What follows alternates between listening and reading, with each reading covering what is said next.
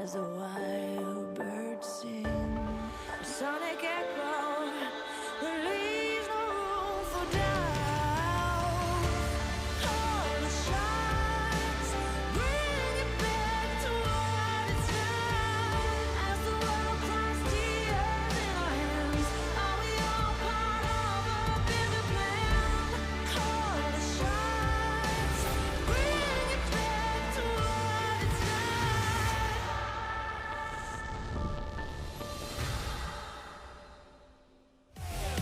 Today's matchup. Afreeca Freecs. ROX Tigers.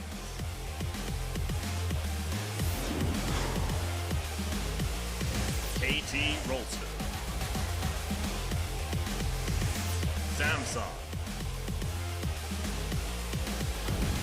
2017 League of Legends Champions Korea Summer Split.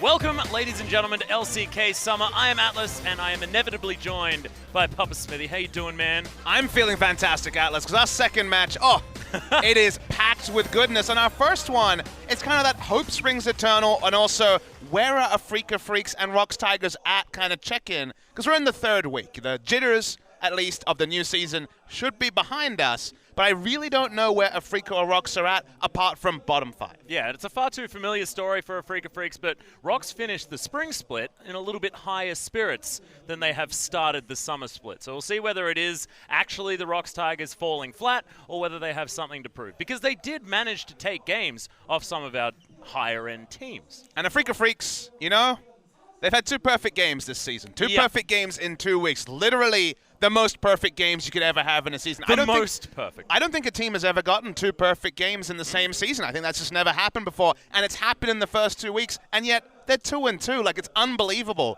that this team can oscillate between wildly perfect and just woeful. But that is just the Afreeca Freecs in every single way, and that's why you have to watch them. Whenever they're on, you're like, I need to know, like, is it going to be another perfect game 1? Because it's been game 1 where they've excelled. Yeah, game 1 seems to be the thing. They are the sprinters, Papa Smithy. You could liken them to the dwarves in the Lord of the Rings universe, but I know that you have no idea about that. I've got no likening about no dwarves in Lord of the Rings, Atlas. So let's have a look at the rankings first, or the standings, depending on how you want to talk about it. Samsung's still there with their perfect record. Maybe not as many perfect games as Afreeca Freecs, but still looking pretty good there in the top spot. Facing KT Rolster in our second series. That's one to look forward to, but a few hours away. 6th v 7th in some ways in our second series, as ROX and Everate are not separated by anything.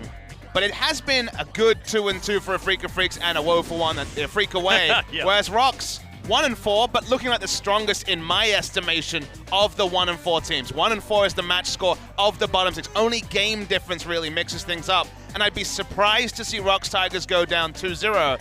And that's mostly because Afreeca Freecs only play 3-game series. Yes, exactly right. So the consistency question mark is still most definitely there for the Afreeca Freecs, as we are going to have a look over that roster first up. And interestingly, no switch-ups here in the lineup. No Mowgli's to be seen, unfortunately. So anyone who's a Jungle Book fan, it's not today that we're going to be seeing it. Yep, no interestingness about it. Interestingness. No interestingness. It's just not interestingness, Lee. Gonna be described by me. That rhymed, even though it was very silly. That sounds like the prototypical Papa Smithy line. I love prototypes and prototypical play. We saw some of it yesterday. I know, we certainly did. You know, that word triggers me every single time. And I keep using it. I know you do. Oh. Look at Spirit there, just hunched over and is cheerful. Mm-hmm. However, on the desk, looking pretty happy. And Marin, the man with a sub-2 KDA, who yet has had star-making performances as always. Marin Star, never in doubt. The oldest player in LCK, one of the superstars, the MVP of 2015 Worlds. I guess 2015 is getting more and more of a historical note as we are well into 2017. And speaking of things that changed in 2017, it's the ROX Tigers. Yeah, and speaking of changes to the roster as well, Papa Smithy, we have some interestingliness. in this Do one we because now? Mighty Bear has hopped into the jungle. We've been wanting him back, and he's come back. Yeah, he's played more recently. And when we were last casting, we were asking, where's Mighty Bear? They've kind of gone with Mighty Bear in their recent lineups. He's played well, but hasn't necessarily gelled together with the team. They're not running Shy and Mighty Bear, so it feels like ROX Tigers recognizing the fact, Shy, very much a veteran, been around for a long time, trying to really blood Linderon, giving him a serious run in the team. And to me, it's kind of, okay, either 2017 Summer is Linderong's season, or ROX Tigers will be looking for a new top laner going into 2018. Relying on Shy next year is probably not something they're really counting on right now. Well, we'll see exactly what is going to happen, but first let's have a look at some fun statistics from last split. Of course, ROX Tigers, we mentioned the fact that they did have a resurgence towards the end of spring. Didn't continue into summer, but they still did look good and managed to 2-0 the Afreeca. And it was another one of those post-IEM games where Mickey came and got a double MVP. There was at least 3 of these on the OGN stage as Mickey fast became the second overall in MVP votes back in spring season to Crown, who will not be facing today, faced him a couple of days ago.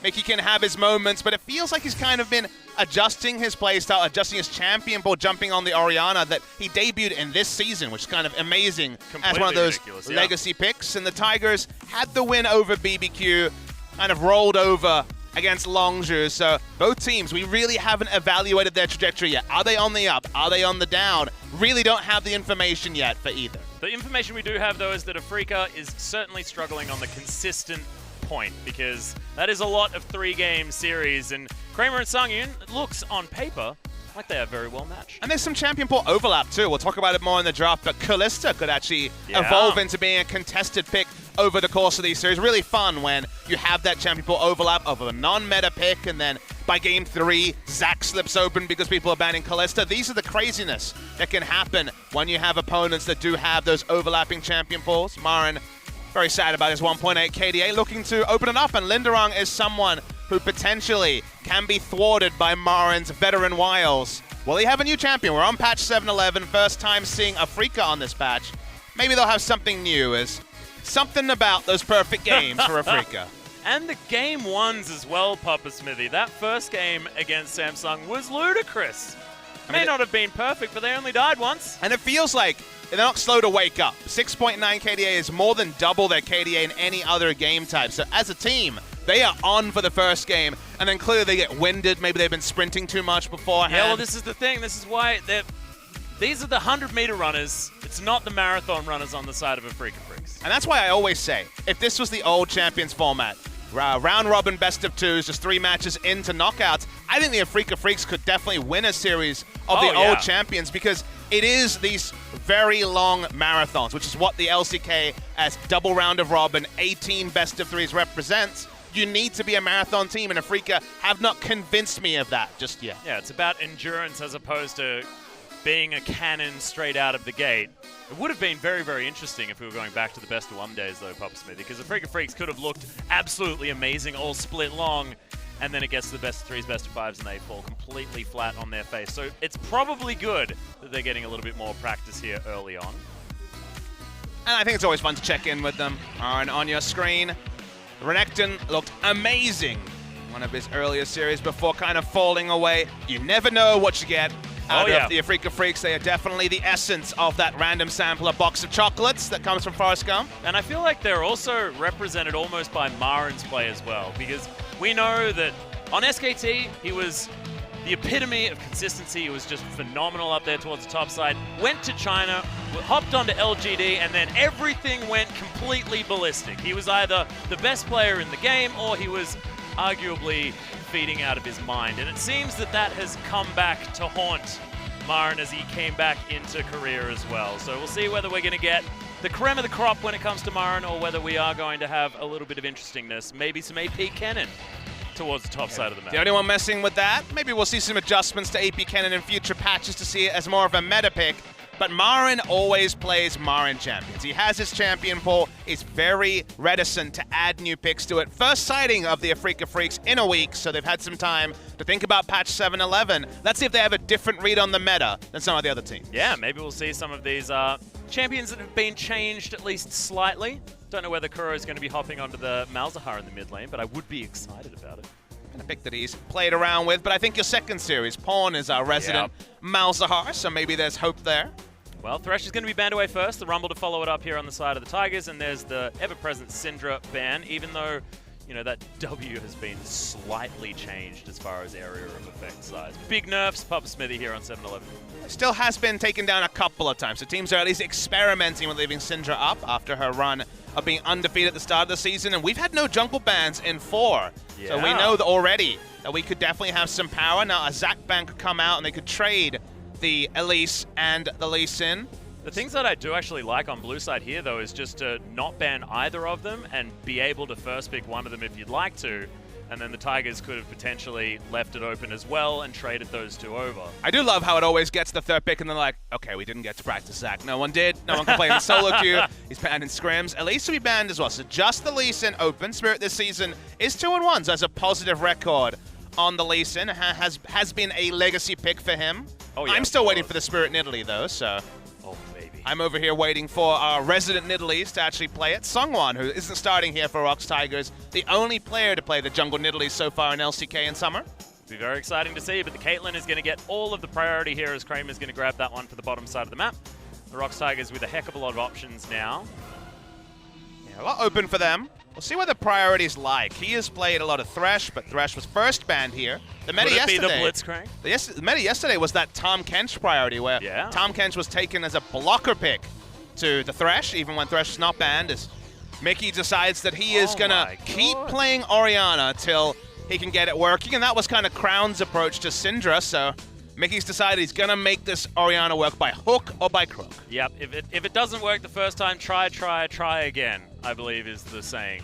Or, you know, doing the thing over and over again and expecting different results. I think the meta's busted insanity. when... Like, what even is it? The meta's busted when Mickey's not playing TF or Zed, like something... He's just rushing his way to Orianna. We're like, really? Is this what it's come to, Mickey? I wanted him to last pick the Ahri. That's what I was hoping for. But Spirit, he is going to get his eyes on the Lee Sin, ironically. And Mighty Bear locks away the Kha'Zix. Yeah, jumping on Kha'Zix's priority. He's definitely an Elise main when it comes to what he wants to be picking up in the jungle, but Elise so frequently is banned away. It's on the Kha'Zix side of the coin for this game at least. So far, super standard between the two teams, and I spoke about that Tahm Kench priority. Even without Thresh being banned, Tahm Kench is being taken just because that, well, you can lane Thresh into Tahm Kench. We know how that goes. Super high value on the Devour. And the results have been pretty much proof in the pudding that you can run the Tahm Kench well. It is a high priority. So it feels like more and more of those ranged supports are getting pushed out of the bot lane. Yeah, if you're blind picking Tahm Kench, you're not really worried about getting harassed out of lane, apparently. You also know that the next two 80 carries off the rank are going to be the Varus and the Ashe, so you're sort of being pseudo-prepared for that straight out of the gate. But the Braum is going to be picked up here for Key, so no funny business with the Blitzcrank this time around, which is a little bit sad.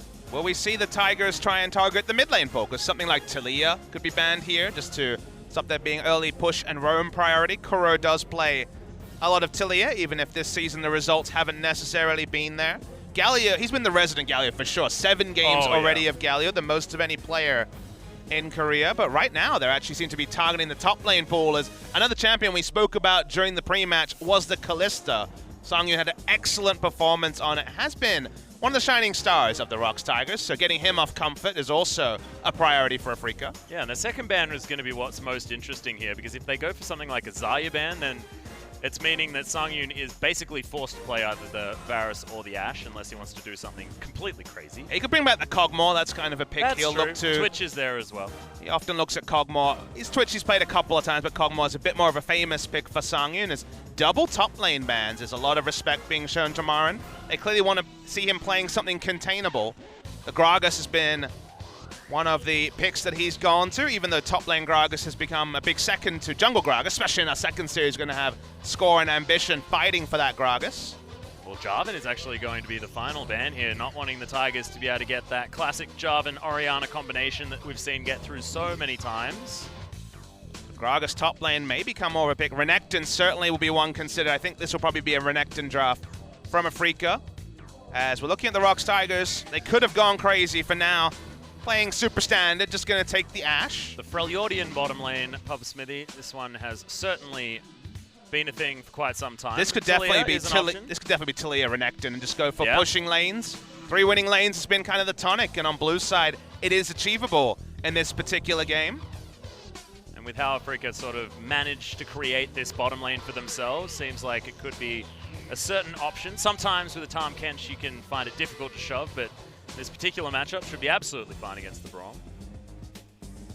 And Renekton heavily expected to be the pick here. Renekton or Gragas, I think, are the obvious picks here for Marin, but sometimes on 7-11 and new patches, he has interesting ways of showing us new things.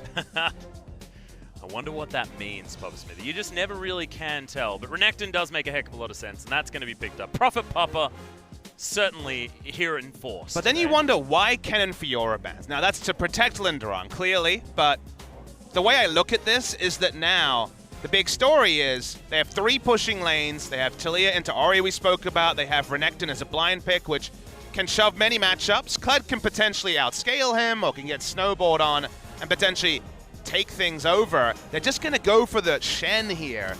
And they're basically saying, hey guys, well, we give up the early game. We got lots of shields in the late game. Maybe that'll work. But they don't necessarily have a hyper carry. If Mighty Bear gets going, then he can be the one to be the benefactor of the shields. But it really does feel like Afreeca have outpicked the Tigers here, because so many times we've seen scaling versus early game push, and the early game push in Korea wins. Close to 100% win rate if you have this sort of a pressure draft on one side. Not to mention, it's game 1 for Afreeca Freecs, and they are so good at getting ahead early in the games that they are going to win. And when they do that, it's likely to be blue side, and it's likely to be game 1. So they've most certainly set themselves up to capitalize on this particular team composition, which is just full of comfort for everyone as well, on top of everything else. And then my impression of the Tigers is if Afreeca misplays, they can certainly win in the late game, but relying on a team in Korea to misplay short of maybe BBQ or one of the real bottom teams has been a gambit not worth sending. So ROX Tigers going to have to show some innovative level 1, rewrite the script, because on paper, it's going to be punishing for the ROX Tigers. Yeah, and they're going to have to try and work Mighty Bear back into this roster as well. We were expecting some big things from him, but not quite able to put up the results. Although the fact that their last match was against Longzhu is a difficult one, because they have been performing extremely well. But Draft says that Afreeca Freecs are looking very good moving into game number 1. We'll see whether it's going to be history repeating itself or whether it's going to be the ROX Tigers fighting back.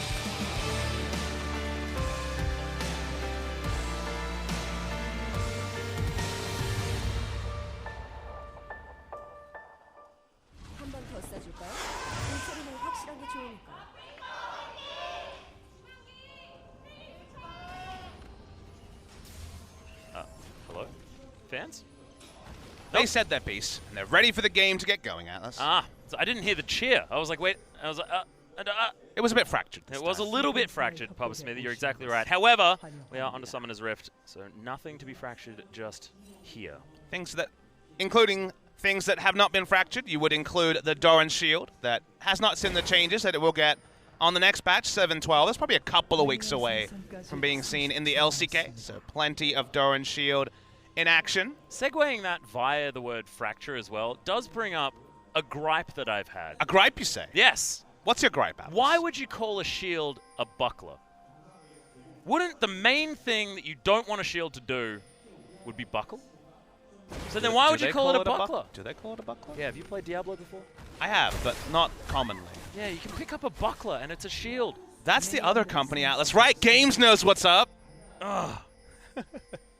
Late invade coming in from Marin. Forces defensive vision from Mighty Bear. No wards put down. First one is by Marin. Trying to get positioning on the Kazakhs. I think Afreeca read the fact that, hey, only thing that can really shut them down is the unknown variable, which is what the jungler represents in the early game especially, before you can start amassing vision. Crow's going to give Spirit a hand.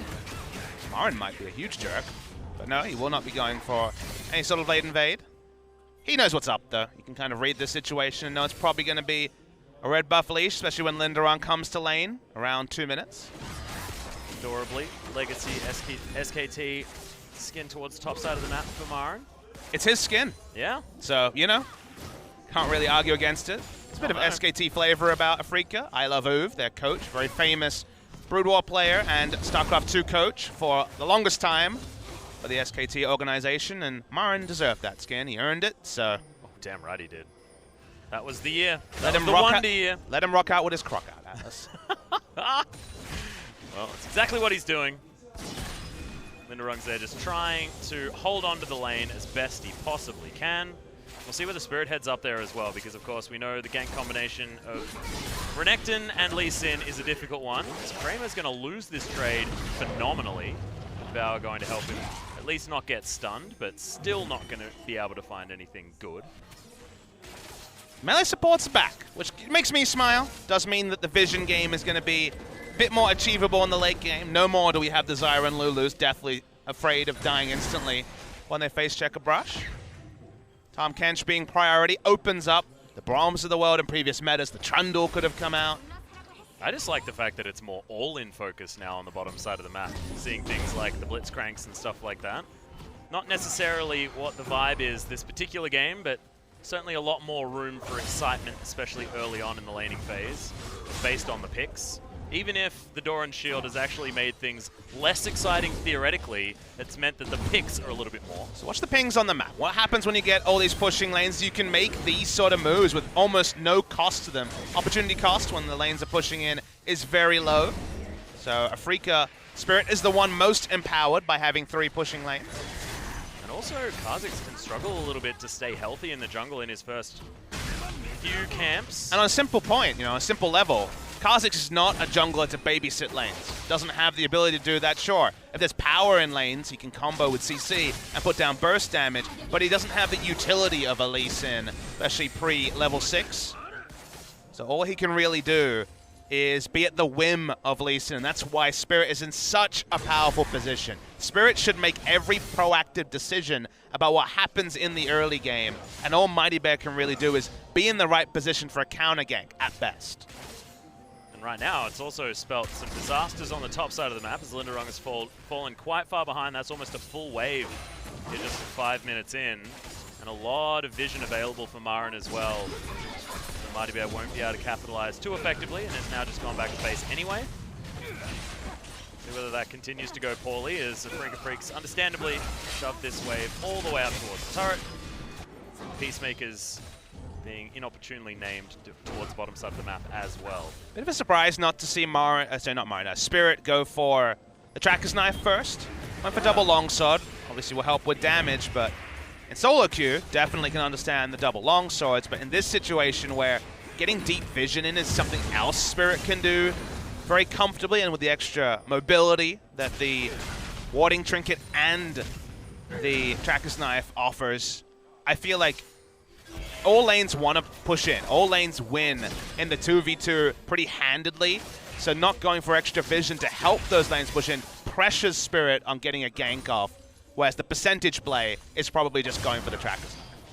And also, Mighty Bear, he's picked up his, so he's been able to put down vision towards the bottom side of the map, make sure he protects his bottom lane, allows them to play a little bit more aggressively. Still Linderung, most certainly on an island up here towards the top side, but it's pretty crappy. To hold on. It's a pretty crappy island too when you're in the Shen versus Renekton matchup, desperately praying for a Ninja Tabi and some more armor items.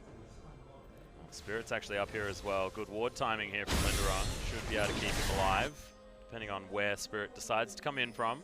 A lot of kill pressure now. Marin's level 6, so he has very easy ability to turret dive. Now he's going to proxy. Probably didn't need to take that much free damage, but he wanted the minion wave to crash a bit later. Yeah, he's got the Dominus as well, so he's happy to tank this one up. Throws down the ultimate immediately, and the stun field's there. Good taunt as Marin's still tanking this turret, but he survives. Linderung does as well, and Spirit, he desperately wants this. Mighty Bear is launching himself towards the top side as quickly as possible. The flash, the first blood, but it's going to be answered immediately. Kuro, will he be able to get that seismic shove in the right place? Marin, oh god, that was so close. And look at this Mickey. He's on his way up looking for a kill. There's the flash, the Dissonance picks up the kill. Shockwave flash from Kuro, but that is certainly a win for the Tigers. Yeah, botched there pretty hard by the side of the Freecs. Did not need to take 2 free turret shots and then had to both E and flash out. Long cooldown with only level 1 into the slice and dice. Big mistake from Marin. Did not need to tank up the turret. Probably really misread the leash range of the turret, and that makes it a headache, and they actually trade down when they were primed to trade up. Yeah, and he wasn't even the one able to pick up the kill there, Papa Smithy, so pretty disastrous. I guess the positives that you can glean from this are the fact that he was able to deny a whole bunch of creeps from Linderung. He was going to wander back up there, but he should be able to pick up a bit more of that wave, and he has that Ninja Tabi that you were talking about. It feels a bit empty, though. You know, he gets to go get a nice buy, Tiamat into the Cull for more gold generation, but given what should have happened, the scope of possibilities, a 1 for 2 with how the lanes are looking, with the time they had, with everything that was coordinated, and the fact that Spirit had actually got the double longsword for combat stats is among the worst possible. It's one of those 10% realities where they botch it hard enough that they trade down.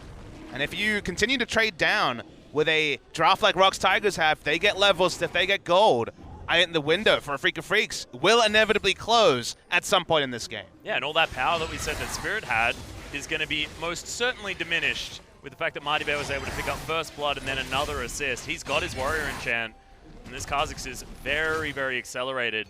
So a lot of those points that we were making are largely irrelevant this particular stage. I wouldn't say relevant yet, but it feels like we're getting close, Atlas. Another mismanagement of a situation, and I think I would commit to that as well. Afreeca have a very clean way to play. Get a side turret down, start rotating around, force, if you get mid lane turret, force Mickey into a side lane. You have Kuro, who's going to be a lot happier with the rock surfing. Caitlyn in the mid lane, Tahm Kench to rotate. There's a lot of what ifs that are close, as Ash Arrow will be diced out of. Yeah. Afreeca will go with the early lane swap here, going to be answered by the ROX Tigers. They know Ash Arrow is down, so they can play up more. Yeah, actually immediately answering that lane swap as well. I don't know who came up with the idea first, because it seemed like these bottom lanes were pretty much identically timed. Pre-10-minute lane swap has become a staple in Week 3. It wasn't really seen in Week 1 and 2, maybe once or twice. But teams have started to say, hey, whatever Drake it is, even an Infernal, is so outweighed by a Rift Herald that Rift Herald contests, which were the sort of thing we jeered. We made fun of teams contesting Rift Herald in previous metas because of how weak the objective was and how much time you had to spend going for it. We saw probably 5 Rift Herald contests in maybe a year and a half of Rift Herald because teams didn't look to ever contest that objective.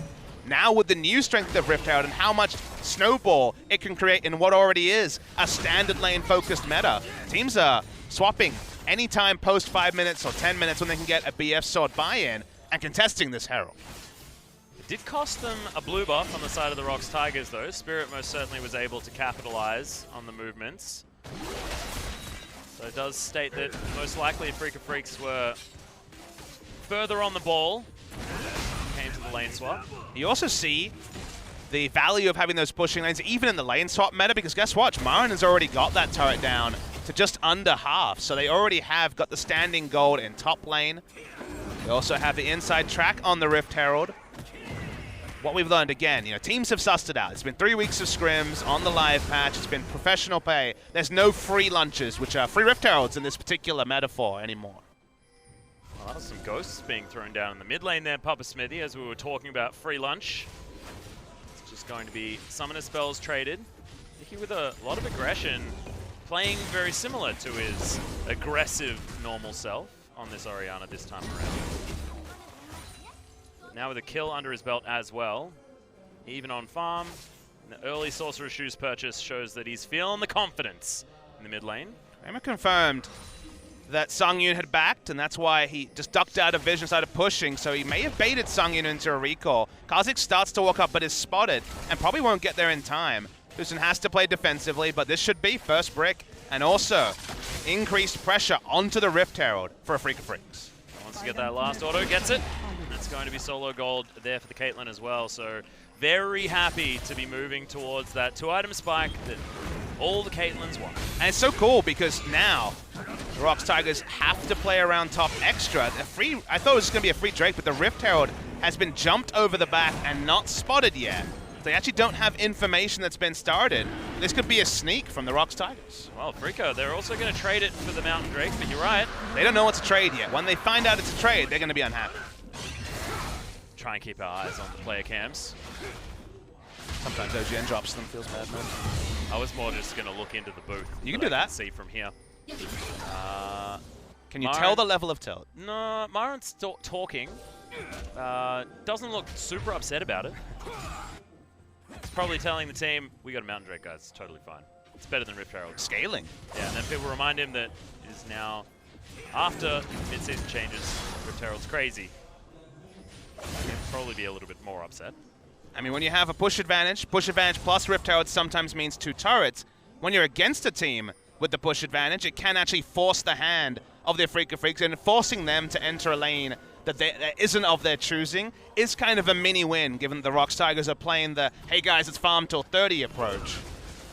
So wherever the Rift Herald is put down, Afreeca will be forced to react, and that buys more time for the Tigers to equalize farm and equalize items.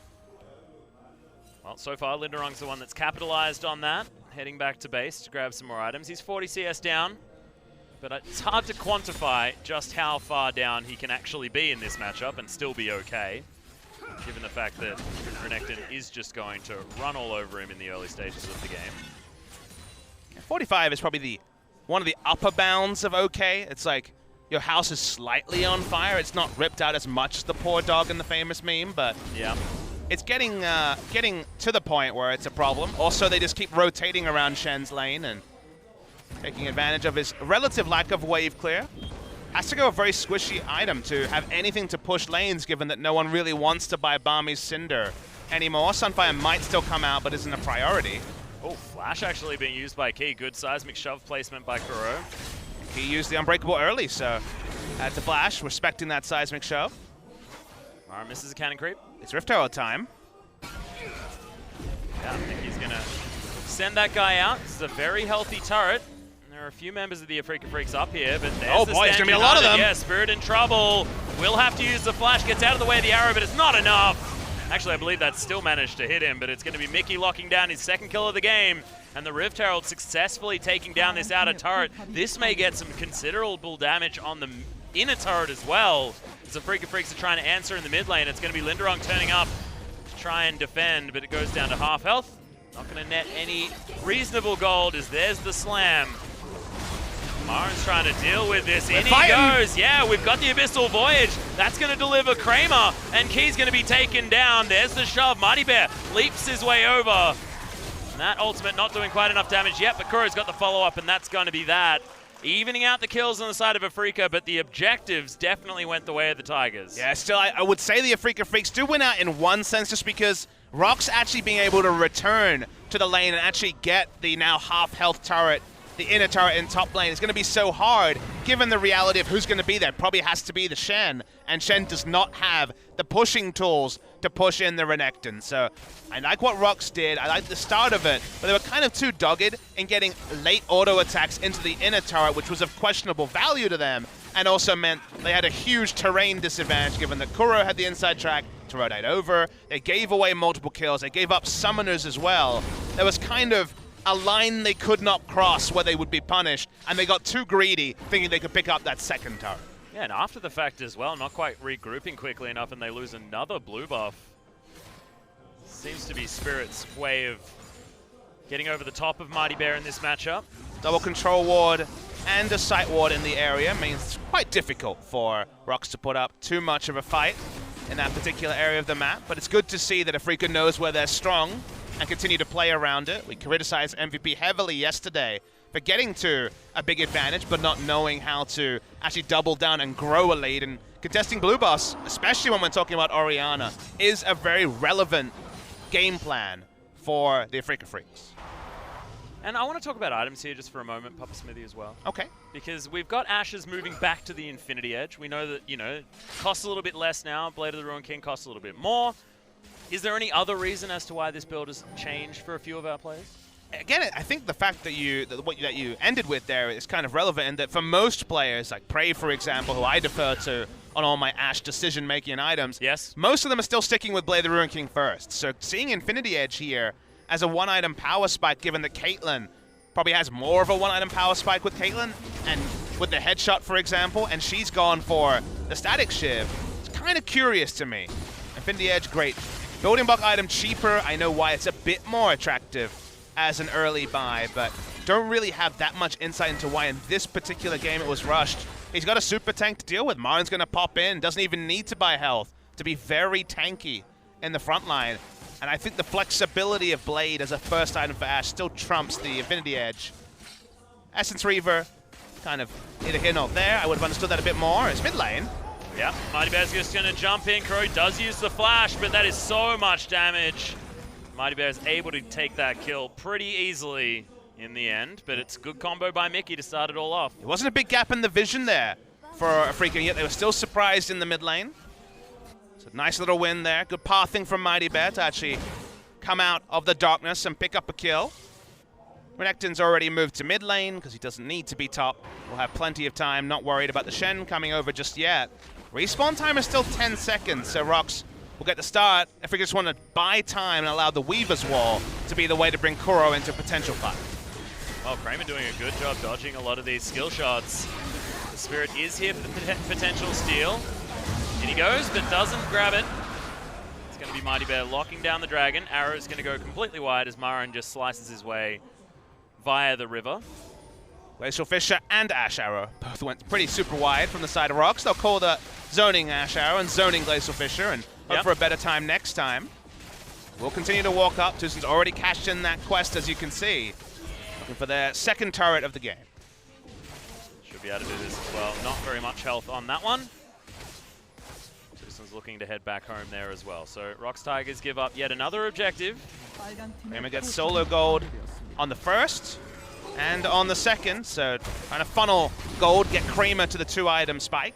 People thought with the Hurricane nerfs and also the base attack speed nerf that maybe Caitlyn would see less priority, but we already saw people moving away to the Static Shiv and Rapid Fire Cannon as the build, and Phantom Dancer always can be chucked in there as well in terms of one of those, and Caitlyn, because of her laning and her flexibility to be just thrown in the mid lane and wave clear, is still super high priority in the current meta.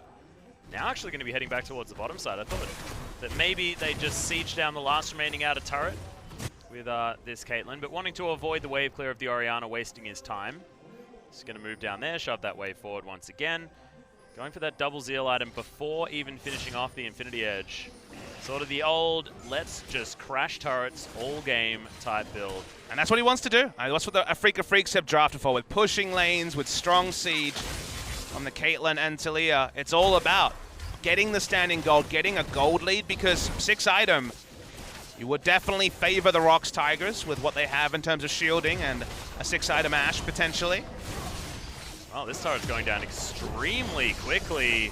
Thankfully, Linderong does have that Tiamat, but he's going to run out of AoE opportunities, and that tower just falls for free. Only one visit necessary from Kramer, and he gets rid of that tower. And you see the difference between the ROX Tigers using their Rift Herald in top, getting a turret low, and never being able to return to it because of how their comp is put together.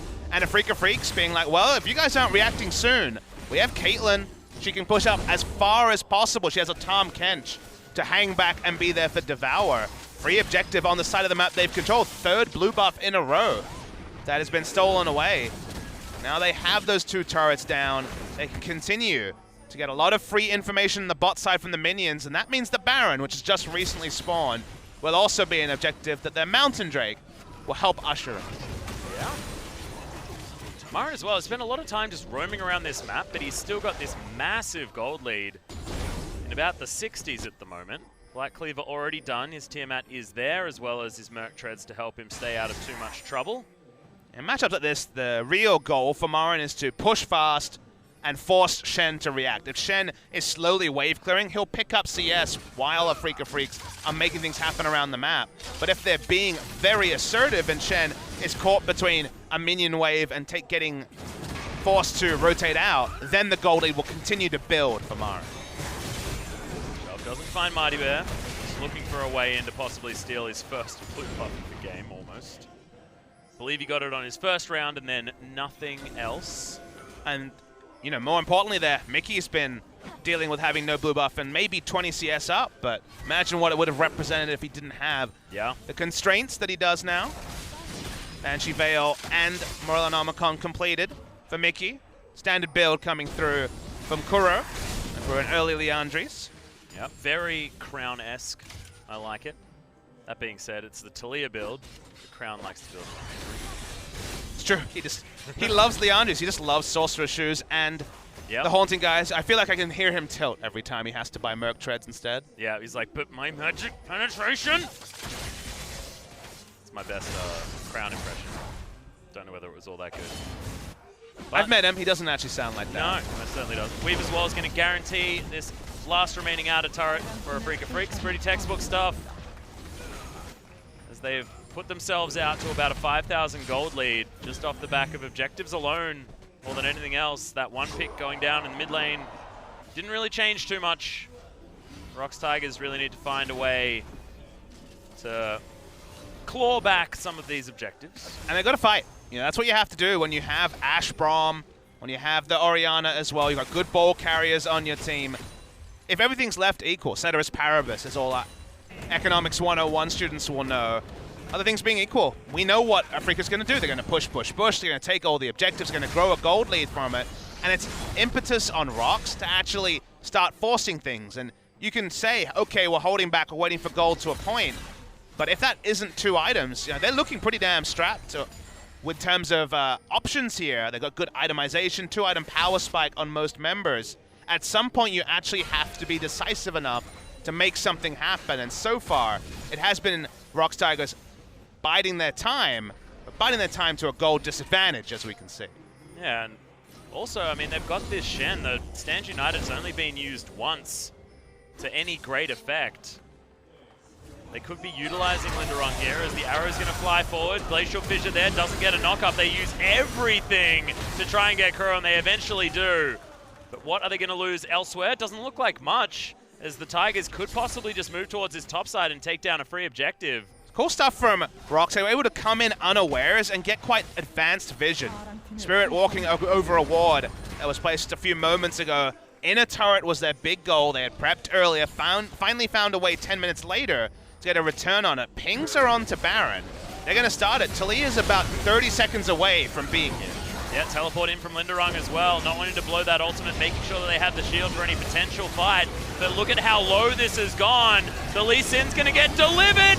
No, it's not going to be stolen away. Those Mighty Bear locks that one down, and Linderong grabs the kill onto Spirit. Marin right in amongst this pit, but does want to get out. Linderong follows him though, gets the double kill by picking up Kramer, and Tucson flashes away with another Devour. Marin limping from the fight, and the ROX Tigers, you said that they needed to start something. They most certainly did. And they didn't even need an Ash Arrow initiation. They just smartly rotated in, got through some of the gaps in the vision from Afreeca Freecs, took down Kuro, got a Baron, and the whole script is rewritten, Atlas, because they got exactly what they needed. And they can even get a Cloud Drake on the exit to accentuate what was an amazing passage of play for the ROX Tigers. Yeah, Mighty Bear, massive props for his ability to smite away that Baron as well. We've seen Spirit steal so many in the past, especially with the execute damage of the Q if he was able to get it. But when you've got a pit full of ROX members, it's likely that some of them are going to do the damage. So watching the Baron, Q Smite at 1100, knew exactly the amount of damage he would output. Very important in that scenario. And there was never a window for Lee Sin, who had to be ferried in with the Devour to even come in. Tucson had some heroics here, getting someone to the Baron and getting someone out of the Baron. But that is a big objective for the ROX Tigers. Now they have Baron and can't be ran around the map as easily as Afreeca was able to do for the first 25 minutes. The comp is hitting its power spikes, 3 items soon to be there for their primary carries. ROX Tigers are now in the driver's seat. That didn't look achievable until they made that big play on Kuro and the Baron. Well, his first outer turret is going to fall on the back of this Baron. Mid lane still has one. It looks like they're going to continue shoving this one forward. And Baron buff minions are very difficult to deal with at about 25 minutes into the game. Thankfully, we've got a static shiv on the back of Kramer. As far as PvE League of Legends is concerned, he is set up for knocking these things down. As yeah, that fortification bonus, boys, is going to be probably enough to deal with you. Needs to go back and pick up an Infinity Edge. Infinity Edge, the big item here. Probably going to be forced into a 5v5 fight with pushing lanes and also initiation on the side of ROX. And until that Infinity Edge is there, it doesn't have a lot of tools. Well, both of the Freljordian ultimates are going to land onto Tucson, and he just eats up some grey health. Oh, the triple shockwave! How did that happen? Just out of nowhere. No one to die just yet as Marin looking for an opportunity to actually come back in. ROX Tigers, I mean, that was Mickey's moment, but no one was there to follow up. And they weren't actually willing to invest in a turret dive or the Stand United that continues to go unused. Kuro put down the wall, and it was hard to tell who was trapped in with who with the low health bars on the side of Afreeca Freecs. ults down with the Baron means they can start things. Is okay. Backline threat is suddenly there. Yep, Songyun is going to flash out of the way. There's the Stand United.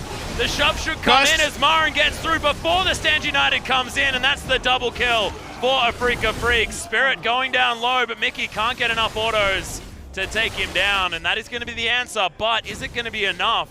As already Tigers have taken back that gold lead. It's only 2 kills. The Baron buff duration, the remainder of it, just about to expire anyway, so not going to be any dissuasion of initiation. And it's a good job by Tucson, who has been good on the right now losing side of Afreeca Freecs on this Tom Kench. Burst down Songyun during the duration, about half a second away. 1 nerf ago, Shen would have shown up. This Shen could not make it there, but only 2 kills with the inner turret going down. Means that Afreeca needs to make the next few minutes work. Had to invest a lot just to pick up kills, and that's not going to arrest the momentum that's currently there with ROX Tigers. Yeah. Kramer being on 3 items is slightly scary. Has to be said, and he was able to get some good damage down in that last fight, but we know what happens if he's dealt with early on, like in that Baron fight from earlier. And the thing is that the ROX Tigers fight front to back better than Afreeca Freecs do. A lot of Afreeca's damage is not going to be able to reach Songyun, who he himself is at 3 items. There's going to be shielding for whoever's in the front line as well. So the Orianna and Shen factor of the shielding is going to become really relevant in the future fights. So even though Kramer has hit good item timings, Talia can't push damage onto the backline, barring a god seismic shove. Going to have to try and get through a front line that, given that it's Shen Braum, is going to be super duper tanky. Whereas on the other side, Orianna, AoE, and backline threat, Songyun at 3 items and so safe. Even Mighty Bear, if he's opportunistic, can make things happen. This is where ROX's comp is stronger than that of Afreeca Freecs. They've navigated through the Baron buff take, the trickiest time of the game, and that doesn't mean they win. There still is going to be some very interesting team fights, but they're set up to win, so ROX Tigers are going to be so happy with where they are 30 minutes in. Yeah, well, Linderung is not going to be as happy, but he's looking for his way out. Okay, does at least get the stun, but the flash is going to come out. Linderung saves himself, and everyone's going to be backing away. Weaver's Wall, just to protect this inhibitor turret. Does stop the counter rotation coming through from ROX in the top side, which would have been the bigger punish. Can't stop it in both lanes, although Spirit's walking up, trying to dissuade them. Mickey, very, very safe with that Banshee's Veil as well, but this inner turret should fall down. Songyun does pick that one up, unhindered. The ROX Tigers continue their onslaught despite the fact that that Baron wore off. Still able to control this map, and huge shout out to how they've been able to play macro-wise around this one as well, without even using things like Stand United, which do make that macro game a lot easier if they are potentially caught out in these rotations. Yeah, the Baron buff makes things a lot more straightforward. You think about where the game was set before the Baron, and vision was pushed up, control wards were established. Afreeca was deciding everything, but the moment that you push in multiple waves, take multiple turrets with a Baron buff, and you have the initiation advantage, Afreeca really don't have the same zone of control they did before. In fact, they have such little control. They don't have any true initiation on their side, barring a Weaver's Wall being used as permanent terrain. Marin's backline threat on the Renekton is very, very low, especially when it comes to teleports. This is the swing that happens. The pendulum goes one way and then the other when you draft like this. So many teams have been rolled over before we reach the point in the game where we're at, because getting a Baron against 3 pushing lanes is usually impossible, and yet ROX Tigers got access to both the Rift Herald and the Baron. This game is Kramer's just going to be dead. Yep. Oh, the Devour does come in. Arrow's going to go down. Kramer immediately flashes really good shields, but it's not enough to save his life. Spirit's going to go down as well. That's 3 kills immediately for the ROX Tigers, and they'll look for the Baron. No smites for Afreeca Freecs as the Weaver's Wall at least bothers Linderung for like half a second, but that's about it. Mickey did it. Mickey finally found a match-winning play on the Orianna, just catching Kramer unawares. Not enough respect for the Orianna, who has plenty of items. No one's going anywhere near the Baron. That would be suicide mission. 3 members down for Afreeca. Second Baron for the ROX Tigers. Walking over to a Cloud Drake at 31 minutes might as well be the walk of shame, Atlas. Yep, most certainly is, and I feel like it all started with that horrendous play towards the top side of the map. Spirit and Marin not finding the kill onto Linderung quickly enough. It all starting with Mickey on 1-0-1. start things off, and look at the damage he's capable of now. I mean, Kramer had flash heal up and allowed himself to get QW'd, so the dissonance came in and shockwave. That's unacceptable from Kramer, just not at any point using his summoners early enough, healed after the shockwave animation was clearly going to hit him. Just a moment of madness from the side of Kramer, and Mickey on a champion he has been rightfully criticized on, gets the pick that was sadly presented to him by Afreeca. I don't think these traps are going to be enough to stave off the ROX Tigers, who are so far ahead now. They're moving towards that 10,000 gold lead, but that's nothing in comparison to what their composition is now capable of at 33 minutes into this game. In goes Spirit looking for the play. They actually do manage to lock down Mickey, which is a massive deal. Couldn't even get the shockwave off, and now Marin, he's reached the backline. A lot of damage there, but Kuro, he's slowed down, and Linderong continues the onslaught in the mid lane. Feels like a one-for-one trade, even though Mickey's so pivotal to this ROX Tigers lineup. It's just not enough to be able to actually get them anything back that means much. And they assassinated the quarterback in the one window when they could. The Stand United was down from Linderong. Very nice initiation from Spirit. Didn't even have to use his flash to get the kickoff. But as you say, they trade down in that situation. They relieve some pressure, but they lose their mid-turret to Shen of all people. Linderong has made more happen without the Stand United than he has with the usually pivotal ultimate from the side of Shen. And Freecs will get some farm, they'll push out, they'll clear, they might even finish up some items. But even a moment like that probably won't change what has been ROX in control since Baron 1. Yeah, and Kuro's still looking for his Void Staff. Fortunately for Mickey, he's got his, and he's got a Luden's Echo on top of it. Only one item remaining. This Orianna is going to be ludicrously strong, especially considering the fact that that will most likely be the Rabbidan's Death Cap. And that is a power spike that you definitely want to hit if you're a mage. Last item, Rabbidan's Death Cap. When you complete that, is there a better feeling as a mage player? I don't think so. In that percentage efficiency from your first purchases, so completely agree with you, Atlas. Spirit's going to get caught out. Linderong doing some decent damage there on the Shen, actually. Surprisingly enough. A lot of things have gone better than expected for ROX, who just continue to ferry the super minions, or the Baron buff minions, into bot lane. Crash this inhibitor, going to die almost instantly. Yeah, so much damage. Mortal Reminder almost done for Sungyun as well. Teleport cancelled. Yep, we're going to get the 6th zoom out, though, nonetheless. Mid lane inhibitor going to be the next focus. For the ROX Tigers, it's feeling textbook, and it's just feeling like the Afreeca Freecs don't have many other options. Marin clearing out vision, wants to get some sort of flank. They have at least taken some poke, so Kuro able to do some good work with the threaded volleys. There's the Stand United forced out. The Weaver's Wall is going to get Marin right in amongst it. The kick from Spirit solidifies that kill. Key's going to go down double for Kramer as Linderong, he's going to go low. Decent damage in the backline as Marin continues to hold them down. Mighty Bear waiting for another leap, but there's the shockwave from Mickey, only onto Marin, who's just buying space and buying time. Kuro, can he find the threaded volleys? The ultimate's there, the Q doesn't land, and there's the flash.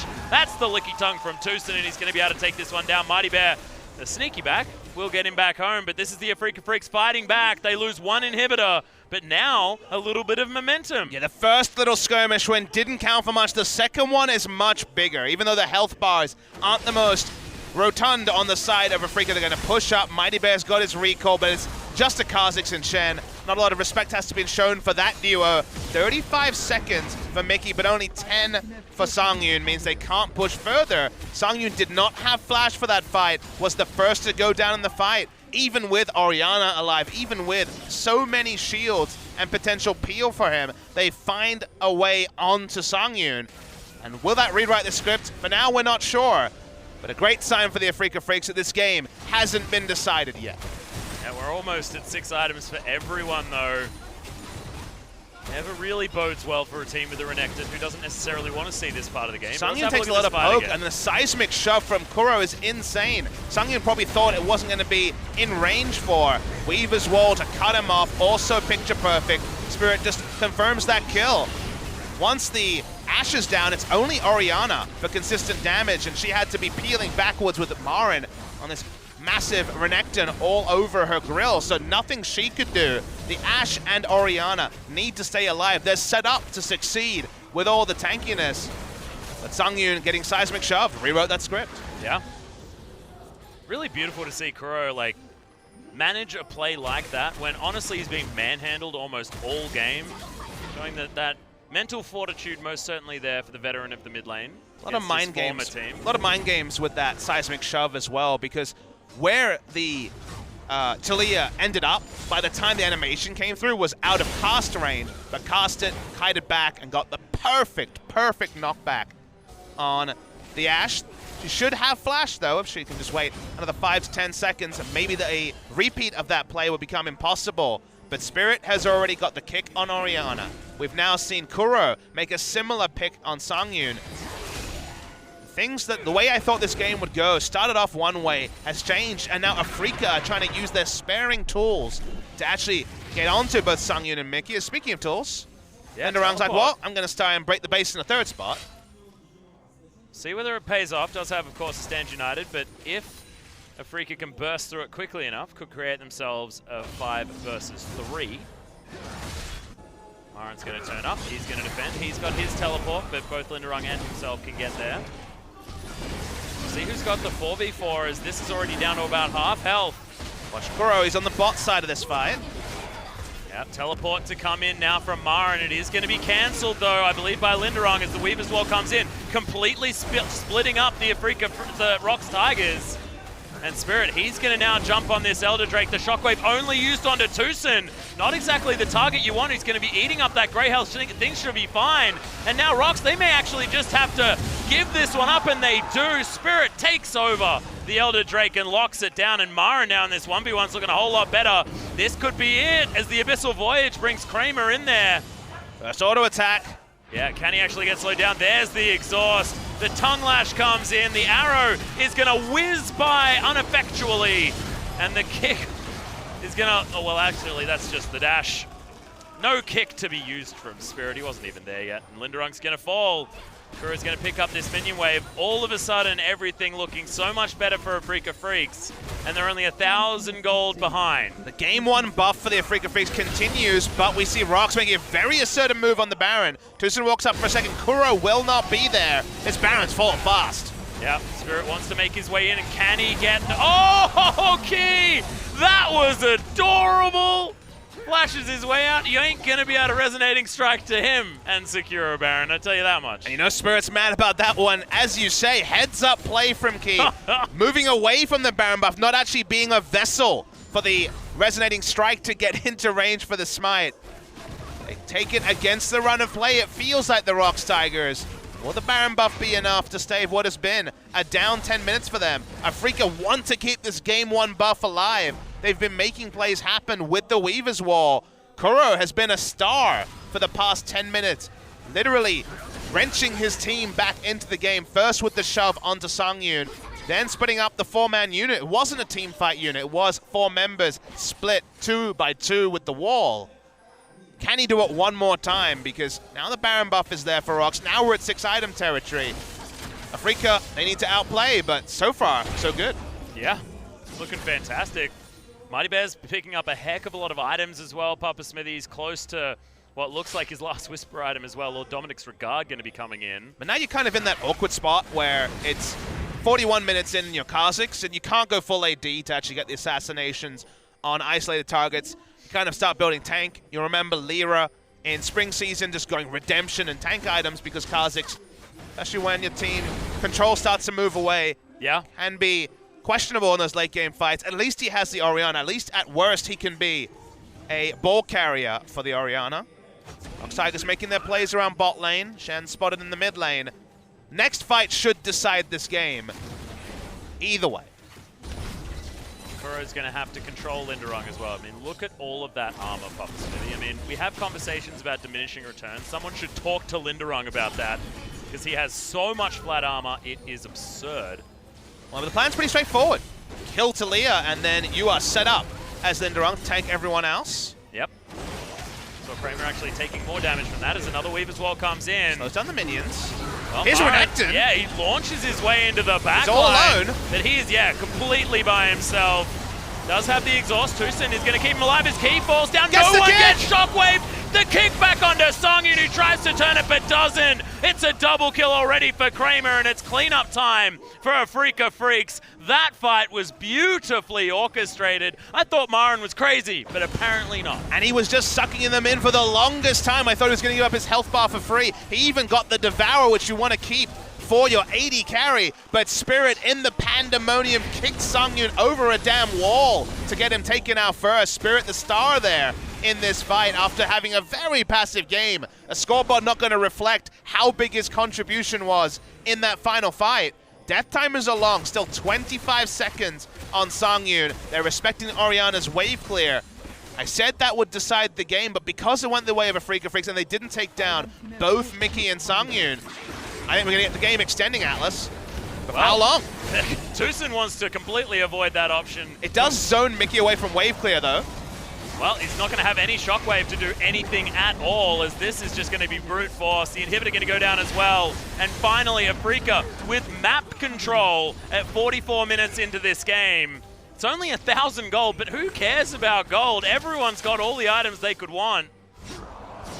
How is this still a series? That's the thing, you have to take a step back. It's not even talking about a series, Sorry, talking about just a single game. game. You have to tip your hand to the Afreeca Freecs. As a caster, you make your assumptions based on power spikes, based on how fights should play out. All of those say ROX Tigers every time in the late game 5v5. But Afreeca does have, as we can see, certain outplay windows. The kick, for example, from Lee Sin is like the Blitzcrank hook in the late game. It can decide a fight on its own. Kuro has been wonderful. It's amazing that things like just the kick and the Weaver's Wall have won them 3 or 4 fights from positions that they're not set up to deal with. Afreeca may just out-team fight ROX Tigers with a team comp disadvantage, but they've needed to win every fight. It feels like if the fight ever goes the way of ROX Tigers, like Afreeca have been winning them, the game is just over. That's why every time we see a fight, you're kind of looking for Afreeca to make the outplay, because the playbook is the standard one. ROX Tigers should just win the game. Well, the other thing that I want to talk about is the fact that Marin's being a relevant tank on a Renekton in the late game. Well, he gave up on being a DPS or a split push. He doesn't even have a Tiamat item. He went full tank, which, as you can say, does get Gears. It's not the most effective option, but he's just sitting on Orianna and Ashe and pulling it off so far. Well, everyone's avoiding everything. And everyone's ulting for some reason. Yeah, there are icy ultimates flying everywhere this game, Pop Smithy. What will the Freljord post say about this game, Atlas? I don't know. Lots of our stuff is being thrown around. Someone please put it back in the warehouse. It's going to be a taxpayers article. It's like, why are we wasting all our arrows? We don't have that many. Yeah, it's going to be a conversation about conservation. It's also going to be a US political argument about walls. Who's paying for them, Atlas? You had to bring it back. Demacia is paying for it. Always make Demacia pay for it. Noxus never does. They always say they will, but they just don't. Bastards.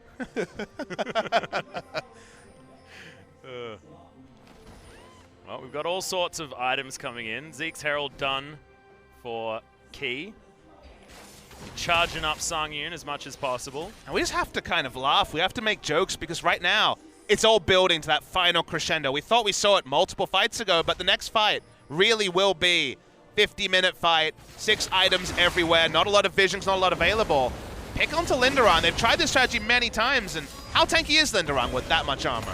Well, there's going to be a kickback onto him as well. They're investing a fair bit onto this kill, but... Turns out pretty tanky. Yeah, he's very, very tanky, but the Nom-Nom should definitely be able to grab the kill, and the gank, the teleport, has always been an option.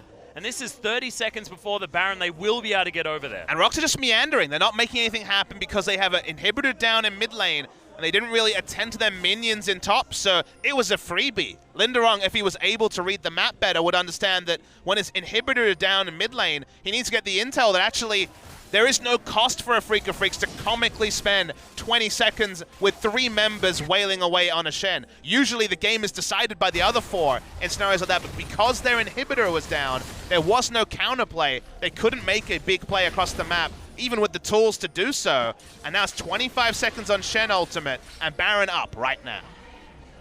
Well, can they pick this window? They immediately start this one up. So Papa Smithy there with you. Weaver's Wall is going to give them vision and knowledge of what's going on here. Mighty Bear tagged as in goes Key, but look at this Baron. It's down incredibly low with this late game damage to kick out. He will have the leap, and the arrow's going to get in there. It's going to be Kramer that locks down the Baron as Spirit is going to get devoured. Will survive as the Grey Health keeps Tucson alive. Redemption there as well to make sure no one gets picked off, and the first Baron for the Afreeca Freecs could start them moving towards a game win in this epic game one. And they had to fight so damn hard to get it. The kick away, Smitey Bear still had leap and flash, kept him away for the longest time, and Caitlyn of all people, late game crits do a lot of damage, enough to pick up the Baron, so no smite used for this particular Baron. Now we reassess. Have Afreeca Freecs finally got over the hump. It's been insane how much adversity they've had to fight back from since that first Baron 22 minutes ago. Every single fight could have been a match ender for ROX, but they're all going to Afreeca. Whether it's the Lee Sin kick or the seismic shove from Kuro, they've both been stars. And Tucson this whole game has been Mr. Fix-It, running around, saving people again and again and again. A lot of stars on the side of Afreeca, and yet they might still lose. Always seems to be the way, Papa Smithy, but one thing that we did open the show with was talking about the fact that Afreeca have looked like the sprinters of the LCK. This is not a sprint, though. This is not a sprint. This is a marathon game. And it just shows that even now against adversity in this particular week of LCK, they're looking good. That's the kind of upgrades that we've been looking for this team. That's more of a sign they will join the top half of the table, that right now they are on the precipice of in 6th place. 5th place in spring, summer, and spring this year. 5th place 3 seasons in a row. They want to do better. They spent money to do better with this lineup. And the lineup, this game at least, is doing them proud. ROX don't look like they have too many opportunities as Mighty Bears looking to try and take down this duo lane. There are 3 members strong. Oh, that taunt was fantastic, but the Mercurial Scimitar saves Kramer. Tucson's lasting for so long as these Baron up minions here. Mighty Bear, he's getting crit to the face, and they have to get out. There's no cooldowns left, and look at this, Afreeca are rotating over. Thankfully, the tower is still up, but they're going to lose everything. 2 inhibitors go down as that mid is taken again, and it's just not enough to get the picks. It's so similar to what Afreeca did against Linderung, but they were successful, and that started them off with that winning play on the Baron. Target selection so good from Kramer. He realized it was 3 members, sure, but only 1 does damage of that trio. Crit Mighty Bear twice in the face. Didn't matter who else was there. Good God, that was so dangerous. Sorry to interrupt you there, Pop. That's fine. That's the last inhibitor going down. They're looking for some icing on this cake in the form of a gigantic dragon. He's also pretty old, so I hear. He's a bit of an elder. Yeah. Very respected in the community. Absolutely. Of dragons. The community. Yeah. We should have a conversation with Shyvana about it. Cloud Drake's the black sheep. Is it really? It might be. It might be Ocean. It's hard to say sometimes. I like Even Elder can't decide which one's the black sheep. ROX will wonder how this game didn't go their way. That is a sitcom that I would watch, by the way. Really? The Drake? Yeah, what would it be called? Would it be a pun on a Drake song? Like, what's going on here with the name? I don't know, but it'd play out pretty much exactly the same as Friends. So much. And you'd have, like, the Brambleback coming in for, like, the cameo appearances and things like that. I still wouldn't like the Phoebe Dragon. Sorry, guys. Oh, and, like, the classic, like, jerk in the show is Baron.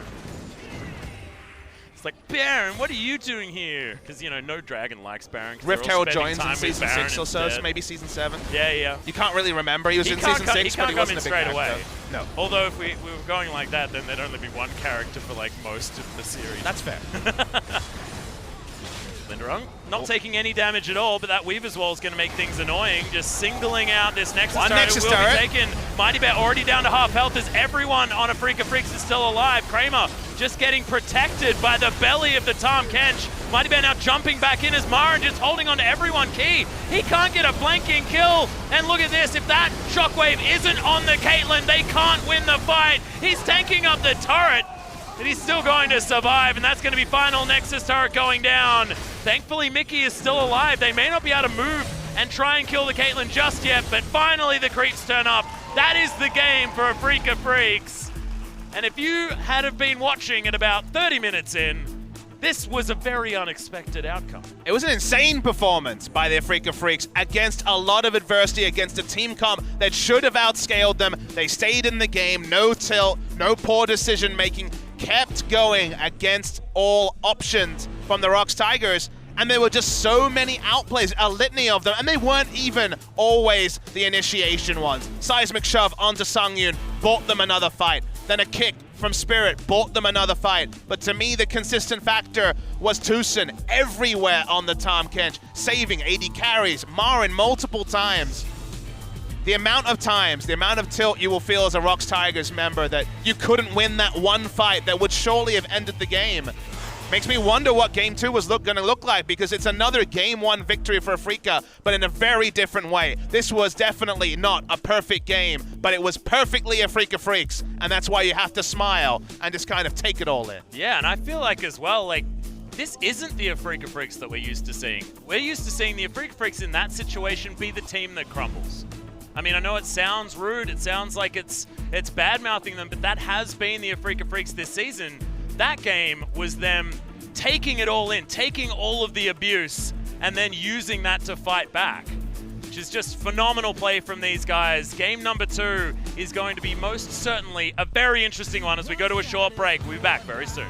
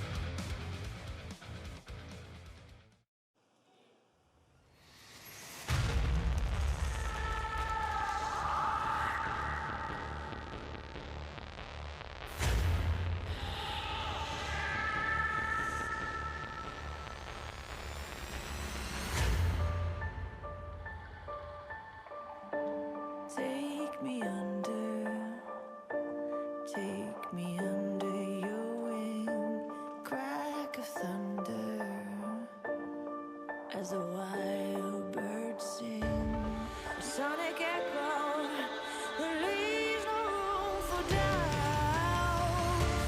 All the shots bring it back to what it's not, as the world cries tears in our hands. Are we all part of a bigger plan? All the shots bring it back to what it's not.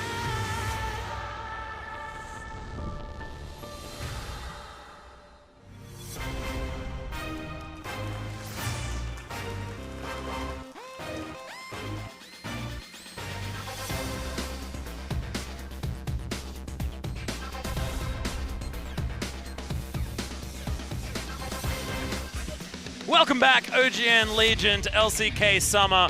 That was one hell of a game, Papa Smithy. Afreeca Freecs against all odds, being able to come back in the end. And sometimes the appetizer for what we thought was the main course in KT Samsung as our second match can impress you, Atlas, and it was a really exciting game one that took some twists and turns that I don't think either of us gave it credit for. Afreeca Freecs just about stuck the landing. We were looking for ROX to have that game-breaking team fight again and again and again. They never stuck the landing on the comp that should have outscaled. End result is the Afreeca Freecs win, and Tucson will pick up the MVP. The amount of evacs he did, if there was ever going to be a world skin for Tucson, he would have a medical evac on his recall animation, because he got them out of so many different struggles this game. And into some pretty epic fights, as illustrated right here. That really got Marin off to that split push victory as well. As Spirit, this is only one of his incredible kicks that he had this game. One being the most notable, and one actually probably won them the game. Yeah, absolutely. The one around this area, can't tell, there was so many damn fights, was the game winner. We saw so many different fights. That was the first one from Spirit. Maybe even the second. I'm losing count at this point. But this was Kuro's incredible start to this fight with the seismic shove onto the Ashe that just honestly sealed the deal. And I believe this is the kick that wins them the game. Watch Songyun here get kicked over the wall. His understanding of terrain ferrying on, and the kick here is just outrageous onto Songyun. Beautiful stuff. A Korea highlight moment in that just seconds there for Spirit, who didn't have a fantastic game, certainly could rebound in game two. ROX Tigers will wonder how the game didn't go their way. They were just small mistake after small mistake, and Baron buff went to them. This final one went to Afreeca, and off the back of it, they won the game. Yeah, and it was just more decisive play and more intelligent, successful plays that came out of the Afreeca Freecs. And look at Kramer creating so much space. And then, as soon as any distance is given, starts auto-attacking Mighty Bear. He's 6-item Caitlyn. There's no other damage. If the Kha'Zix's DPS out, they're going to go out. So congratulations, Tucson. I think you were the game breaker this game, even though two other people certainly had their moments. And we've seen the skyrocketing priority on Tahm Kench as well, and you can completely see why. His Abyssal Voyages were fantastic. His Devours were unbelievable, mainly for getting Marin out of sticky situations. Felt like Marin could do anything he wanted, and then there'd always be that get-out-of-jail-free card. And we definitely could see that echoed in Game 2, Atlas. I'm excited to get into this one. Yeah. Thought it was just going to be a forgettable series, but it's been far from that in Game 2. And let's talk about the Tahm Kench that you were just discussing, I love how the meta has gone this way. At the start of the season, so much Thresh. Everyone's like, Thresh is so good now. Doran Shield means that Zyra and the rest are kind of going to be a supporting cast. It's a Thresh meta. And now suddenly, it wasn't patches that changed that. People were like, wait, what does well against Thresh? And it's also going to be benefited from a lot of the harassed supports going away. And it's Tahm Kench who gets through laning phase a lot more easy, does well against the previous first pick of Thresh. And now suddenly, it's a Tahm Kench meta. Yeah. The rock, paper, scissors just seems to be coming in at all turns, Papa Smithy. And League kind of has both, because there is a lot of frequent patches, so the power level champs is targeted very often, but also sometimes, especially in Korea where we feel to be like we're settled on patches for longer, you do get the rock, paper, scissors as well, and when that intersects, I think that can be some of the best competitive gaming you can enjoy. Well, hopefully we do have some changes here. So far, everything very reminiscent, apart from the Orianna, just sticking out like a bit of a sore thumb. Afreeca changing things up, denying that pick, and there's the Tahm Kench like you were talking about. So it's going to be a very different game from both sides. Now what this means is they get Galio or Zac on the side of the ROX Tigers. Now will Afreeca trade one or get one for themselves and ban something else? They will. Okay, Zac's open, baby. And so is the Galio. And if Galio isn't first picked, you know that Kuro is going to grab that one. So it's going to be Zac for Spirit, most likely. And a big rise in priority for the Galio relative to Zac, who has been almost permanently banned. 2 games of Zac so far in the spring season. 1 win or 1 loss. KT were able to outthink the Zac engagers from MVP. I can't see both of them going on the same team. That would, I guess it could happen. That would be complete insanity. Lee Sin is available as well in this game. And the Caitlyn is going to be locked in. Was first picked by Afreeca in the last game, so Kramer definitely favoring this particular champion. Once again, getting on the comfort as Spirit. Come on, man. It's not that difficult to find the big green blob. But remember, they banned it on blue side, so how much Zac does Spirit play? You have to think it's going to be locked in. Right now, they look over it, and Galio plus Zac may be the reality for the ROX Tigers. And they're both ridiculously strong in their own right, but the combination of the two makes them both even worse, Papa Smithy. Oh god, we'll see whether Mighty Bear's been practicing it or whether he's going to pick up something else instead. We may see Zac just fall all the way. No, we won't. He's found it. The green blob button has been discovered by the ROX Tigers. Well, Afreeca Freecs, I thought game 1, after they gave up the mid game, they were playing on hard mode. This is really moving towards super hard mode for Afreeca Freecs. They give over 2 super high priority picks in Korea. I was going to discuss how, for the ROX Tigers, having Mickey on a wave clear champion that can initiate to them was more important than just the overall power level of Zac, and then they get both. So I didn't mind the trade of Galio over Zac for ROX Tigers and what they need. But now, Kramer's already tilted by what he sees on the side of the ROX Tigers, because what does good positioning look like against Zac, Galio, Jarvan? It looks like, please God, let me have my flash up. That's what it looks like. How many of the abilities is that dodge, though? Well, that's the elastic slingshot, and you're hopefully already out of range of everything else. I'm not sure, but I think once again, Afreeca is saying, well, we better goddamn win the early game, Jesus! Could have said that about game 2, and they somehow pulled out the late game win, so Afreeca Freecs. Yep. Time to make a coherent plan. They will be jumping on the Kazakhs this time for Spirit. But we've had some insanity in the pick. I actually thought game 2, I gave you the pre-series prediction of today that I thought we would see some Zac in Series 2 with potentially higher priority things and picks being baited and specific counter picks into things like specifically the Galio and then potentially even the Zac. But oh boy, this is not where I expected there to be quite this diversion. I don't know if we'll see Galio and Zac on the same team again in a very long time, so lap it up while you can. It was only in other regions, Papa Smithy, that I've ever seen this particular combination of champions get through, and when it did, it was, pretty one-sided. However, it was certainly not a region like Korea, like the LCK, where we have the best players in the world. Do we have a bouncing cataclysmic entrance? Like, what's the trio name going to be here for the initiation, Atlas? Let's heroically enter! That's PG enough, right? Yeah, or let's cataclysmically enter? That's better. Oh, yeah. That's the trio. Oh, God. I'm looking forward to the bounce castle, though, that's for sure. The sky dunk here could be something. Oh my God, the super sky dunk. Now I just want to see like a hilarious interaction, like an EQ during the kidnap effect of the Zac into the sky dunk. Skynap? Well, Afreeca's just like, well, we're just going to play our own game. Don't know what happened on the other side. Everyone here is blaming someone else for banning the wrong thing. It's solo queue again. Yep.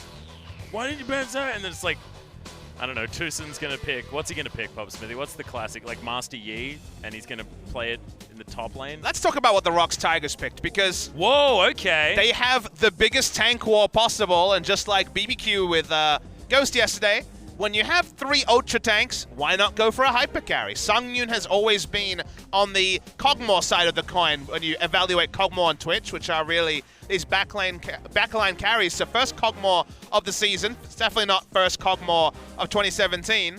And suddenly, if the tanks do their job, Cassiopeia is a short-range mage, melee assassin in Kha'Zix, Caitlyn, no one should be getting anywhere near the Kog'Maw. And, well, it's on Marin to draft the Gragas just to give them a hope in hell of actually getting access to the Kog'Maw. And this is going to require an incredible snowball out of the Afreeca Freecs. I just cannot see this ROX Tigers lineup of champions alone, no matter who's piloting them, struggle if they make it to an even later game. And Marin, however, it happened in the first game. And Marin has to self-counterpick just to have a hope of getting towards the Kog'Maw. Famous interaction is that during the Cataclysm, you are immune to CC, so something like the attempt at casting you away during that animation will not register. We've seen the interaction multiple times already in Korea, so you actually do struggle pretty hard as the Gragas in the matchup, so kind of all over the rift. Headaches for the Afreeca Freecs, but things look like they were on fire 25 minutes during Game 1, and it still was able to be extinguished. Is this too much fire, Atlas? You are our resident fireman. What is your verdict? This is a hell of a lot of fire, Papa Smithy. Like if I was standing out doing a news report talking about the fire, I'd just say there is a hell of a lot of fire. Don't go near this. But the Afreeca Freecs proved that no matter what team composition they have the determination to get a victory here against the ROX Tigers. This, like you mentioned before, is hard mode, but I think it's almost like insanity mode. What's one of those funny games that has a hard mode that's actually impossible to beat? Like, I feel like this is one of those situations. I hear it. This is Captain Planet. Fire on the side of ROX Tigers. Heart is what Afreeca Freecs hope they are. Yeah, well, Wheeler is definitely winning out on that one. Let's hop into game number 2.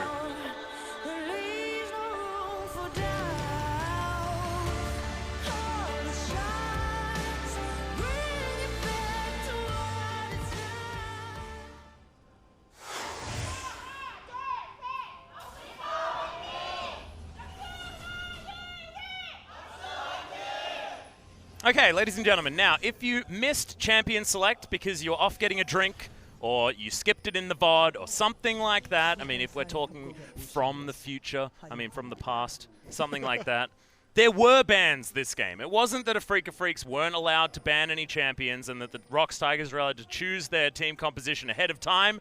This actually happened. The blind pick was not enacted for Game 2. Nope. Right, didn't give us a one blind pick a season randomly assigned. Yeah, didn't get our 2 Shens this time. No, only 1 Shen. Feels bad, man. Feels super bad, man. And that was even in the last game as well. Linderung now on the J4. Definitely a coveted pick towards the top side. Zac, ludicrous pick in the jungle. Galio should always be banned forever. And Lula Kog'Maw has been a staple bottom lane for quite some time, but fits in beautifully in this composition. And Songyun has been a notable COG player, like you mentioned in the last series, Papa Smithy. A bit of a historic pick for him, not a recent one, but Kog'Maw has been pretty heavily deprioritized in the current meta. Deft played it recently, so still works. Managed to pick up the victory there as well. Deft, a very different player when it comes to Kog'Maw, though. It's because his ability to orb walk while the W is active, even when it was busted silly. And Songyun was notable for being the first player in Korea to go the on-hit build when Kog'Maw was in the meta for a little bit. Right at the end of last year, we saw a lot of Wit's End into the Rage Blade when it changed, and a lot of other on-hit builds, not going for traditional AD itemization. Still possible for him in this game, but kind of more options now for Kog'Maw than ever. Hopefully the Ruin King a lot more powerful than it once was. In fact, the most recent iteration was Defts that I was talking about, and he picked up the 3rd item, Infinity Edge, which is something that we hadn't seen after Blade of the Ruined King's Static Shiv. So it certainly feels like you can build a plethora of different things. There's Kuro, currently going aggressive. But I have a feeling as soon as that adaptive helm is built by Mickey, he's going to be a very, very happy Gargoyle. Still quite a far away purchase this early in the game, and as a melee champion, he's having a bad time. Just walking towards Kuro, and he says, well, I'm not going to get taunted. You can continue taking Twin Fangs if you like, though, and I'll hit you with them. And Mickey will back pretty early in the lane, you would imagine, to start working towards maybe a Dark Seal, Corrupting Potion.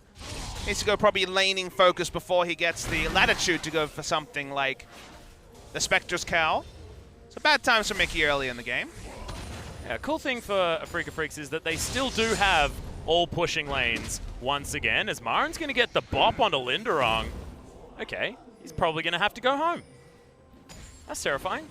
Marin goes interesting skill orders in some of these matches. We've seen Smeb go body slam first against Jarvan to try to trade with him early. Spirit's here. He was discovered as well. Ping's going down onto him. Just walked in vision of that ward. Well, counter gank is certainly going to be a possibility as Zach is just chilling, waiting for the wave to crash. Could be a significant outplay as Spirit's scouting. Oh, good ward. Very, very deep. Zach shows himself. Yeah, doesn't want to start that one up, and that's just going to be the intelligent back away side of the Afreeca Freecs. Good knowledge given by the whereabouts of Mighty Bear, though. Yeah, really nice ward from Spirit in that scenario to get the information. He knew blue buff was up, so he understandably wanted to know where Mighty Bear was. Well, Spirit is now at full health, and Mighty Bear has to go back home. So once again, good news is, okay, Mickey, after getting his cheeky little back in and teleporting back to lane, he's going to have the health advantage. Spirit's looking for a 3 buff and should get it here as well, as his red buff is something that he will have control over. Stealing away the blue. Hasn't deleashed yet, so no hijinks involved there. So like you say, with how protected with the Scuttle Crab vision that he's had for the majority of this time as well. Nice jungle pathing open to Spirit. All these little victories mean something when compositionally there's a lot of headaches to deal with in the late game. Oh god, here's the dive onto Kuro. He flashes, not enough damage from Mickey as Spirit. Okay, if that was one more turret shot, he would have flashed for that one, but gets the level 4 after taking down those Raptors and should be able to grab some cheeky farm for himself, but that was a gimme on the side of Mickey. Yeah, but if he went for the last auto attack, I think he would certainly have died one way or the other. And to be frustrated that just a handful of HP was the difference between a solo first blood and being forced to back. We'll get that 3rd Doran's ring. Were you indicating that he was down to 5 HP, Papa Smithy? I couldn't see, but it looked like it was about 5 HP. Beautiful use of Marin, what'd you do there, mate? He's tanking turrets. I mean, as we saw in the previous episode, he likes taking turret shots. This is true. I actually want to see his skill order. Q would be the one that, on the simplest level, made sense, just to push and try to exit the lane. Don't want to enrage the Jarvan, but... He's enraged me. He's picked up a Fairy Charm. That is a single item. Could have been a control ward, which I believe he did actually purchase. But it could have been potions. Oh, Fairy Charm. Fairy Charm. What a silly I don't even know what he's going to turn it into. Well, it's not going to be a Mechie pendant, I'll tell you that much. That's true. Only Season 1 kids will remember this. The old Mechie pendant. He is maxing Q, so not going the Smeb Madness build. Mighty Bear's here. Okay, they're going to find the knock-up, though. There's a stretching strike, doesn't get the pullback as the flash comes in. Oh, heroic entrance, and Mickey says, hi, we're going for the dive. And Mighty Bear is going to tank up the turret for a while. Linderong, this is looking like a repeat of the previous game. However, the turret, remember, does actually hit those. Oh, dear. Oh, oopsies. And he gets executed. Linderong? Okay. That was Off. Yeah. We saw a bad dive in game 1. That one was really bad. Specifically, Mickey stopped tanking the turret because he's like, I don't want to take any more free health, forgetting that it would just leash onto all the bloblets anyway. Yeah. And that means there's going to be quite a while for the Drake to be picked up. It's an Ocean Drake, so pretty punishing on Spirit. Needs to draw in his bot lane, but that was embarrassing. Yeah, and the bottom lane are able to shove very, very effectively. We mentioned the fact that pushing lanes were still in favor of Afreeca Freecs. Still, First Blood happened, and it went to Mighty Bear, so he's got more items. And the pushing lanes argument is kind of a little bit more unclear in this game. In the early game, pressure advantage for the first few levels is there till Mickey can kind of just wave clear at will with the Winds of War. And Jarvan should have kill pressure on Marin, and that's usually more important than just pushing. Speaking of kills, Marin's going to make his way back into lane, saying, I'm the only one here, I promise. As there's the EQ combo, and Jarvan's trying to get out. Really good ultimate from Marin, and the Petrifying Gaze grabs the Fat Man a kill.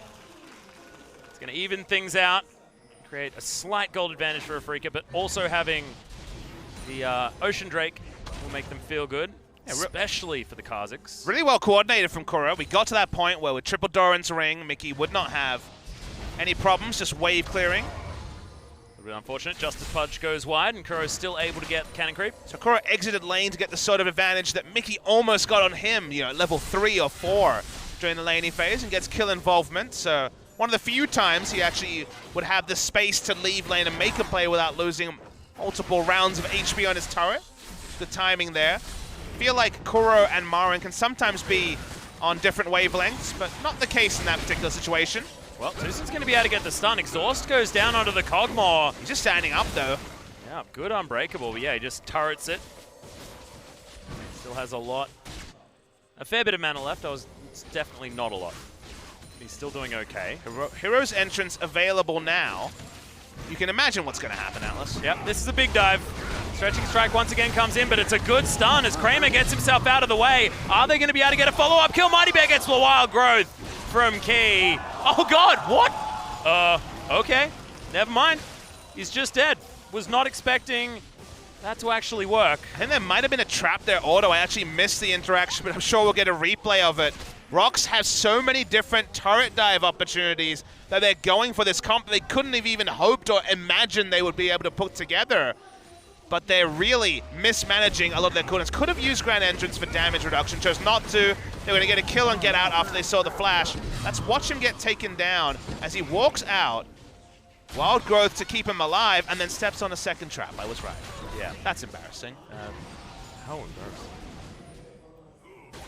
Okay. I feel like ROX are finding creative ways to make this comp look balanced. Ought to look not good. I don't know, Papa Smithy.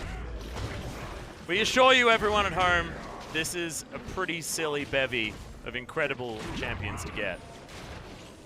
But being able to actually execute it in a competitive environment.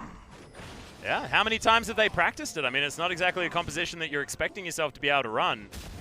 It's Marin. Doesn't get that. That's a ward. Does too much burst damage for level 7 Gragas to steal it away. I think it is an important point. Watching ROX just disengage in the bot lane. I say disengage.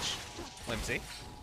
But the reason why I bring it up again is that there was an expectation that perhaps they would not take what was available. It was Mighty Bear face checks the Kha'Zix, but in game 1 they banned Zac on Blue's side, did Afreeca, and ROX had the read that maybe they get both, and the answer was yes. In this scenario, they certainly would have taken Galio, given that Kuro's most played this season is Galio. And now ROX have everything, but they have to actually make everything work. Well, that is going to be the battle won for the Raptor camp by Kuro. Mickey.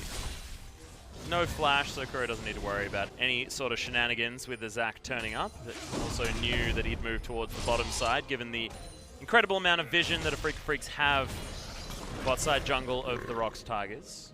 Marin won trades so hard in the early game that with the Tiamat being completed in the lane-focused Ninja Tabi into triple Dorans, he's actually still winning lane over Linderang, which is concerning from the side of ROX. Yeah. Okay, Spirit paid a visit to the mid lane, but he's going to be able to grab too much. Good Unbreakable there as the trap stepped on. No more red buff here from Kramer that he was able to pick up with that kill onto Mighty Bear. However, that is just something that you don't want to do as a Kog'Maw. He's heading his way forward. Mighty Bear's going to notice that there's absolutely nothing in this jungle, but Kuro's going to get taunted. Can he actually get enough damage down as here's the teleport in? Good ultimate once again as Mighty Bear is going to go low, but I believe he has the passive available. He's going to be able to grab at least one kill. That's the second going down onto Key. As Marin, can he actually save this? No, he can't. The ultimate comes down as Mighty Bear's in trouble. The bop comes down as Marin flashes wants to get the barrel kill but doesn't get it. Linderung still at his flash and should be okay. You've got Spirit coming in. He throws down the ult. Can Key actually get taken down? No, they go for Songyun, who's got a lot of shields available. Another Q comes in, but he flashes to safety just as Punch gets in. Good flash from Spirit, but is it going to be enough? Heroic entrance. That is going to get the Galio out and also saves Marin's life, thank goodness. So the ROX Tigers certainly coming out the victors there. And they're certainly willing to pull the trigger, but again and again, the traps keep undoing it. Songyun stepped on the trap right at the end. There was another trap that ruined the engage. The trap line from Kramer has been godly this game, or godly effective. It's kind of hard to tell. We saw the dive come through. Another expected dive. This time the wild growth can be combined. He had the passive as well. But watch what happens here when Gragas actually goes for the ultimate. Linderung gives up all his health taking the turret, and then Songyun escaping, walks on a trap. Zach walks on a trap. Everyone is stepping on the damn traps. The cupcakes are so delicious. And then Spirit, if he kills Songyun, then the trap is the reason for that to happen. Teleport comes in, gets away from isolation by flashing towards Key. Had the flash to get out, and well, we're still fighting apparently. Yep, but there's another cupcake down, so they have to make sure that they eat that one before they kill the Caitlyn. Freecs looking for their second dragon of the game. Could be the mountain here as well, so feeling a little bit better for this pickup, and that's going to be an easy smite for Spirit. But ROX capitalized. They're up here towards the top side, and Kramer is still very, very low on health. No passive available for Mighty Bear and Linderung. He's got a red buff, but they don't really want to go for a dive because that is not their forte this series. You say that, well, Hero's Entrance not available, but Galio top lanes, they're going to keep pressuring, and here's a dive. Yeah, so there it is, and they are actually able to execute it this time. Not going to be able to grab this turret just yet as the tower falls on the bottom side of the map too. So the Tigers lineup is starting to work. You can see Tucson, he's trying to bait this one in. They've got the Cassiopeia moving over as well. Good barrel timing, straight in to the Glacial Fissure. And Jarvan has to give up his life. Kuro grabs another kill assist, I guess. So he grabs credit for that one as well. And Mickey, you're in trouble. Oh, he gets out of the way of the Petrifying Gaze. Oh, Kuro just doesn't quite land it. That is going to be Mighty Bear coming in now as Marin doing his favorite thing so far this series. Kidnapped is the Snake Lady. Still able to get a bit of work done, but the Winds of War and the red buff are enough to take this one down. And honestly, this is the weirdest game I've ever seen. Afreeca Freecs had vision. They waited. They thought they could bait in the recall. A ultimate misses from Kuro, and then the kidnap effect has the maximum value. And speaking of value, they'll turn this crazy train of kills into an attempt, at least, on this Elder Dragon.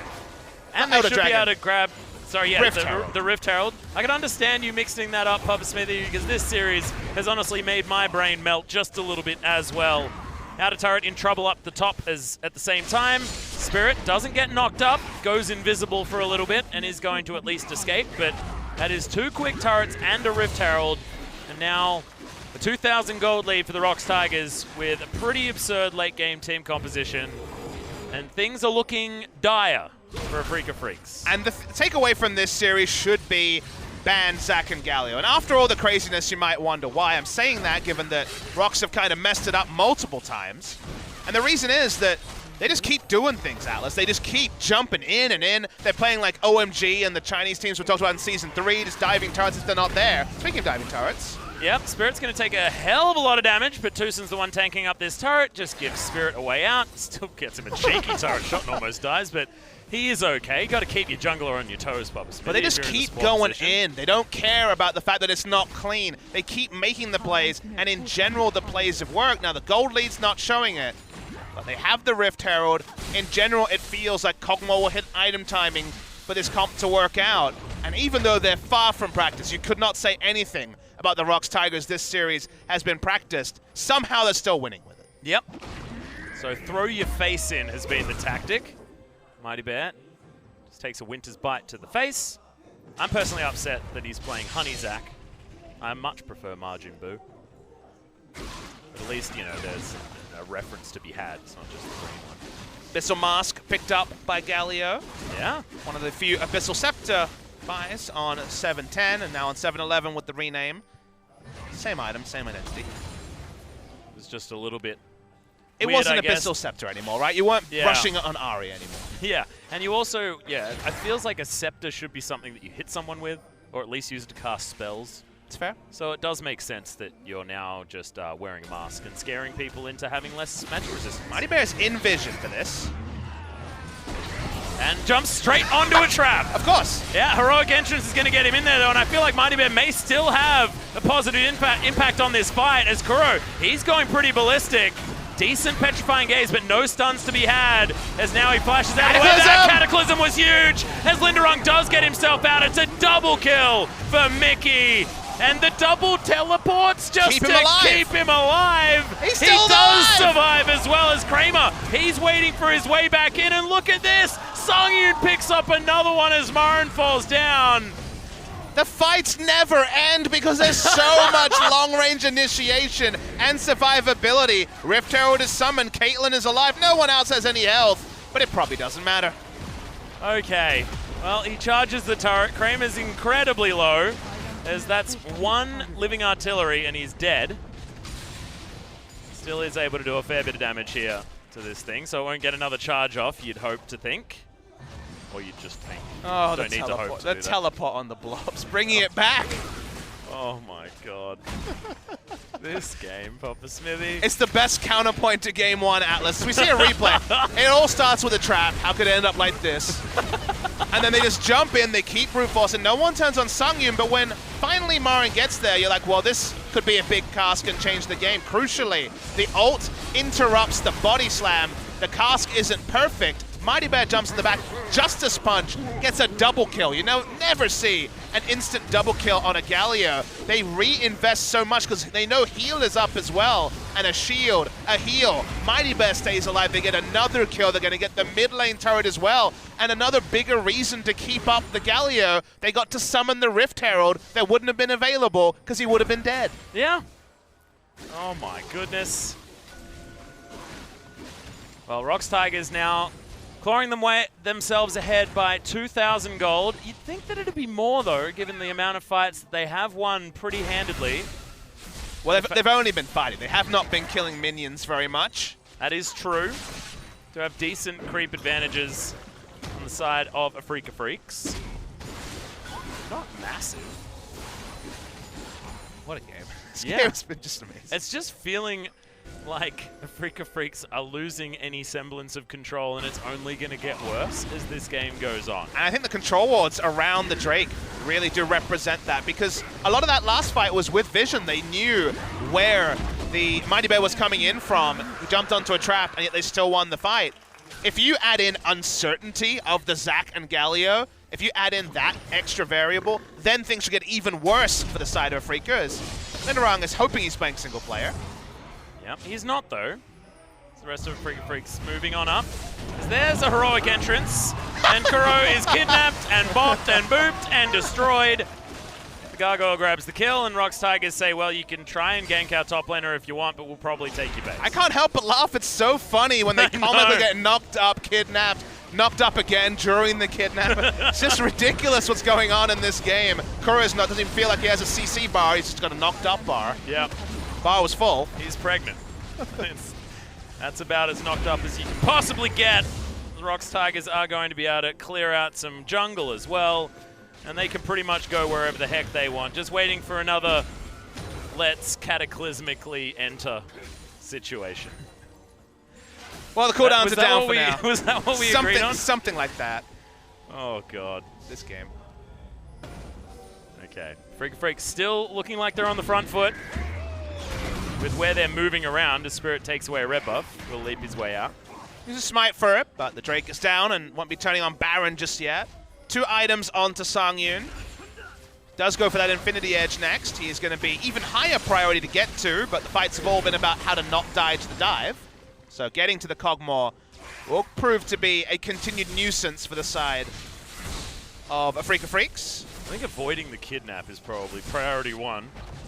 Easier said than done when you have so many other things to respect. Flag and Drag and what that represents, the hero's entrance and what that represents. If there's one of them, you can play around them. I thought KT was super good about playing around Zac. The Thresh from Mada, just being able to disengage every initiation from the Elastic Slingshot, to have the one change to to Zac in this patch, as the warning is a little bit earlier for the E. He tries to kill out, he fails it. Has to flash. What is this? He's a Zac main, as you can tell, Atlas. Obviously. He tried like 5 different things. Okay. Mickey's going to Justice League punch his way back towards Mara, and he's taking approximately 0 damage. Right, he's got more health. Redemption comes back in, but eventually they're able to cut him through. And now, okay, that's going to be a double kill here for Kuro. Can they actually switch over to the Baron from this? Not looking likely. 22 minutes, it is going to do a fair bit of damage, but it will at least be this turret. What the heck went wrong, ROX Tigers? They gave so much time to 4 members of Afreeca, then 5 did single target DPS, and Linderung reads the situation incredibly wrong. Dives in, 1v5, turned on instantly, went damage build, and dies for it. Now Afreeca looking to blow open the game. It was the Baron from ROX that got them the advantage for so long of game 1, and looking for the Baron now. Mighty Bear alive. Yeah, they got so much consistent damage for this Baron as well. Look at how much it's taking as Mighty Bear's trying to get himself into that pit. Tucson is the one that goes down, but Spirit locks down the Baron. They lose 2, but they get the big purple buff. They should be okay with that as Mighty Bear's going to once again get into the dreaded red pit. Thankfully has his team around him this time. Yeah, the teleport coming through from Mickey, but was slowed down on the entrance, so couldn't get a pick. They wanted at least to guarantee 1 Baron buff going down. 2 members dead from Afreeca. Wanted more, weren't to find it. Now push in here, at least get a turret for all their effort. Well, another Zeal and an Infinity Edge now done for Kramer. So the Caitlyn's starting to do some damage, but they are going to lose this turret against the Baron. Cogmore! Oh God, Songyun, he flashes forward! Living Artillery isn't enough! shield! Oh God! That was incredible. It's the face of the mountain that saves his life in the end. But, oh, I felt like he should have almost given it to Songyun. That was the most manly flash I have seen this week. But the cost is pretty high, Atlas. In the next fight, maybe Gragas Cast will be enough to kill the Cogmore. And we're getting to the point where the base values from the Bouncy Castle trio is starting to be less and less relevant. Still will be important. Kramer had to trade his flash and heal, so he has only just the E available to get out. But next fight could be pretty crazy, especially if those flash cooldowns are down for both AD carries. And we were talking about the Cogmore builds as well, Papa Smithy. We do have a Ginsu's Rageblade coming onto the Rift, my personal favorite item ever to be built in the history of this game. So I'm officially a Songyun fan. I'm hoping that this series goes to 3 games because, gosh darn it, he deserves it. The reason why he goes for it here without even the Wit's End or just to play the Ruined King when it comes to proc items is that now the Hurricane Bolts will apply potentially a double stack of the Blade of the Ruined King. So massive current HP damage onto even just the Braum and the Gragas while he's trying to take out something else can be relevant in going front to back in terms of taking down the tanks before you get to the Caitlyn. Caitlyn's going to have to deal with the trio, but very much the priority here from Songyun is just on doing as much damage to the front line as possible. Wow, and it's such an aggressive build here from Spirit as well. He's gone the Ghost Blade. Even more lethality to come in as well with the serrated Dirk that he's got. Kramer, we're going for some form of base race as he's done a 80 carry maneuver that I've only seen in my solo queue games. He can't react to this fight, so ROX just might initiate. Well, Mickey was actually looking for the wraparound. They lose the inner turret, but top falls down the hands of Kramer. And now he's looking for the inner. And they have a Baron buff with them, and Kramer has a Baron buff as well. So with the Baron buff, minions doesn't have to worry about the turret leveraging a lot of the power here. They're going to turn onto a second Mountain Drake, the 3rd of the game for the ROX Tigers, but that's the best possible for the side of Afreeca Freecs, you'd say, getting 2 turrets and not being forced to fight against ridiculous initiation on the side of ROX. Yeah, and a complete catch-up in that CS as well for Kramer. He's pretty happy, and they should be able to move this one over to the mid lane. Can Kramer actually get enough autos in? I have a feeling he will, as in goes Mighty Bear, and the heroic entrance is there as well. Do we have the Cataclysm? Nope, not quite yet. It's Mickey. Oh, he was thinking about it. Did have the flash available. Too transparent in their engage there. The warning signs are there earlier for the Elastic Slingshot, and you don't have stun duration for the entirety. Plus he missed the ability, and they had the warning of the hero's entrance coming in, so the duo of ultimates misused from ROX, able to make the disengage happen.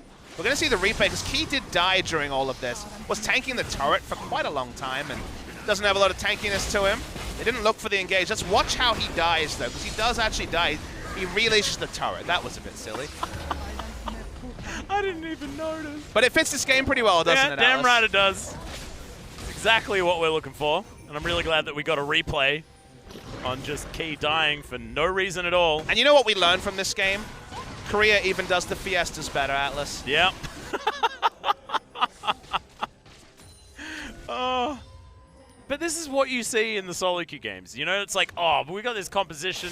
We just can't lose, guys. To be fair, do whatever we want. If they told us this was dynamic queue a year ago before these teams were established and we watched it, some of the abilities would look weird, but otherwise you'd be like, yeah, this seems like a dynamic queue game. Yeah, I've flexed into this before. And I'm definitely not a great player. However, I've experienced a lot of these particular moves. Okay. Now looking to try and find some semblance of normalcy. The Baron is worn off. Should I hold you? The Rage Blade has been completed. Oh. Doc, thanks. Thank you for that.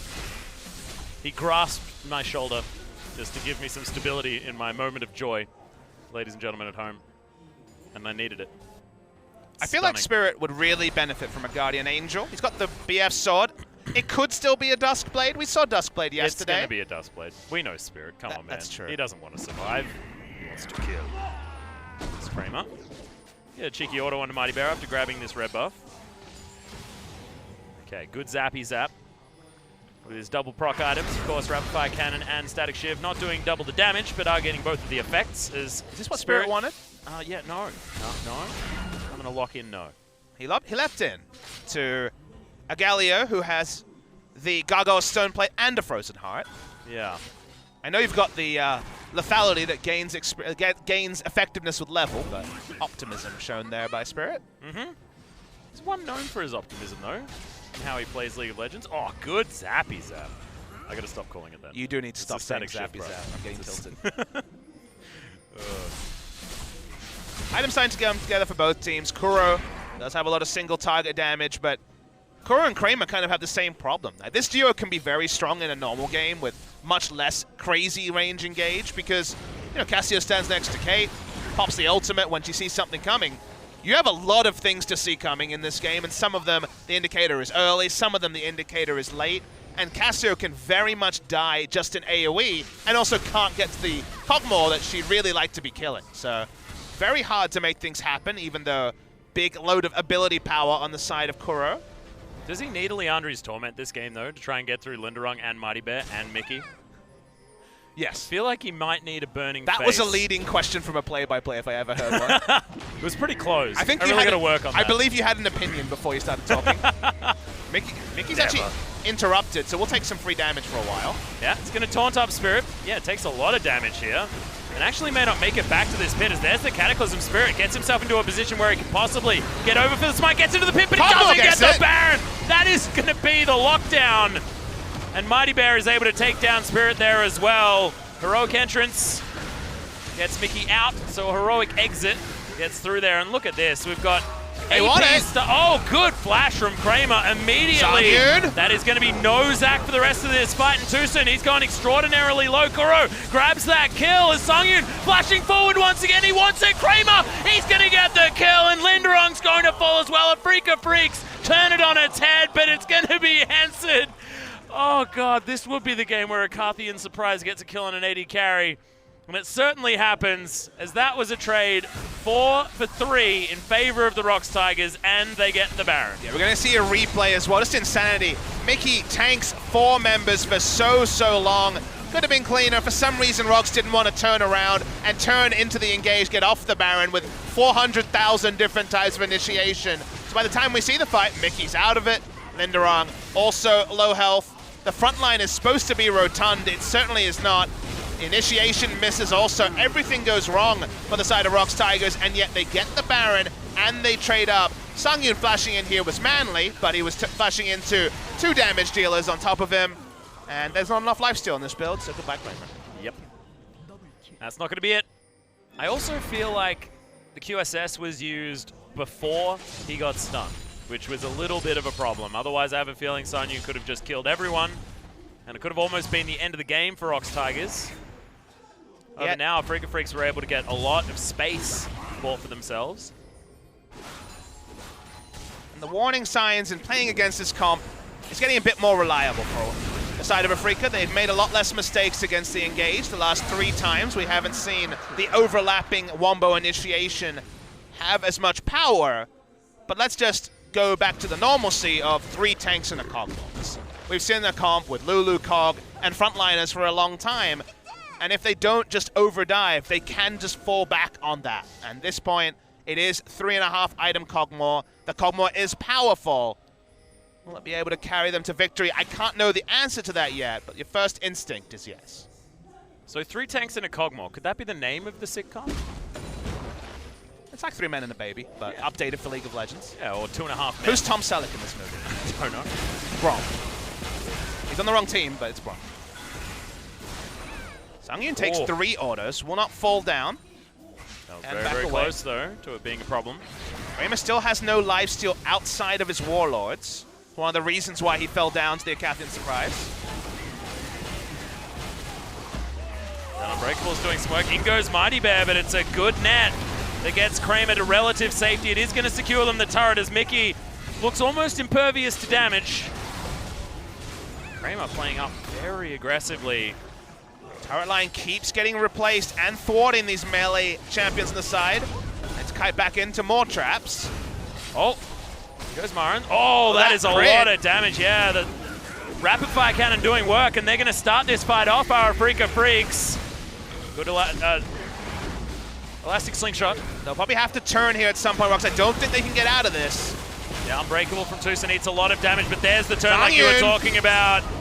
Marin taking a lot of damage, a lot of abuses. Linderong, he gets the Cataclysm onto Kramer, but he gets his way out. Sungyun does pick up the kill onto Marin off in the back end. It looks like Afreeca Freecs still feeling like they have a position to possibly fight. Their consistent damage is huge if the range is not going to be a problem. Definitely will, though, Atlas. Taking this turret without getting more picks, actually taking the inhibitor, sorry, without more picks, really hard. Teleport coming in. Linderong coming back in the fight. Maybe that'll be enough. Well, it will be a 5 versus 4. Traps are set up, but it's just not enough. Twin Fangs are actually coming down. Mickey could go for a turn. Doesn't have the flash, though. So it's all a Brit telegraph. Justice Punch not going to be heading back into the battle. He was going very, very low. Sungyun is the one furthest behind, but Whimsy will get him out of danger. Marin has teleport when he respawns. 10 seconds. It's already been, what, a 1.5-minute fight. It hasn't ended yet. Well, Spirit can offer a ward here. Throws down the control ward. Yeah, they're still chasing. They want to fight this. Oh, they certainly do. Turn. And they need to get in here soon. The Kha'Zix is well and truly far away. Cooldowns are back up for the tanks on ROX. Yeah, good slows come in. As there's a Justice Punch. Bit of a disconnect on the side of the ROX Tigers, though, as Mickey flies through. Yeah, it's a split up by Bakuro. Does grab this first kill. They're corralling the ROX Tigers. Massive knock up with the Glacial Fissure. Sungyun gets Spirit, but can the Afreeca Freecs turn this? Linderong will get stunned. He'll be taken down by the Caitlyn. And Afreeca Freecs somehow grab 2 picks for 1, and they're continuing to push forward. The fights are so close. Sungyun is desperate to actually get some mana back and be able to finally fight like he wants to be the siege turret in these fights. Afreeca will get advantages, though, from the recourse coming through. Sungyun has to walk back, even against super minions. They push down the bottom inner turret, and they might just backdoor the mid lane inner turret. In the meantime, the top lane inhibitor turret is falling down incredibly low, and this game, the comedy of errors, the comedy of incredibly strange situations has been continued, and I still don't know who's going to win. And it's much like game 1. And while you'd want to call it a dramedy, this has been a comedy. There hasn't been that much drama. It's just been pretty damn funny to see so many dives, half of them poorly executed, half of them working. Of the poorly executed ones. Now we're in the late game, and Afreeca kind of doing the Meteos Lee Sin thing, but with learning how to play against this enemy team con, because they've been very respectful. They've been pulling back. The Wombo engage hasn't worked. Sungyun has gotten an Infinity Edge now, so maybe the damage is going to be even more impressive in the next fights. But we still don't know who's going to win. Somehow it's game 1 all over again. Yeah. And it could be another game. If the ROX Tigers are, as predictably they should be able to, if they are able to win this game, then we get a 3rd helping of this crazy, ludicrous action. I didn't know I wanted it. When I looked at it on the menu, I was like, this doesn't look like what I want. But like I said, the appetizer sometimes can be even better than the main course, and we still have a great Series 2 that will probably be a very different type of series, but the opening series is delivering as well. For reasons that we were not expecting, but are certainly welcome. Spirit walks around, wants to take a windy time. Susan gets some vision down. Marin has to body slam his way out. Living Artillery spots him and will discover the rest of Afreeca Freecs as well. Good vision control now from the ROX Tigers. Deny vision of that Baron Pit. Now, Atlas, remember that they cannot make mistakes on engages again. This is a full build Caitlyn. Caitlyn is ungodly strong at this point, so the Walk of Shame after you miss an initiation will probably be 3/4 of your health going down in 4 auto attacks. Baron Leash, 3,000. Yeah, Spirit jumps in, doesn't manage to steal it. It's going to be Songyun again. Okay. Spirit still does make his way out, but that is a Baron buff now on all 5 members of the ROX Tigers with control of the map. They've got pings towards the bottom side. We've got an Elder Dragon in 10 seconds. Looks like ROX want the cake and to eat it too, or at least to grab a Baron and an Elder Drake. Songyun still alive, 8-1 and 8, somehow taking 2 Barons, smite from Spirit, none from Mighty Bear, and just an auto attack ostensibly picks up the kill on it. They will fight for this Elder Dragon, and maybe a bridge too far. Even the tanks will be doing damage to those proxies. Those are the auto attacks I'm talking about, Atlas. The big ones, right? Any of them from the Caitlyn at this point, they're all big. Meanwhile, yeah, that's a bad time. Cassiopeia is recalling. She does complete the recall. When they see this, they'll probably engage. Yeah, I mean, they probably had to do this, unfortunately, Afreeca. 2 bad decisions open to them. Can Spirit be the hero? Yeah, all these waves are pushing in as the rest of Afreeca Freecs. They want to try. Oh, okay. How many auto attacks was that, Papa Smithy? That was about 4. Yeah, not many. Kramer also able to do a whole bunch of work onto Songyun when he actually gets there. There's even Mickey. Okay. Oh, God. Here's the cataclysmic entrance, and Linderong locks down the kill. This should be good night to the Afreeca Freecs for game 2. Even pulling back Tucson, kidnaps him. That's a present for the rest of the ROX Tigers. And there's a petrifying gaze that you'd like to write home about, but that is going to be a pretty easy Mercurial Scimitar, and Songyun's Cogmore is looking so scary here in the late game, and we are going to game 3. And I never thought I wanted it, Papa Smithy, but I do!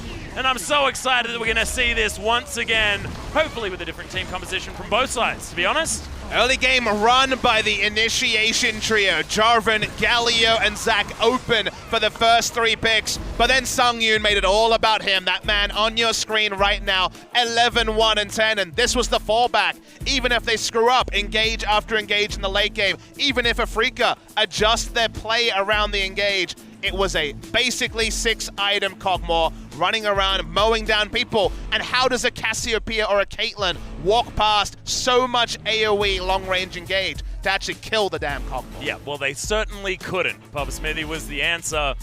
It was just a little bit too many things that you shouldn't get in a game of League. All we needed was a mariachi band for this particular game.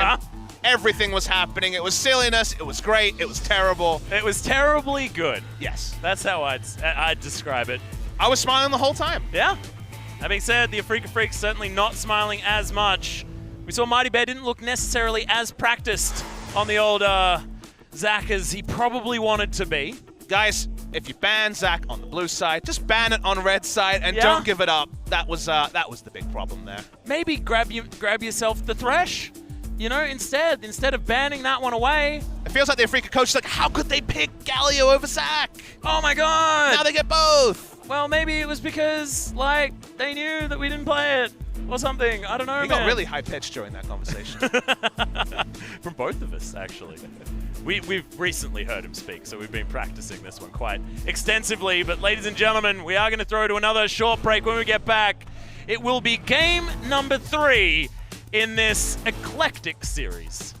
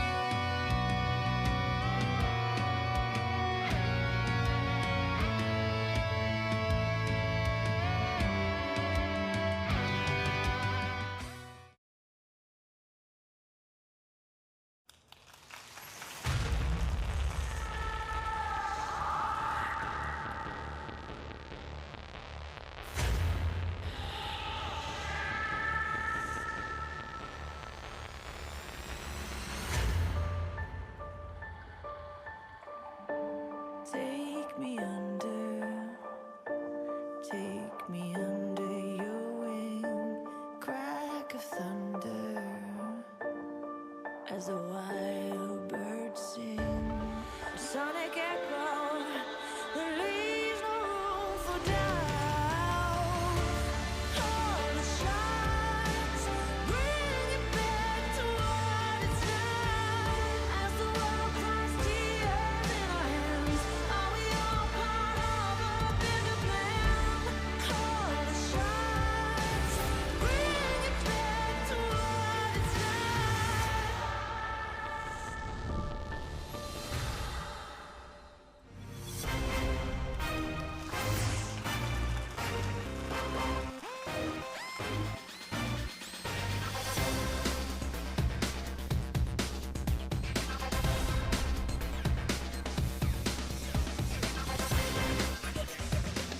Welcome back, OGN Legion, to the Seoul East Stadium. I don't know where the streamers are, Papa Smithy, but I feel like there need to be some because it has been a party so far this series. I feel like I don't know much about League of Legends after those two games. I do know that Colmore did over 50% of his team's damage in this particular game. 22 plus 17 is 39, 48, about 52,000, 53,000 damage from the team, and the rest from the Colmore. Killed everyone left, right, and center.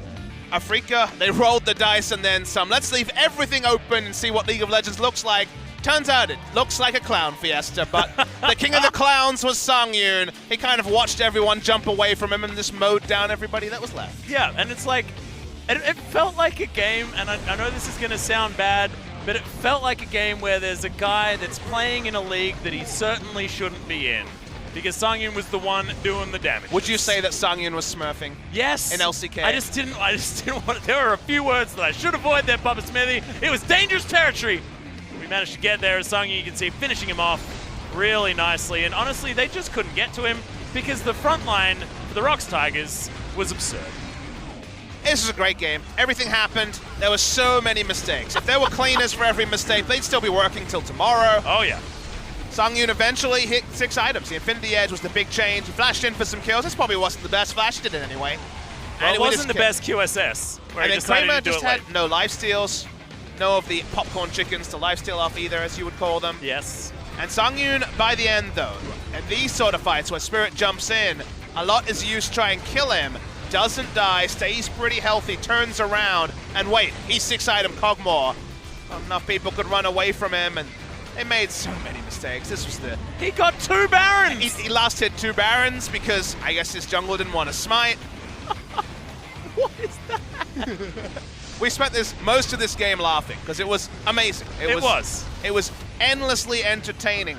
But you think on the side of Afreeca, it was probably pretty damn annoying, Atlas. I won't say the T word, but not many people were having fun with everyone bouncing around and having a lovely time on the side of the ROX Tigers. And Songyun, around the madness, cleaned up like he should. He most certainly did. So, after what was a lesson in how not to draft, we will see what the Afreeca Freecs have for us this time around. As we head to game number 3, I have no idea what to expect. All I expect is a bloody good time. Well, I think that these two teams will be able to give that to us. Atlas, loading into game 3 here. Just looking over at the Challenger account of Spirit, who's played 1,000 games on it this season. He has 5 games of Zac, so it's clearly not been a priority. Now, not many people have got to play many more games than 5 games of Zac, but lets you know that he just moved away from it because he felt like he could contain it. But if one of those drafts is when too many people are saying, I can deal with that. And at some point,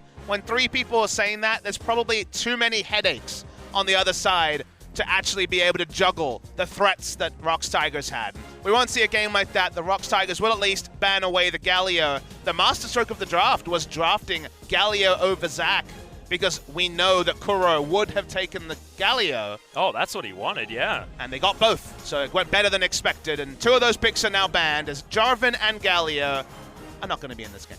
Yep, so no cataclysmic entrance to come down. The Rumble going to be banned all 3 games. And now it's going to be a very different list of picks available given how many adaptation bans are being made. Syndra going to be banned on blue side. Kuro has played it recently but isn't a noted player of the Syndra, so a lot available in this particular game. The jungle pool is at full health already, and do the ROX Tigers just say, hey, you want to play Zac? Yeah, Zac, Thresh, Elise. You can just ban Elise the big here. picks. I think banning Elise and hoping for Zac is what the Tigers might do, which kind of sounds insane, but after game 2, questions are up there. They will ban Tom Kench, so they're saying, hey, Spirit, how you feeling? Another bevy of big picks, but the Elise makes the most sense. Spirit has had so much success on the champion. He's going to lock that one in straight away, but the Tigers now, they can do it again. I want Key to play it, though. Mighty Bear did not have the best performance on the old Zac. What are you saying? I'm saying he probably only has about 4 games in solo queue out of 1,000. And then season. he won a competitive game. Did he? I think so. He was part of the winning team. I know Sangyun won a game. I don't know whether that necessarily traveled all the way over to Mighty Bear, but... There's no asterisks on the win column, Atlas. That's true. Look at the scoreboard at the end of the game. You do wonder if they had banned Elise, which is one of Spirit's most played junglers, a great Elise player. Would they have still gotten Zac on red side? I can't know for sure. Now, I love this pickup. So you notice they're considering keeping the green theme of going with Zac and Thresh. And I'm not talking about it. Your analysis may have gone a little bit downhill. And I'm not talking about it in terms of color. I just thought it was funny. But Zac was answered by Modest Thresh when KT Rolster played MVP because Flay is so good at disengaging the Elastic Slingshot. And if you Elastic Slingshot to the wrong spot, which can definitely happen when you're knocked back, then your ultimate doesn't even matter because no one's in range for the Let's Bounce kidnap effect. So it's very critical to either overshoot your ult. Undershooting your ultimate from a Flay is much more punishing. So taking the Thresh, even with the Braum and other ants available, and banning the Tom Kench, if you remember, on the red side, gives them options here for the Zac. Okay, but Kallista's going to be locked away here by the Afreeca Freecs. So Kramer, the second on his tier list is Kallista now. We've moved away from this Ashe and Varus meta when you're in the Afreeca camp. Most well and truly. For this series. You know, this is the fun thing about series. They have their own meta. This one, Zac has been available 2 out of 3 games. That's a majority for the Zac. Yeah. Now, where will Sangyun go with his pool? Because I would actually say his best performing champion by far is the Kallista. It's 1-0 this season. It's owned it in solo queue. Has done so well on that pick. They'll just take the Renekton to try and have lane pressure in top lane. Martin will find something competitive. But Sangyun could go to some interesting spots with his pick. Will he go back to the Kog'Maw, for example, that is looking decently safe already in this particular draft? The Twitch that he looked over in the last draft is a possibility, and he could just go Ashe. So we'll see how risky the AD carry picks will get. As speaking of risk, Afreeca Freecs looking for both solo laners. Tigers have already selected their top laner. So we'll ban the Fiora, which Marin has already played multiple times this season. And Ken and Fiora was, of course, the last couple of bans last time around as well. Keeping it pretty standard here. Making sure that Marin can't get too many of his power picks. Of the champions he's played, Gragas is the only one available. Of the relevant champions he's played this season. Played Gragas in game 1, couldn't really find the most value out of it. Looking for the final ban. It will be the Taliyah. Blind pick mid laner into increasingly risky AD carry pick was probably what ROX Tigers wanted to do. Last picking AD carry makes a lot of sense in this scenario. If there's the appropriate blind pick mid laner, with Taliyah and Orianna gone, they probably just have to go for AD carry now. Sangyun has played 3 games of Xayah already this season, 1 and 2. Not as much chase potential without a Lulu support compared to the Thresh, but definitely a lot of disengage with both the ultimate from the Xayah, the Featherstorm, and also Thresh to navigate out of tough situations. I also really love the mind games between Rend and the Featherstorm. So Sangyun, if he throws down that ultimate at a point where Kramer just flat out doesn't have the opportunity to kill him and can get to the Kallista instead, it negates a lot of the damage. Marin only had Gragas up of his effective pull for this season, so we'll go the Gragas into Renekton, which can be a decent matchup if you get some snowball going and you can build armor early. Can also be a struggle if Lindaron gets big enough. Final pick is going to be the blind pick mid laner from the Afreeca Freecs. And we got super safe, super standard, and Kuro bringing back a very legacy pick for him. We've seen Crown play it, we've seen Pawn play it. Long time since we've seen Kuro jump on the Victor, but as you can see, For the longest time, he has been a veteran of this pick. Before Crown, there was Kuro when it came to one-trick Victor players. Kind of innovated in the meta next to some players in the LPL. So it was one of the trend-setting Victors, first time for the season. Looking over to the ROX Tigers side.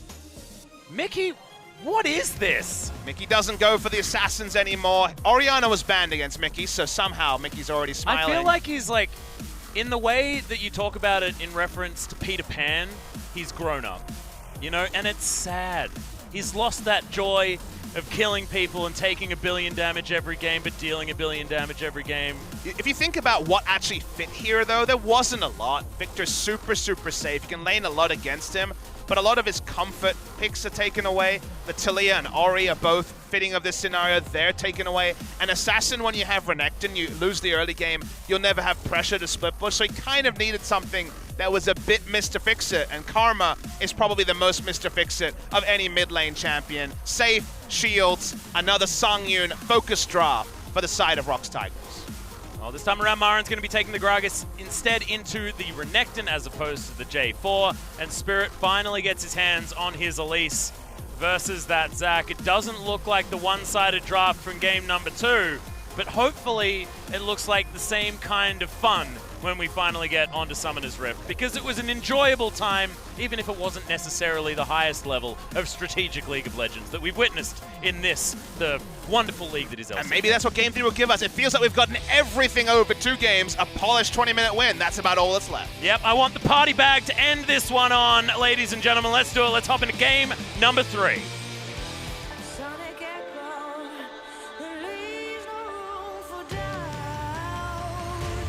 All the shots, bring it back to what it's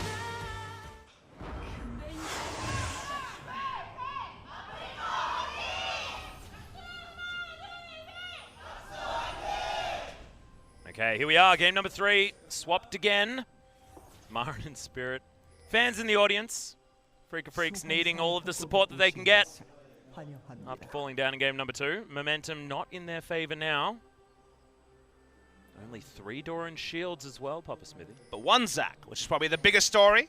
The Zac being on the Rift. Linderong is in the brush. He will find multiple people coming in. Yeah. His first thought is to go forward. That could be costly. Yeah, Body Slam's going to be taken first here by Marin as well. One more for the stun. Gets the flash.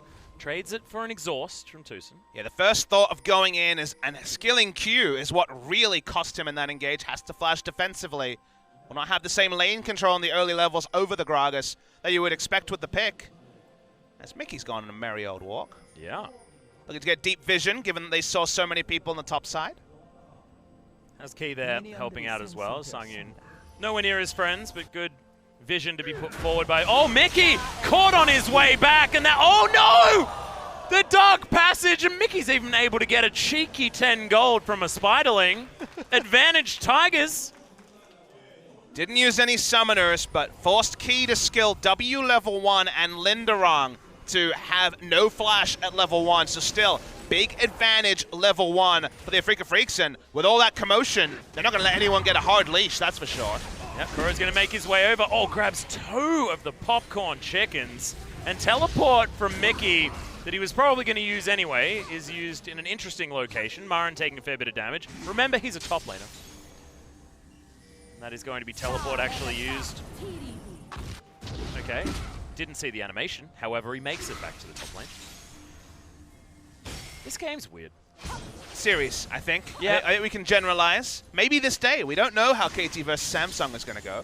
Oh, that's true. And KT have given us some interesting League of Legends recently. Put a lot of emphasis on the first part of that word for some reason. You're ruthless today, Papa Smithy. Don't let anything slip past. Beautiful. Okay. Now, Tucson is going to land another They Winter's know he Bite. doesn't have Q or E on the Thresh, so they're not scared of anything. No. He's pretty much just a dude with a weird chain. Doesn't have a very long range. Linderong's going to get the ward down, spot Spirit, and is even more sad because he's topside, no flash for the Crocodile. But ROX finding an invade and getting information after how bad level 1 went is actually pretty important. They get eyes on Elise when they had no flash in the top side, a W start Thresh against level 2. Getting any information should be impossible because there's so much you have to respect. So knowing where Elise is will at least relieve pressure from the bottom side, but only now at 315 hit level 2. Thankfully, they have made it to level 2 without actually losing anything, though. Flash is still available as Mickey. Not the time to walk forward, my friend, as there's the flash. It's going to be traded. Spirit holds onto the cocoon. Wanted it max range, and now looking for the repel. Kuro and Spirit had very little ideology share there. You saw that Kuro's first thought was to back away as Spirit was flashing in after the slow from the red buff. Kuro respecting the fact that they did not have tracking onto the Zac and the potential counter gank. Enderam's level 3, so not going to be bullying anyone out, but always concerning when you see in Game 3 a mid laner and a jungle off the same page. Yeah. Maren? He loves free turret shots. Do you think this series might have the most ever turret shots in a best of 3? We had a lot of turret shots taken in the last game. Definitely in the LCK, Papa Smithy. We spent I've at least cast other leagues where potentially there've been more.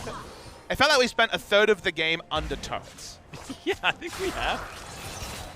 Oh, goodness me. Makes for excitement, I tell you that much. So far, this bottom lane most certainly in favor of the Afreeca Freecs. Should be a pretty free laning phase for the Kalista after the level 1 hijinks. In a really good spot to just push and roam, which is kind of pretty difficult for Kalista most of the time. Just pretty good wave manipulation with the ability to Ren to accelerate the push. Turn it. Okay, a little bit. Once again, the Afreeca Freecs showing that communication isn't their strong suit. The auto from Kramer that came out first. Mickey with some focused resolve. Incredibly aptly named ability. I'm sure you guys at home all knew that was the W, and it wasn't confusing at all. I think Karma, like, skills bingo is one of the hardest games to play. Because those abilities, you don't hear people say mantra in a flame very much. No. And how inspiring is a shield? I mean, if it's inspiring someone to run fast, to kill people, pretty inspiring, I guess. That's true. But I agree.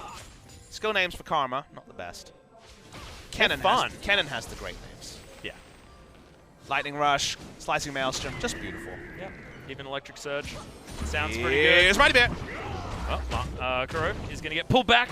That Q interaction is so strong as well. The ability to just hit the first Q and then auto a minion and get the pull in, and also extra damage. The jerk around, as we like to call it. PG-13. It was PG-13 until you mentioned that it could have potentially not been PG-13. I don't know what you're talking about. That was a confusing way to explain it. I'm the ratings board for this game. I give it a B+. Damn it. But an S for effort. Papa Smithy. You can't even spell. Effort starts with Spirit. He's looking for the kill onto Mickey, but he's not going to find it. It's going to be Maren, because there's 3 people in the mid lane. At a mid lane party, no vision on the top side. Renekton only now getting his flash back up, so not playing to where the jungle positioning was means Mickey will be taken out. Flash still down from the earlier hijinks.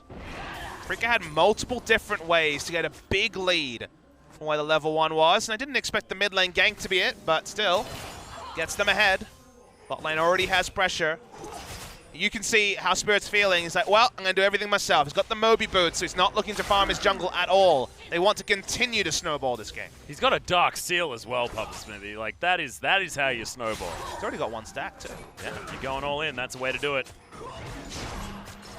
See how his kill involvement goes. Not going to find any snares as Sangyun, but here's the elastic slingshot, the double knockups. The flash comes down. Takes a while for Kramer to die, but he is certainly going to do so. Isn't that flash? There's teleports coming in from every member of ROX Tigers as well, as Maren had to cancel his, as he knew that 5 versus 2 was going to be a battle that he couldn't win. Good answer from the ROX Tigers. Yeah, really good initiation from Zac. Pre-6 as well, didn't have the ultimate, got it during the creeps dying afterwards. Infernal Drake is the first spawn, so picking that up here would be a bigger win, but Thresh and Zac will not be the duo to pick up a Drake. As Kuro cheated towards the top side as Blue was spawning, and that probably meant he got some relief of pressure as Thresh and Zac were both in the same area. Mighty Bear's going to be able to take this Raptor camp. The red is going down. Spotted them yet. Yeah, look at him just jangling around here. He knows now. There's the flash. Really good repel timing, but kidnapped! Spirit actually not going to get killed for the first little while, but Key does eventually take him down. Gravity Field comes in. There's the Dark Passage. I feel like Zach plus Thresh is an even more disgusting combination. I think the bigger problem, though, is that Spirit saw the soul that had not been picked up by Thresh and yet still face-checked a brush. He didn't need to. Could have just gone straight back down to the safety of his Krugs and the bottom side jungle. First thought was to face-check. That thought got him killed. And now the Tigers, after so many advantages stacked by Afreeca with how bad the level 1 went for ROX Tigers, are actually up in kills. Yeah, not up in gold just yet. But you have to feel the composition, once again, that looks pretty damn dominating towards the late game, despite the Renekton. Still a scary prospect for Afreeca Freecs. Still very Sangyun focused, and Xayah in the late game is very, very strong. We can say that, but it feels like it's kind of less reliable than, say, Twitch or Kog'Maw when it comes to what to expect in the late game. She can definitely be kited. A lot of her damage. People are diving her, then certainly the damage comes through, but I imagine it's going to be Linderong, Mighty Bear, and Key rushing into the enemy side. Okay, now Mighty Bear has to deal with the enemies. Yeah, there's the Flash Cocoon. Mighty Bear will get taken down to his passive, and even Koro is there to help out. Just gets himself a bit of an assist, and that is going to be Mighty Bear falling. Marin taking 100% of the kills so far this game. He wants a better Gragas experience this time around. It's beneficial for his lane as well, Atlas, because he'll be able to go into the Renekton and his early power. There's the flash.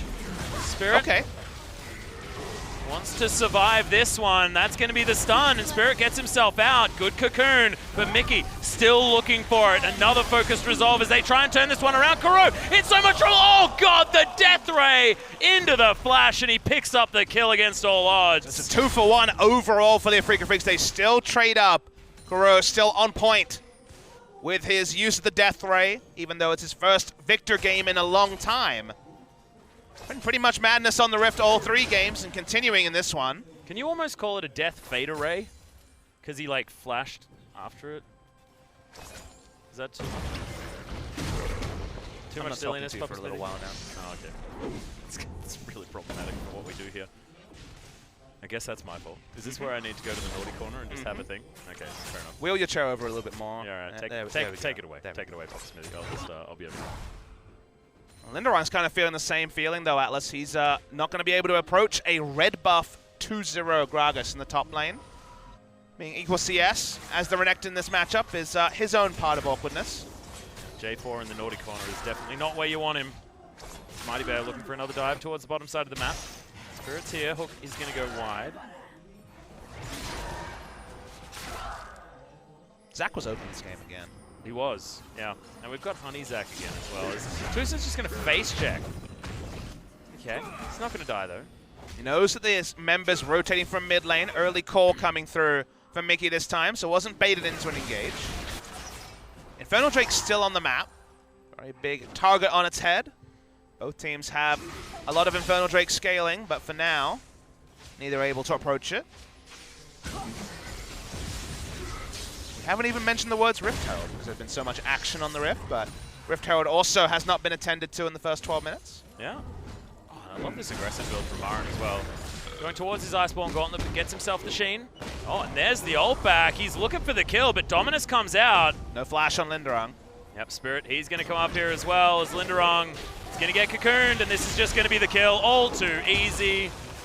And that communication problem that we were talking about in the mid lane is most certainly not there on the top side of the map. That was really well controlled by Afreeca Freecs. And they've been roaming first. Victor was there first, which given it's against a teleport karma is actually a big factor. Now ROX are looking to answer it on the other side of the map. Not going to be a contest here, barring a fadeaway Q from Tusa. Doesn't get the Winter's Bite steal, although I felt like this was the game where that could have been a thing. Aaron looking for first brick, as well as Kuro, who was doing a decent job taking down that turret as well. He's on the Rift Herald as well, so more objectives on the top side. We've mentioned that even Infernal Drake gets overshadowed by how much priority teams have put on Rift Herald. Samsung the first to really pick up on that, and other teams following suit. So it has been claimed. Waiting to see which lane it's put in. Usually Marin is the one that actually picks up Rift Herald, but he was busy getting the first brick in top lane. Taking down mid lane turret is always the gold standard, but Karma and also the Zac might make it difficult. Marin is gigantic this game. He's going to go back, grabs himself his Iceborne Gauntlet already. And we're in the last couple of weeks of the Doran's Ring stackings as 7-12 removes the ability with the unique passive, making it very much less likely, a lot less efficiency in the build. This is the build that really popped out to me as being the strongest after all the other tank items are going down. So if you're going to build tank, Triple Doran's, Ninja Tabi, and Iceborne Gauntlet were largely untouched until the Ninja Tabi nerf came live on patch 7.11. So there's a lot of power here, and he may actually win trades against Linderung, who's still caught between items. Yeah, and not looking like he's going to get there just yet. Walking back from base, close to his Black Cleaver.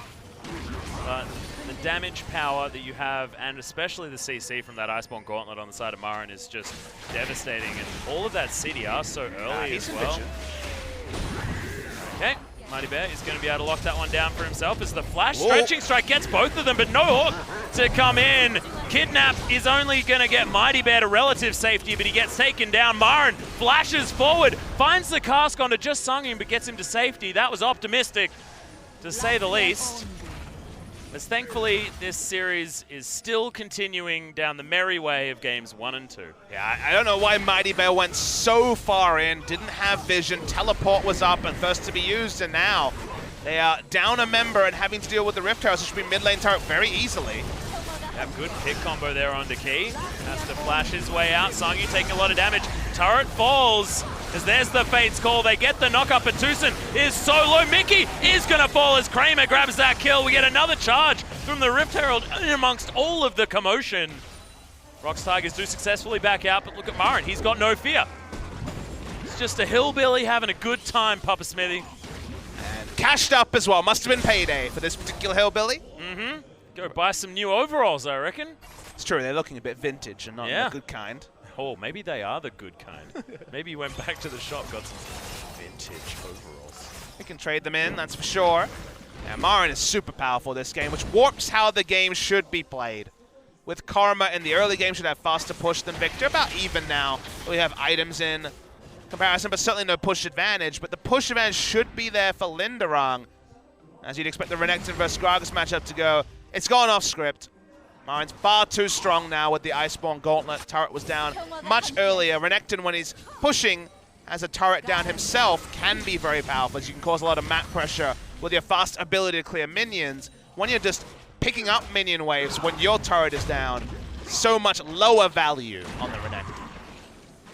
And unfortunately, Sangin has to go back for the most feels bad buy in the history of the universe, which is only Cloak of Agility. Yeah, it's only 200 gold now for the recipe afterwards, so lets you know. It was like when you couldn't afford a Trinity Force. Although that was only 3 gold back in the day. Then it was 33, then it was 300, so it's gone through different versions. But now the 300 version is where you feel real bad, just hanging out with all of the different components. But that feels awful. Crit Cloak is just not a good feel, you know? No. As an item, Critical Strike by itself. And he does have a Zeal, so I guess it is partially extended in goodness. Goodness, you say. Yes. Don't run out of adjectives. We have a second series that's going to be really high. I'm not investing anymore. I threw out too many. You're holding adjectives strats, but in this case, holding adjectives. Yeah. I can't wait to see what sort of Atlas I'm getting in Series 2. Whoa. Let's not talk about it. Okay. There's no need to yet. Can't bait people in as Spirit. Looking to try and grab Mighty Bear, but isn't able to. They use all of their abilities to try and get him out, but overlap a few of them. As there's the Featherstorm. Sungin going to use the flash to get himself out afterwards, and now Marin. Oh, Sungin, he's super dead. It's going to be Kuro that picks up that kill, and Marin now underneath the turret just sends Mickey into the wall, but he may have gone overly aggressive. The kidnap under the turret. Marin doing his favorite thing, which is taking turret shots and dancing. And he's going to definitely die. Afreeca Freecs to at least trade 2 for 1 in the end, as Key did also fall. But Linderung is playing a solo mission, PvE League of Legends, up towards the top side of the map, and takes down this, or should get a decent job done under this turret. But let's have a look at this again. Yeah, Sungyoon has to flash after the Featherstorm. Doesn't get him far enough out and still dies. Got one more tick of the Chaos Storm than he expected. We didn't see this. We were focused on Marin having a turret party. The vigil was enacted. He died on the turret. It's the Marin way. Yeah, giggles. This game is the best. But Linderong picking up the turret kind of means it was a 1 death extra for turret trade, so you probably take it if you're a ROX Tigers, and you do have double teleport still to make map plays. Well, Linderong is going to go back to base. We'll see what he can actually augment his build with as Mercury Treads come in. So he's feeling a lot better now that he's at least 37 CS in the lead over Marin, even if the map plays haven't been there for the Renekton. Sungyun still needs time. You know, he really needs to hit 3 items. 2 is fine, but 3 is the real capper when you can throw in the Infinity Edge.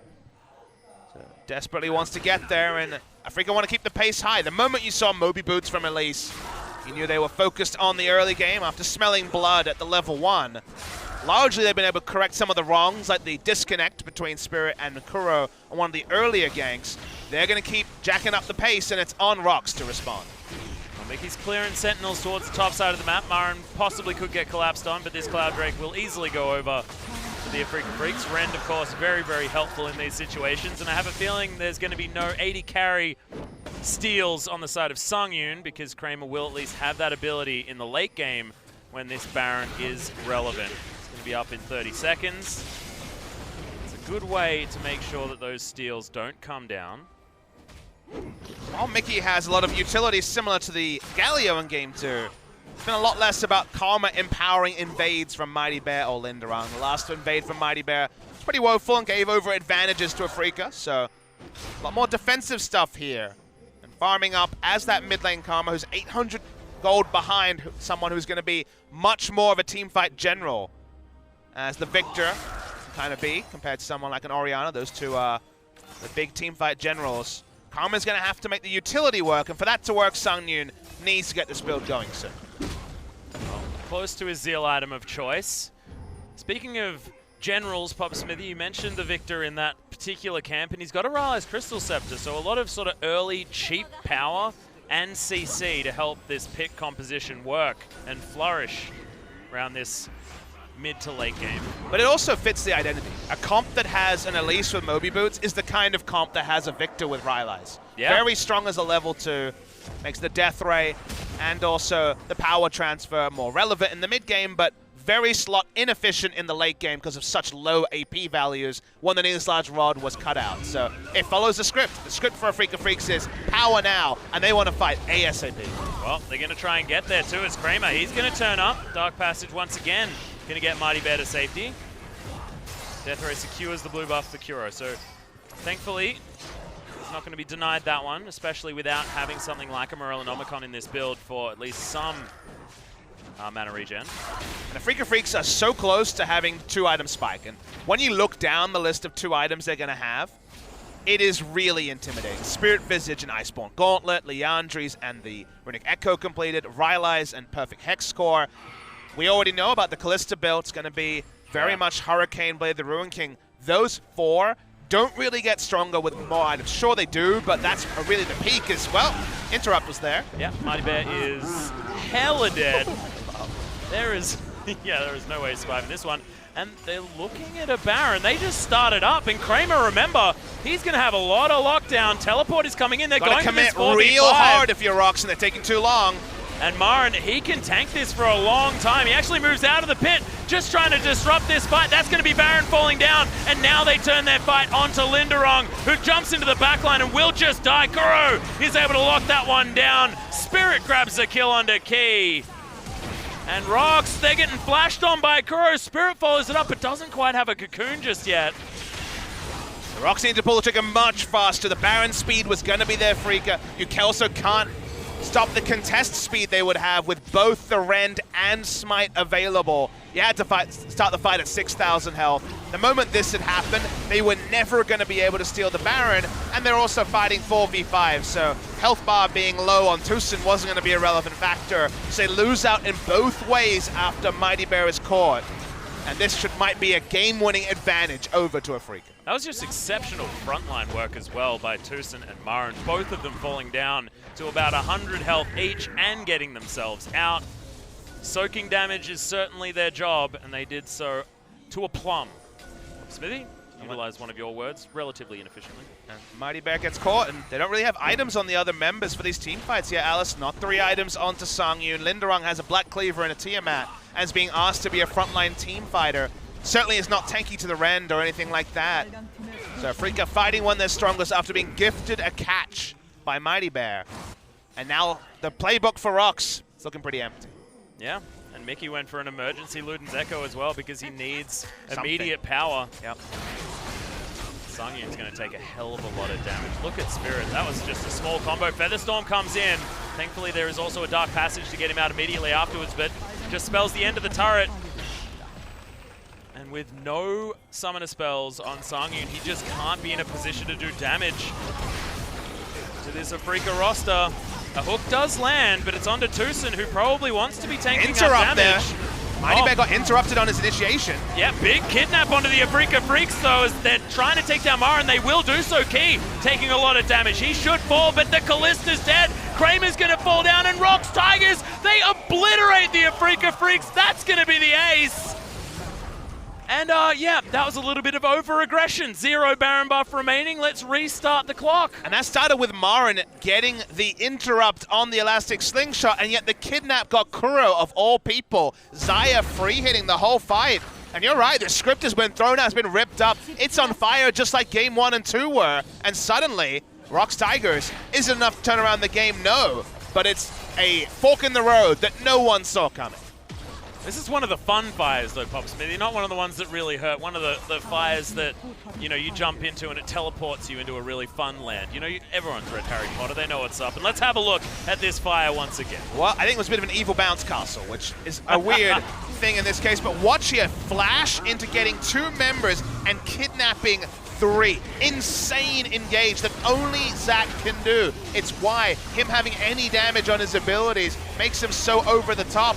And now there's no threat. Victor's dead. Very late in this fight, but crucially, no one is on Songyun at any point either. The item's going to start to come if they just give over gold to the side of ROX Tigers. And Afreeca kind of just move back, try to reset. That one went against them, but they are still in the lead of this game. Yeah. So gold lead, about 4,000. They grab themselves a Mountain Drake as well against the current flow of play. Over at least the outer turret in the mid lane fell in favor of the ROX Tigers, so that outer ring is most certainly done. It's just one of those moments now where we might see another fight where Mighty Bear has Spirit Visage, works towards second item. The items come in, ROX wins it, and those items should never have been there, barring a big misplay by Afreeca. Well, Tucson once again going to face check. They do get the stun onto Linderung. Really good placement of the Cocoon, but the Dark Passage is going to deny that. And Marin, he's going to turn up, but is the team close enough? Key, he's going to get Fates called on and destroyed. Kuro grabs the credit for that kill. Blue buff should be locked down here by the Afreeca Freecs at the same time. Mighty Bear was not able to get the initiation he wanted there. They were very much running in different directions, and normalcy is resolved. Normalcy is returned to in the team fights where Kuro and the rest of Afreeca can just hit the closest target that isn't tanky enough, that doesn't have damage either to really be able to turn, and things go the way of Afreeca. So that's definitely the keep it simple solution for them. Like this, Kuro is all in on this particular playstyle. As far as 3 early items, feeling good with the Luden's Echo now completed. And it's cool to see. Kuro is, again, one of these gods of Victor. It's kind of been a footnote. People will remember Crown as the Korean Victor, but Kuro did always have a great read on this champion, was the first to play it on the professional stage, and he's been known, he's played it enough, you know, 31 games in competitive. They put the stat out at the start of the game, that he knows how to tailor his build to the situation. This build is excellent for the current situation. But the current situation, if this is still not resolved in 20 minutes, the build doesn't fit. No. But might have enough money to switch that one up. 11 out of 12 kill participation has certainly been a linchpin for this comp, as Marin takes a few autos, just looks like he doesn't care about it at all. Infinity Edge not completed for Songyun, but close. Yeah, a lot of damage onto Key here as well, as Kuro throws down the Chaos Storm, just zoning them away. The old zoning Chaos Storm, I like it. Bit of free damage onto Marin, who looked for the cast, couldn't find it. They'll get a free inner turret though. Yep, that is an empowered a mantra queue that you do not want to be a part of. Baron respawns in 1 minute. We're going to be the next big fight of this game. A second Baron to Afreeca with the mid-game items, and perhaps that's enough to carry forward a victory that took so many twists and turns. This series, Atlas. Yeah, it's been a joy. It's been an utter joy. Spirit has himself his Banshee's Veil to augment his already early game build. 6 stacks on that Dark Seal as well. Hopefully we get to see a Majia's Soul Stealer. Will certainly fit today's shenanigans quite effectively. And Kramer's got a Phantom Dancer, so 3 items on the Callista, opting out of anything like a QSS, which we often see as item number 3. I mean, he shouldn't get hooked, and then QSS otherwise doesn't have massive value, so you can understand it, but it's also, as you say, something that can be played around. Phantom Dancer does give some tankiness while also being an offensive item, and Callista always thrived with the attack speed as one of the main stats that those Ren stacks in. Oh my god. Papa Smithy, feel like now that Baron has just respawned, the ROX Tigers have finally got themselves to some item spikes. Rabadon's Death Cap for Mickey, as well as the Infinity Edge done for Sangyun. These are big moments for both of these champions. It's Kramer, probably not the one that wants to be playing frontline. There's Marin, the split push Gragas, getting himself towards this open inhibitor on the bottom side of the map, with his teleport available, of course. It's not parity for ROX Tigers, but it's not also... It doesn't feel like a 6,500 gold lead when you look at the items. They are actually, as you say, about as good as it can be expected for a team in this position as they fish for an engage. Standing on a ward as well. I think opting in for that sweeper would have been a little bit of a better idea before that. Actually, only 2 sweepers on the side of ROX who have warding trinket on both their soul lanes. That's weird. Well, in goes Mighty Bear. They want this as Kuro. He's going to throw down the Chaos Storm even though he was exhausted. Good damage coming in here from Sangyun, who's relatively safe there in the backline. Spirit wants to get over, but look at the body slam from Marin. Throws out the explosive cast and gets Sangyun out of the fight, but Linderong's able to lock down Spirit, and this fight is working for ROX Tigers. Key taking a lot of damage, but look at this, the Afreeca Freecs going down so low, and Sangyun is untouched at all. Linderong gets into the backline. Key just being the hero that they're looking for, and Kramer's gonna fall down. Kuro, the last relevant man standing. And those item spikes worked out beautifully for the ROX Tigers. And it was far from an ideal fight. Sangyun was zoned from auto attacks for half of it. Every Kuro death ray looked like it would take 50% of the HP of a single member, but the re-engage can keep happening when you have hooks, when you have the elastic slingshot, and now they're looking to find a Baron as well. Well, Kuro and Tucson, they want to go back and try and challenge for this one, yeah. Spirit, he's up in 1 second. There is no way he's making it in here. That Mantrid Inspire is going to keep them all alive and easily lock down that Baron. So the ROX Tigers, once again, find themselves with momentum in this series, and more importantly, in this, the deciding Game 3. And just now we're getting the power of some of these picks. Zach was in vision the whole time. Didn't get a lot done. You're like, okay, got the kidnap. It's only on to Braum. This could be the fight. But no one falls. They can't even focus down the Bloblets for the longest time. Marin is now disconnected from his team. And somehow Linderong was able to occupy so much space in the front. Takes down Spirit. Now it's the 5v4. There's multiple low health members, but the rotation of abilities on the side of ROX is shorter. The hook, the elastic slingshot, having more and more shields over the time. Key did a lot of heroic work on the Thresh. Much more teamfight Thresh than you'd expect at 30 minutes. On the minimap, we actually missed the Drake being taken, but it was for Mighty Bear. Yep, Mountain secured now, so Infernal Mountain.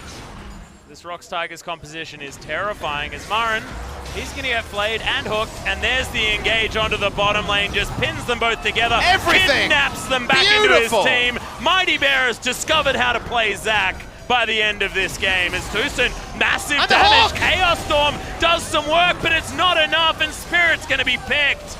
Kuro tried all the heroics that he could, but ROX were just 2 on the ball. And when you hit everything as Zach at this power level, you win every team fight. The double knock of heads, it's like 2 of the foes in a Power Rangers episode getting just knocked into each other's head. Skull and Bunk, RIP. You get knocked in, he gets the engage, he gets the kidnap as well. And now you just get the strength of the champions. The items are there as well.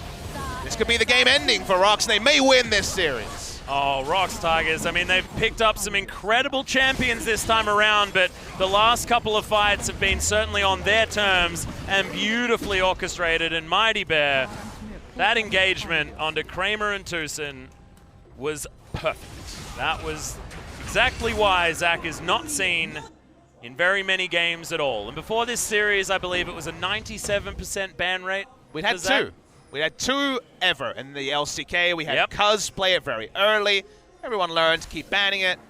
KT played around it with the Thresh, but remember, it was Zach and Thresh taking the same round. Thresh the easiest answer to Zach in the team fight, especially now there's 1 second to respond on the Elastic Slingshot. We get it twice in this series. The double rainbow Atlas in this particular series. People are going to look at the post-game thread, having not watched the games, and wonder how the drafts happened. We watched the games and the drafts and wondered how the Game 2 draft happened. Yeah, I still don't know. So that's going to be a question unanswerable as the hook goes straight into a Banshee's Veil, and Kramer's going to get a pick onto Key, which may actually slow down the ROX Tigers. And they're being respectful. They realize Teleport is also up. If they had tried to push that minion wave, there was lane wards for him to be taken out. Gragas still has TP options, but Baron buff recalls still available. Okay, however, the gold is still dead even, obviously. We do have an inhibitor down. That's in the lane with no tower on the side of ROX Tigers as well. But it's dead even gold when Afreeca invested everything into the mid game, and then you got the investment builds like Essence Reaver, Infinity Edge, and the Rapid Fire Cannon. We also have Mickey going to keep people relatively unkillable, and then you just have the champion scaling of Xayah and Zach. Both of them have near infinite scaling when it comes to late game damage, other things being equal. So while Renekton may just be doing Renekton things, so far that's been enough. He's actually been somehow a more robust frontliner than his opposite number in Marin, who had an insane lead in the early game with Iceborne Gauntlet, Triple Dorans, and Ninja Tabi very, very early. This series has made Renekton look like a late game tank, because Marin's game 1 performance on the champion was also very similar. We have to remember that he's not, but it's also very difficult to do so with how both of these players have wielded him. Narang showing a lot to not be awed by the situation and be pretty reliable. Have we seen every twist and turn? We've seen so many, it feels greedy to ask for more, but still waiting for there to be one more fight to potentially end the game. Marin going back, he's got a teleport ward very deep in the top lane. He's probably going to take it, he will. Yep, he's looking for it. This is a Nidoran's real not there. far back. As Tucson, he's going to be the focus of a lot of this. Featherstorm already used by Sangin. Good flash, gets him out of the way from Marin, and there's going to be no kidnap from Mighty Bear this time around. Kramer is still untouched, and he's able to get to the right side of Linderong as well. Mighty Bear jumps back in, but look at this, there's so many sticks in these tanks, and Kramer is going nuts jumping around. You do not want to take those inner fires, though. And no one's going to die. Papa Smithy? Insane to see no one die in that fight. As you say, Kramer was lining it up, and I thought the triple was coming. No flash, no heal on Kramer, but a lot of summoner spells used on the ROX side as well. They can walk up, though. They've got the shorter rotation cooldowns. Teleport going to come in from Mickey. It's a double TP, actually. Yeah, Linderong going to utilize his as well. They will use it to take down this inner turret.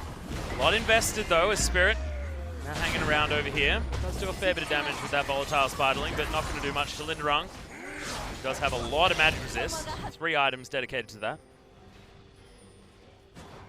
Right. Kura's doing everything he can on the Victor, but Zach is really strong against Victor. You know, Victor does want to be basically playing Orianna-style positioning, and Zach can skip past front lines and force the Death Ray and the power transfer to use purely on a tank who is fast reaching, unkillable with the Gargoyle Stone Plate already complete for quite a while now. Kramer's trying to skip past and do damage, but that also is proving to be a headache. And oh my god, Sungyun is going to be so strong. That's an Ardent Sensor now picked up for Mickey. He's gone the full utility build. And as far as eggs in the Sungyun basket, it makes a lot of sense after his Game 2 performance on the Kog'Maw, doing 1 billion T damage. 1 billion T? 1 billion T damage, yes. We need a new word. I appreciate it. I thought you were holding back the words for next series. Oh, damn it. Exposed. Oh, this is awful. I was going for 1 billion T as the word of the series. It's like Umti, but no Yeah. generic scam. It's a lot of ultis. Imagine how kicked people would get. Well, Mighty Bear is not spotted. He is now.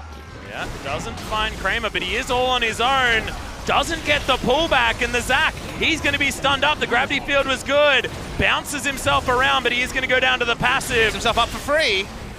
Okay, the root caller, sorry.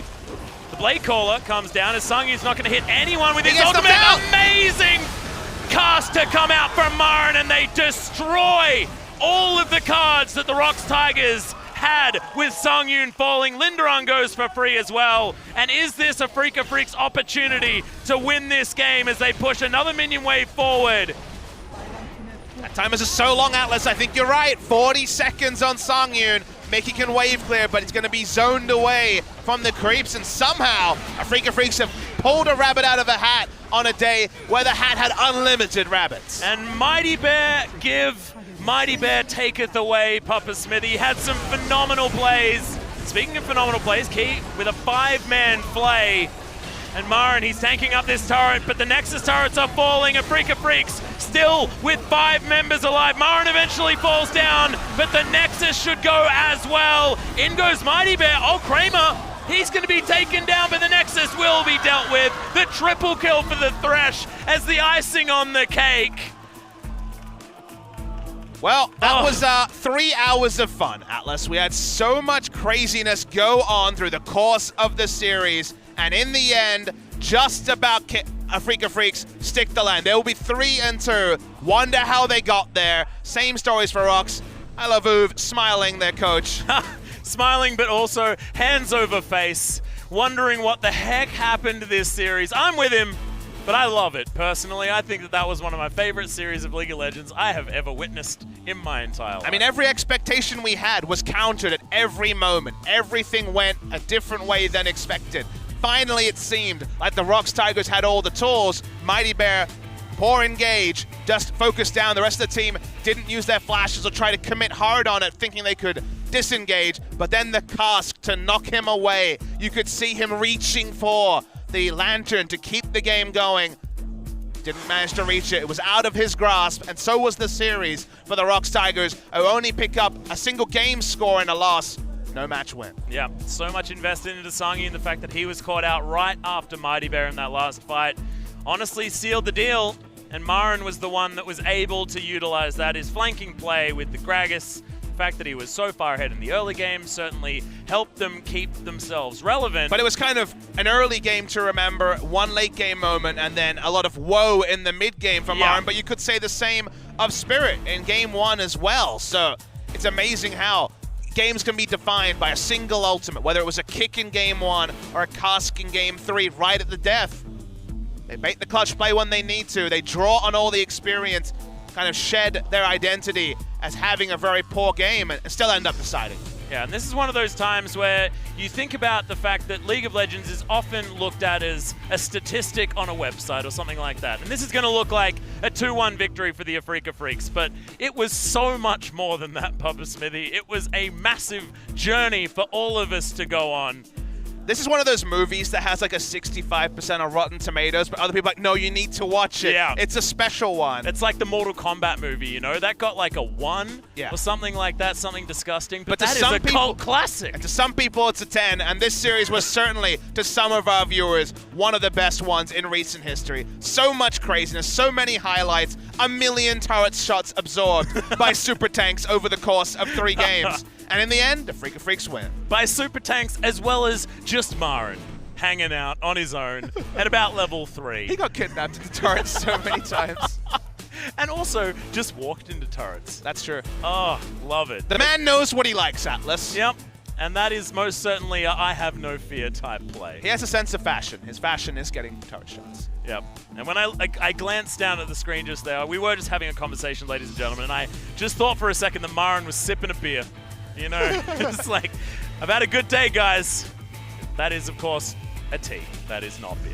Then you have the other side, where ROX Tigers showed a lot and do not come away with a match win, and leaves them stranded at 1-5. As we look at the damage Delta champions graph, and predictably, it was Kuro who, in some of these fights, was chunking out 5 members. of the ROX Tigers. Yeah, and Kuro was honestly an incredibly pivotal member of this whole game. He was the one that was trying. It was like the Sangyun of Game 2. You know, he was the one that was seriously in the zone this time around. In the mid-game, 11 out of 12 kill participation. This Victor was everywhere, and his roaming in the early game was actually phenomenal, and he will be our VP 6, 1, and 10, and still at 94% as all of the dust settles at the end. And I love how you point out that roaming on Victor, which is not something he really did a lot on the ROX Tigers, he was more just clearing lanes, being aggressive, and really just allowing the rest of his team to be pressure points while he wave cleared. He was first to roam against a Karma with teleport multiple times, and to achieve that as a Victor is very smart play on the side of Kuro. Yeah, very impressive. Sometimes the plays came to him, but this was beautiful. I mean, as far as protection that Spirit could need, it was about the only option, and Fade away. yeah, oh yeah, there it is. The definite fade away. We may get some more Korean Victor highlights in our second series. Samsung will have Crown coming onto the Rift, but this was the OG. This was the OG Victor in Korea. That was Kuro. He had a great game. Still like it could have been in vain after so many fights went the way of the ROX Tigers and the scaling came in. But they just about stuck the landing as this was the final fight. Maybe it wasn't actually. There was so many in this area. It's only level 11. What am I saying? Yeah, this is the party under the turret, Papa Smithy. We're missing that one. Yeah. Zach's going to join the party. No, don't worry. We'll get it. We'll get the very end of it. Will we though? His key's gonna die. Oh no! Oh, that was the best bit. Victor is again, ultra comfort. Famously, Kuro has his champions he can play, tries some other ones, and it's either a Kuro champion or not a Kuro champion. The original Kuro champion was Victor. Ran around, power transfers on point, W's on point. This is that final fight that really decided the game. Mighty Bear going so deep. He had pulled it off time and time again in the bot lane very recently to this. This one didn't work, no kidnap, gave up his whole health bar and his revive for nothing. But it was all on denying the landing here. Featherstorm came in, Skynion so close he could feel it. Yeah. Wasn't to be. It was so close to being an incredible turnaround in what was a horrible engage, but did not work. Kuro is going to pick up the MVP. What a series of League of Legends, and we are going to go to the MVP interview, so let's throw it over to Joel for some translation. Thank you very much, guys. This is Joel with your interview translations for today, and I'm here with ROX Tigers, who couldn't pick out a win. It was a tough one for these guys, but Freecs do pick out a win. 2-1 victory for these guys, and we're here with Tusin and Kuro for the interview. And Tusin is your first MVP of the season. How do you feel? You know, I had thoughts that maybe I could have gotten the MVP today, and it was surprising that I actually gotten it. And he played spectacularly, and of course, you guys, with your expressions being so bright right now, do you guys feel much better this time around? You know, we really didn't have plans to pick the Victor, and you know, situationally, it came to us where, you know, we could have picked it out, and it was a good pick for us, and I was glad that, you know, I played well on that champion. And first game was a win for Afreeca, and they did lose out on game 2 and barely get out the win on game 3. And how do you think about that whole series? You know, we always joke around within our teams that, you know, if LCK was a best of 1 series, you know, I think we would just win the championship, but since it's such a prolonged series each time, we always have to keep our focus up, and that's kind of been our struggle, and you know, I'm glad that we got the win today. I know that feel. I agree completely. We want to move on to the first game where you did play the Tom Kench in game 1. And it seems like the melee supports are actually getting the higher tier picks in the support role. What do you think about those champions? Yeah, it seems like nowadays meta ADCs are having a tougher time to put out the damage on the melee supports, and because we can trade efficiently through that, the melee supports do work much better this time around. And you guys had a fight over the Caitlyn during the ban pick phase, and you guys picked it up in the end. And do you rate Caitlyn as a champion much highly than others?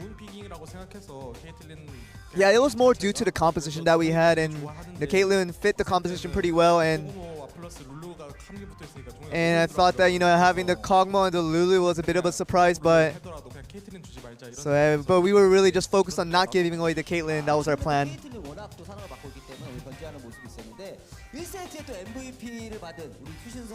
And Tusin, you do pick up the MVP in game 1, and we have a video highlight of some of the plays that he made.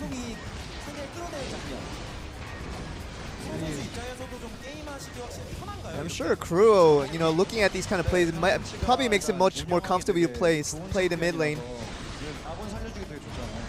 Yeah, Tom Kim's just so good for saving your allies where, in this situation where I don't even roam down, I know that my teammates are relatively safe. Yeah, we were trying to kind of camp one lane and trying to get some dominance off of that, but because of the heals that you can get with the redemption and some of the heals that you can get with in the support role, it just makes it very more stable for us. And it seems like the synergy with Kramer as a whole has gotten better for you guys. Yeah, I think we're just trying to communicate, and when somebody plays bad, we just say that you don't play well, you need to play much better, so get good is what we tell them. So those kind of things, really being honest to each other in our communication, really helps us out develop as a duo.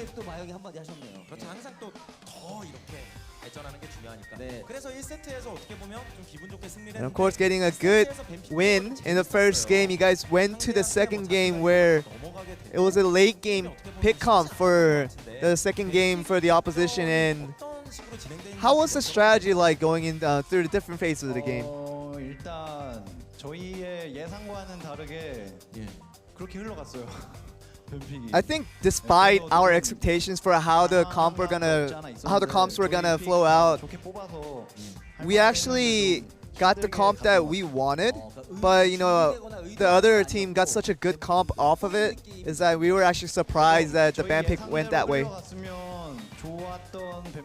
I think if the ban pick went to our strategy, it would have been a good comp for us, but somehow it just turned out to be a terribly outmatched comp for the opposite side.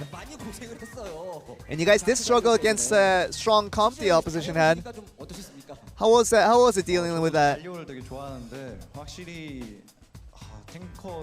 Yeah, of course, when you have two tankers just dashing it out, when the Kog'Maw deals all the damage, it's really tough to poke in with that. And how was the environment, after the second game when you guys lost? Yeah, it was more of a pick ban phase more than anything, because after they took such strong champions in game 2 and really dominated us for most of the part, and we struggled so much because of it, we really thought that we needed a better comp to get back into the game. And second and third game was an interesting thing for us because we didn't see the Zac open as much as it did today. And of course, you saw Mata in his interview say that Zac is not overpowered. And I wanted to support that phrase, but I'm sure you guys saw how Zac was today. So.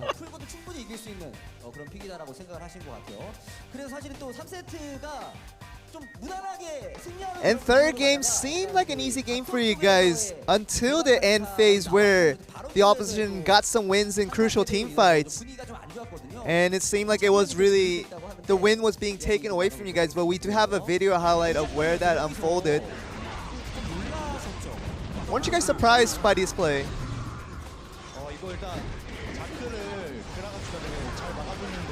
Yeah, Gragas did a good job of holding off the Zac until then. And that one crucial mistake, allowed 3 of us to get pulled in, and that just gave us a lot of time loss in that team fight. I think Mighty Bear was really passionate about taking all of us into his turret.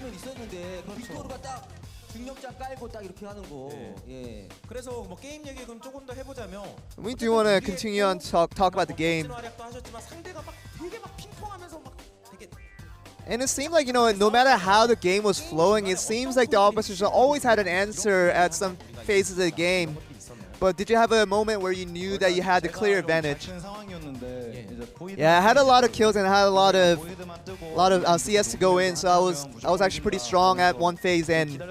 So I was just waiting for the right opportunity to go in and put in the damage that I needed. We do have another video highlight prepared right after that play that we just showed. This was the crucial one. He dodged the elastic slingshot, then started putting in the damage. Did you guys felt it right here that you guys won the game? Yeah, Zach should have came in with the rest of his teammates, but he came in alone, and we thought that as long as we stalled out enough time to put enough damage on him, that we can get the other teammates just as easily, because not having Zach on your team loses out on a lot of tanking abilities. Did you ever think that even after that play that you weren't going to be able to finish out the game?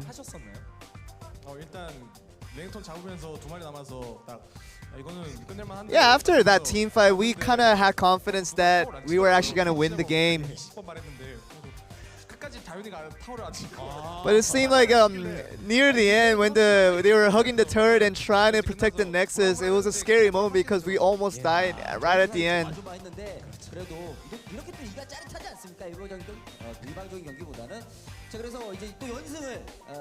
Now you guys are starting to build your consecutive win streak. Do you want to say anything to the fans out here?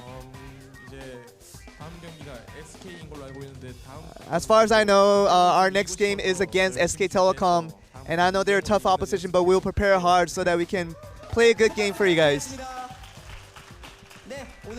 And that seems to be the end of the interview. Back over to you guys. Thank you very much, Joel. Oh my goodness, what a series. It was incredible of our lovely interviewers to be able to keep themselves serious during the breaking down of that particular series, because I certainly would not have been able to, but that was so incredibly entertaining. And someone will say business as usual for Afreeca Freecs, but this was the most unusual of business. Oh, yes. If you got in there, it was some monkey business, for sure. And EU LCS hasn't even started, so that's a surprise. But 2-1 for Afreeca Freecs. They do go 3-2 overall. They continue to play only 3-game series. They have +1 game score. A lot of people will join that train, and ROX, unfortunately, being the only team to have played 6 games of this bottom quartet, will be dead last. It's unfortunate. MVP have an opportunity to get themselves off the bottom of this bracket. The ROX Tigers, they still didn't look like necessarily a 10th place team at times. However, their consistency was also brought into question, and the Afreeca Freecs were just better on the day, even if their drafting was bizarre, to say the least. But we get a different type of game, I imagine, in Series 2. Could go a lot of different ways, but KT Rolster versus Samsung, on paper, should decide first spot until SKT. Yeah. Next play could be a really hype series. A lot of history between these two teams as well. So even though I enjoyed that, I'm ready to skip past this break and get into the next one. So guys, about 15 minutes and hopefully a 6 series. Yeah, hopefully. See you after a very, very short break.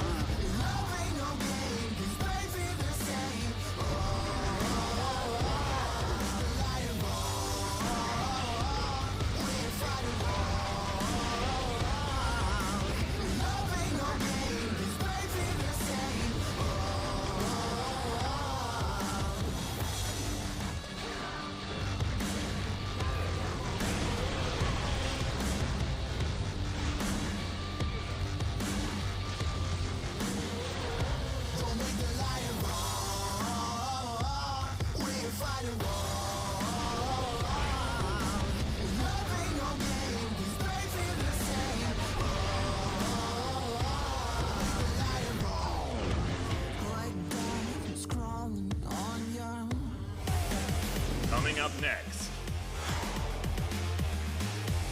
KT Rolster, Samsung, 2017 League of Legends Champions Korea Summer Split.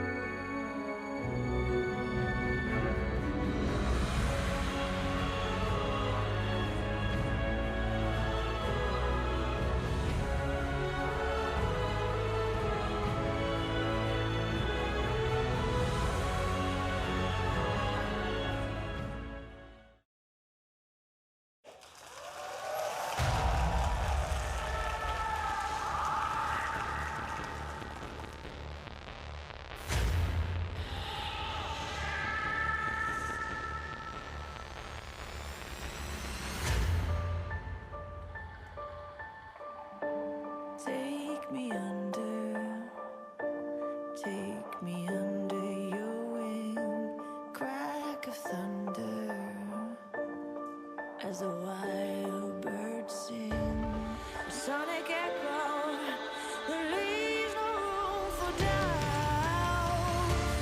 All the shots bring it back to what it's like. As the world cries tears in our hands, are we all part of a bigger plan? All the shots bring it back to what it's like.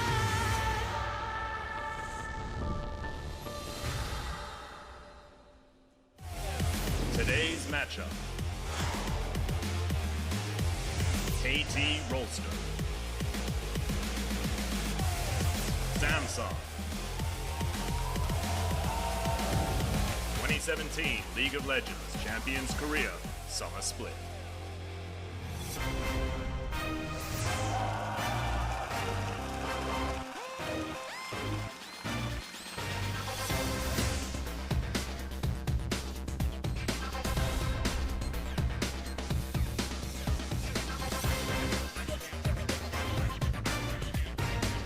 Welcome back, ladies and gentlemen, to LCK Summer.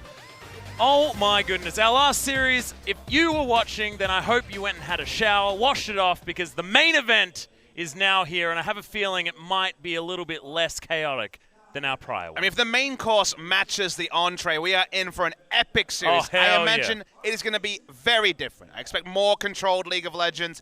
The picks that came through, the madness of the first series, may be a counterpoint to what should be an important match. It is a top-of-the-table clash. The winning team here is very likely to go in first place at the end of this week. And there's so much history between the organizations of Samsung and KT Rolster that we will try to touch with just the right level of reverence, because it's been a one-sided rivalry for a long time. Only at the end of last year, it was 19-0 to KT Rolster. But since that 19, Samsung gate-kept KT out of Worlds. It's been close, the teams have changed, and now we get this, a top-of-the-table clash. Third week of LCK Summer. And this is now a KT roster with a bunch of ex-Samsung players on it as well. So exciting to see what is going to happen. And look, the question marks that we've had for KT are still most definitely there. They've had up and down performances. We haven't seen Smeb back to his incredible levels that we have seen prior. Up and down is fair, but guess what? The recent trend has been up. They look very good in their last couple of series, mostly played away from the OGN stage, controlled, knew how to win, played around score, invading. A lot to like about KT Rolster recently, but Samsung have been the trendsetters, so will it just be KT's class regrowing and actually taking over Samsung, or Samsung paying off their hard work and their increased champion balls to take down KT? Yeah, and a lot of these question marks are going to start in the mid lane as well. I mean, Pawn has been stepping it up, but has he been stepping it up in levels that can overcome Crown, our spring MVP? And look, you guys know this roster. It doesn't change week to week. There are no subs for these guys. This is going to be the team that is, they've self-proclaimed the reason they're here is because they're going to Worlds and they want to win Worlds. That's why they recombined, came back from China, came from other organizations. It was to win more than just LCK, but they need to settle on that first part. Came close in spring in terms of making it to the final, but we're nowhere near SK Telecom in that grand final. But they've looked better. Smeb on your screen now has been slow to warm up, but had better games in recent times. His opposite number though, QV, who you wouldn't even put Smeb on the same tier list as QV in spring season. QV was a role player, Smeb was playing very well. QV has opened up, spitting hot fire in summer season, and looks to be, with his champion pool, in a spot where maybe, just maybe, he can contest Smeb. Yeah, the carries that he's been playing as well. I mean, you mentioned role player, but it has been just super big tanks, like the quintessential role-playing vibe. Not anymore. Things like the Kled certainly coming in. It's going to be Ambition to start in the jungle there as well. Still no Haru. It's Crown Ruler and Core JJ going to round it out. Crown there in the mid lane. The Master of Victor hasn't been playing it nearly as much as Pawn has. And this could actually be a contested pick somewhat. I mean, we saw it do fantastic things for Kuro in our last series. Feels like Galio is the big tool that KT want to pick up. They're on the blue side for 2 games if we go to a third game. Our last series went all blue side. Most series recently have had a blue side focus. You could see Crown leaving up Galio, believing in his Victor against. He's played Victor into Galio multiple times already this season. But like you say, when in doubt, both these players have been falling back to the Victor. And there's other hype picks. Ambition 5-0 on the Gragas so far this season. Ambition playing as a counterpoint to how dominant Haru was in the spring season. We had some interesting games between these two. We came into that playoff round 2 or semi-final heavily expecting Samsung to be the team to meet SKT, and we were denied that by KT showing us a new level and putting them to the sword. Yeah, and just remembering back to Deft's Jinx there as well. I have a feeling we're not going to see it in this particular series, but my god, that was a joy to watch in game number 3 of that quarterfinal matchup that honestly, semifinal matchup that went a way that we were definitely not expecting. But look at this, is KT Rolster really bringing it back after what was a very disappointing first series against Longzhu, and that win against Jin Air, if this was the spring season, that would be, oh, it's just a win against Jin Air, that's totally fine. But this Jin Air in summer has looked fantastic, and that was dominance against a top-tier team. KT made them look like spring Jin Air. That was how much of a divide there was. Great draft, but questionable from Jin Air. But KT played to their win conditions, played around their jungler on a 5-match win streak. Samsung not having lost a match. Have dropped a couple of games to the ROX Tigers and Afreeca Freecs. New test for them, as still the grass can't contain some of these players. Core JJ, an 8.5 KDA 5 matches in, and Cuvée, he's not doing bad either. He most certainly isn't. His champion pool looks so much more fun than it did last time around. You can see that he is most certainly enjoying himself at the same time. Score and Ambition most certainly very similar, and Pawn, the only one edging out here for KT Rolster. And if you looked back at the beginning of this particular season, my god, that is not what you would expect going into this series. Some great matchups. Smeb versus Cuvée is going to be an interesting one. So far this season, Cuvée has definitely had the KDA numbers, but Smeb has always focused on DPM, plays a lot of his top lane carries, a lot of cannon, so that stat is a bit misleading given how much DPM a cannon can generate. Yeah. But the difference between these two players is why KT Rolster beat Samsung in the semifinals. Smeb went carries, Cuvée opted into carry matchups after playing no carries in spring season and was demolished by Smeb. This is maybe a moment where he can bring out his Kled, which could be bad. He could go to the Camille that we've seen from him as well. Will we see Smeb play Rumble into the Kled? Because we've seen that from as recently as against Ixu in the Jin Air match. Cuvée, that master of the Kled this season. Smeb with the Rumble we know, and the one Kled game he has played in his career was a loss this season. Yep, not exactly a very impressive one either, but Smeb's Rumble is most certainly one of those picks that he's able to get a lot of work done on. And look at that DPM number. I mean, you talk about Cannon being consistent. His Rumble is certainly ridiculous. And we jump over to Pawn versus Crown, another featured matchup. Pretty much have them in every lane and even the jungle as the old heads of the LCK. Two veteran status junglers will go head-to-head. Crown winning out on the DPM. He's played a lot of Crown champions. You look at his solo queue, like, all right, Crown, you got something new. No, we know what he plays. Yeah. Talia, Syndra, Karma, Victor are some of his big ones. Doesn't need more than 5 champions. He gets his work done. Pawn, as you say, has oscillated, but recently it's been the Victor, it's been the Galio where he's looked very consistent, which at really no point in spring could you say consistency was a part of Pawn's game. And I think all of us kind of wait for that moment for things to turn because Pawn has been very up and down in Korea. And thankfully, more recently, it has been certainly on the up.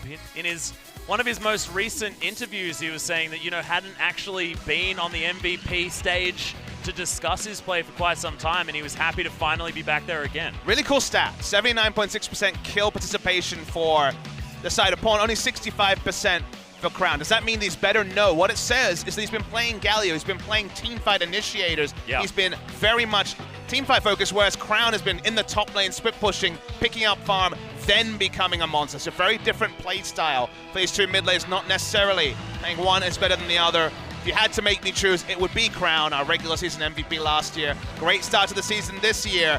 This is Hype Atlas, KT Rolster versus Samsung. This was our semi-final match back in spring season, and now we get it again, and this is going to be a fun one. Yeah, and this was, back in spring season, us feeling like Samsung should handedly take the series. Once again, feeling a little bit like Samsung do have the upper hand because they're well and truly solid at the top of the table, but KT can never count them out. And already, bans coming through as the Talia and Syndra both taken off the board by KT. Crown focused out immediately. Yeah, double mid lane ban towards Crown, who, like we say, plays about 6 champions at any point. Doesn't usually have to go into the extended tank, but you don't expect 6 mid lane bans in a regular game. And KT seems to be fishing for a jungler like the Elise or Zac. So far we see only the Elise being banned away. Surprised to see Thresh on the ban, as we've seen it a little bit, as, okay, KT is saying, well, okay, no champions for you, Crown. Crown this season so far has played Syndra, Victor, Talia, and Karma. We could see a Karma first pick if we continue down this train of thought for KT. Can you? Because Zac and Galio are both up, Puffer Smithy. And I feel like if you leave both of them up, you're going to have a bad time. We saw it. And I predicted that Zac would make it through pick and ban in this series because of the mastery of certain champions. And you see that Samsung would rather deal with Zac than deal with the Galio specifically from KT, who've looked wonderful with it. Pawn, if you remember back to his spring season, played a lot of Corki, but often he looked like an assassin playing in 200 range as Corki because he wants to get down and dirty. He wants to initiate, and Galio allows him to do that. So they rather, with the Victor ban, they don't even have the farm lane they've looked into. So I actually think the Victor ban here is super smart because it basically said you're getting one of Galio or Zac, and with the Victor down, they'd rather deal with Zac. Well, some big priority picks now coming in for Samsung as well as CoreJJ gets his hands on his coveted Zyra and the Orianna there for Crown. The last remaining control mage really at the top of the meta at the moment, and something that he's going to be very happy to see. But Pawn has always shown a lot of propensity to be very frustrating when playing this particular champion. The LeBlanc is going to be locked away for him. Not seen the most LeBlanc this season from any player. First game for Pawn. Oh, wow. Rakan is at least now being looked at. You can understand the synergy between Rakan and Zac, but it seems a bit early for that particular pick. Maybe just a mind game from the side of Pawn. CoreJJ this season 3-0 on the Zyra, 16-2 on the year. Been his best champion in terms of win rate by far. And the Caitlyn being locked in actually takes me back to that series against Samsung and KT in the semi-final of spring, because it was Def dismantling the entire Samsung team, roaming around the map, taking all the turrets, and really creating that advantage for KT in the early game. Samsung are going to once again draft a good luck charm. The Zyra has been one for CoreJJ. Most likely will be Ambition jumping on the Gragas, 5-0 already this season, by far his most picked jungler. I wonder if we'll see Varus accounted for, because actually both these AD carries have played 6 games of Varus this season. It's been the core pick for Ruler, Deft, also for Bang on the side of SKT. So Caitlyn jumps up even after the Hurricane nerfs have gone live in this patch. AD carry and ostensibly top lane going to be drafted for Samsung, and they don't want to deal with Smeb on any of these pesky lane-focused champions, and there is that Varus ban. I like the respect. So, interesting fact. Ruler has only played 3 AD carries this season. Varus, Ashe, and Jhin. Deft has played 7. He's played a lot of one-offs and only multiple games of the Varus. So, very effective, very small pool for Ruler to jump into. Only the Ashe and Jhin picks that he's played so far this season. Just 1 game on the Jhin, understandably. Will KT double ban AD carry? They could ban the Ashe here because they're probably not scared of Jhin that much. And there's no Tahm Kench ban to come in just yet, and Samsung have already locked in the Zyra. So, I mean, theoretically they can give it up and then pick the Tahm Kench for Mata if they would like to, unless they're planning on giving him the Zac. This is a fun one, because we know that KT are happy to draft Rumble into the Kled. They did it as recently as the Jhin Air series, and neither team bans away the obvious flare point picks, which were the Rumble and Kled highlighted in the pre-match intro. Now, there are other ways to go. You don't have to self-counterpick with the Rumble. If you're not going to have top lane focus, you can just go for Shen and park yourself for late game. As the amount of ground you can cover with Shen, Zac, LeBlanc, and Caitlyn is pretty insane. I also just love the fact that Deft locks it in as well. He's like, Smeb, you take care of me. This is the pick that we've seen deal with Zac the most of a tank top laner. If you're going to pick a tank top laner, the dodge field helps a lot against the violent tendencies of the all-ins coming through from the Kled. And here's the Karma. just into Zyra. Feels like we're back to spring season with Karma versus Zyra. Yep, Marta going back to an old favorite, and that means that Ruler's more than happy to pick up the Ashe here because no one's going to be devouring his targets away from his arrows.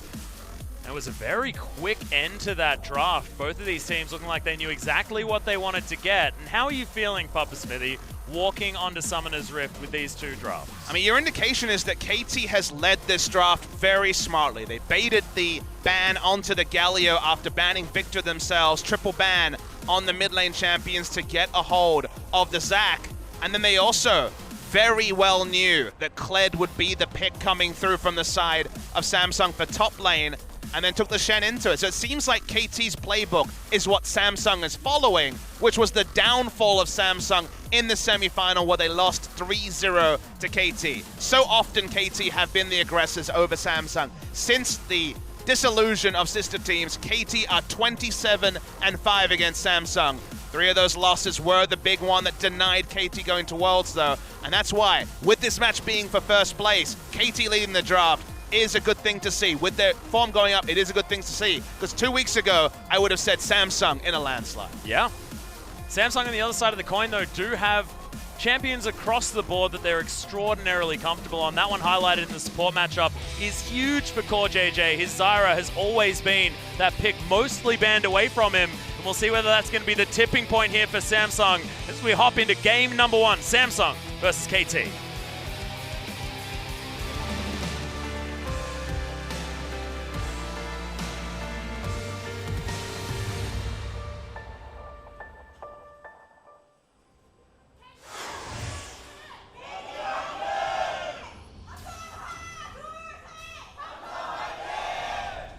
Pretty even, but pretty vocal are the fans here for what is going to be a massive series.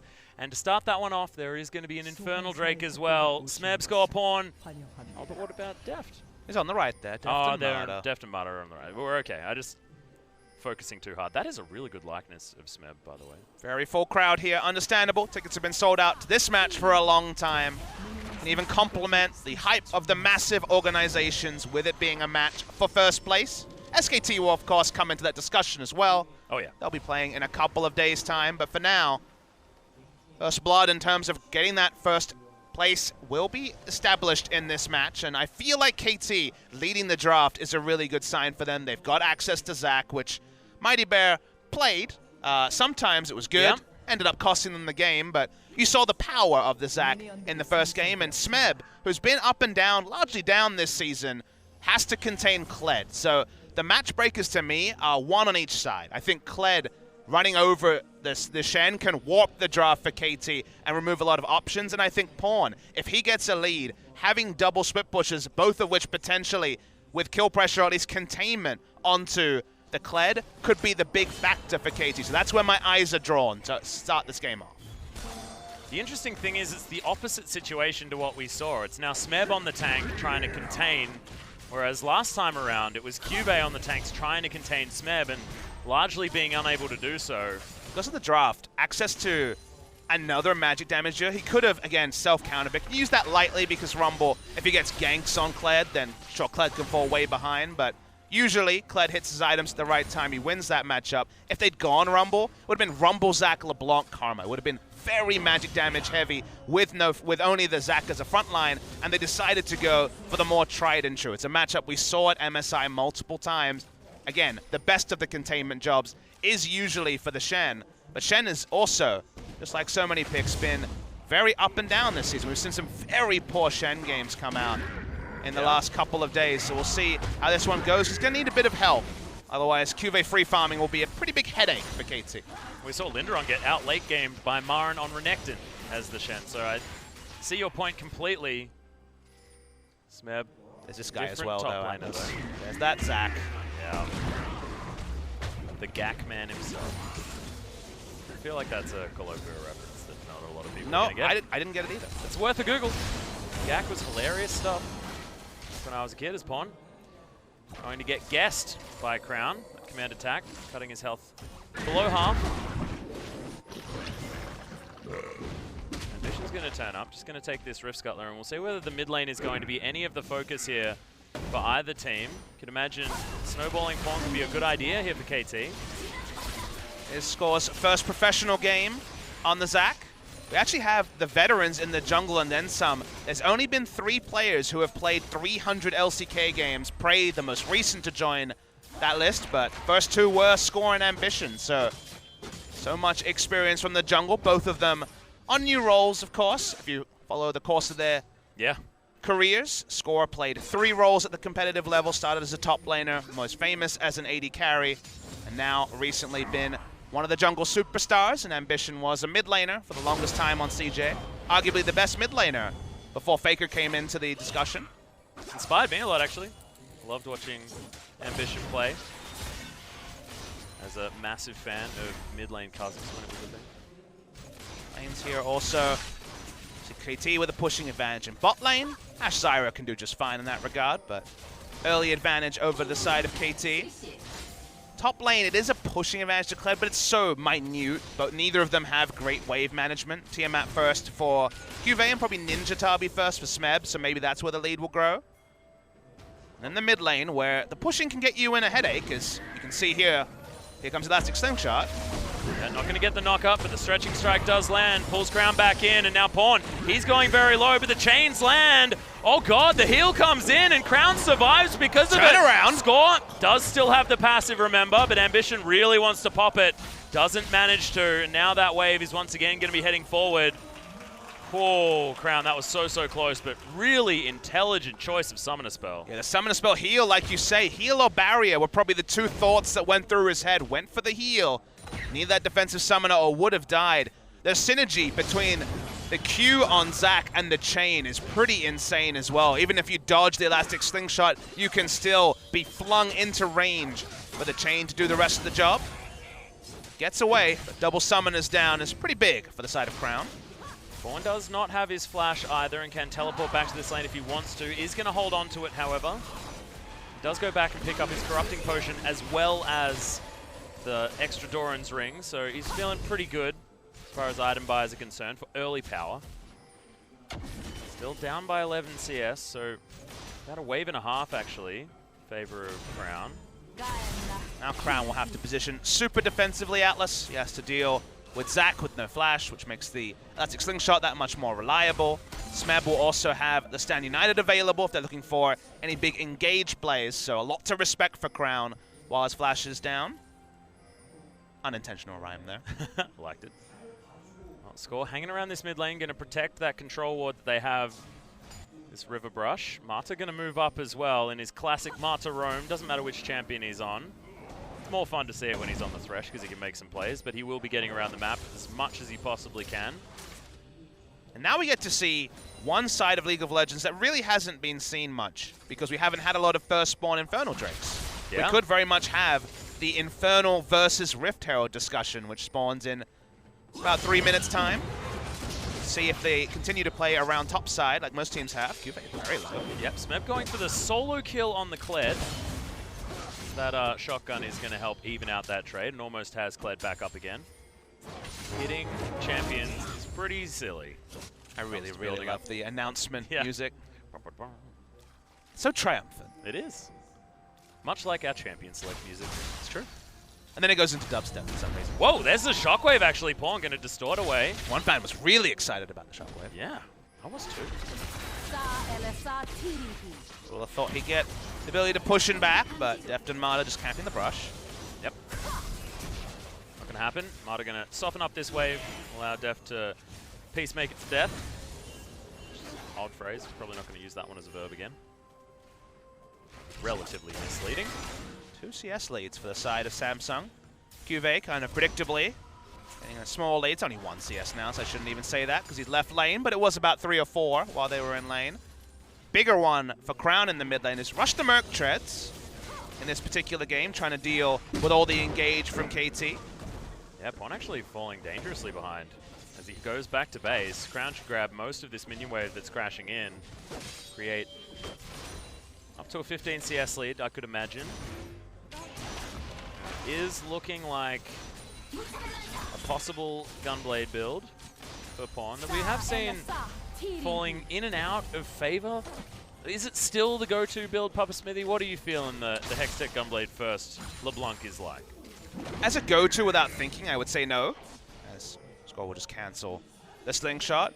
I think in games like this, where you're not against a teleport mid laner, I'm a big fan of it. It's a side lane build, and Orianna in a side lane, she's forced to be there, is pretty much job done for Katie. That's what you want to see. So when you have teleport advantage, the ability to sustain and push side lanes, have turret killing threat, I'm a fan of it in certain situations, and this game fits that quotient very well. Well, looks like it is going to be that way first. Pawn has gone with interesting decisions as far as getting something like a Sheen in amongst the build before something like the Bilgewater Cutlass, but done other things as well. Speaking of Bilgewater Cutlass, Ruler is a fan of the Blade of the Ruined King Ashe. This is definitely one of the games where even considering Infinity Edge would be a mistake against Shen Zach, so yeah. Blade getting massive value. We did have that Infinity Edge first coming through from an Ashe in an earlier game today. Okay, JJ looking for Pawn. Yeah, to throw down his little plant, but it's not going to be able to get too much. Pawn just grabs a little bit of extra money from it.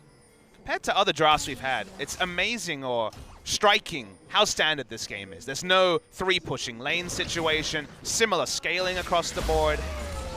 Well, this is a bit of a problem. Nice two-man shockwave, but I believe the crown is still going to fall down. Smeb helped out by using that Stand United. Crown looks quite frustrated on the player cams, as you can see. Summoners were up, but no way to turn that one around. Ambition not covering mid lane, but it's more about pushing Vision deeper to actually give coverage for his mid laner, because Crown needs deep vision to keep Zac predictable, and they have no vision forward of the river. So these kills will keep happening regardless of Summoners being up, because with so many different engage tools, getting that wrestle of vision towards the red and blue side of KT is the objective for Ambition. He's not making the plays around the map. The vision is the minimum he can do this game to provide some space for his mid lane. Now scores towards the bottom side of the map. You saw Samsung, they were pinging that one out, with Ambitions all the way back in base.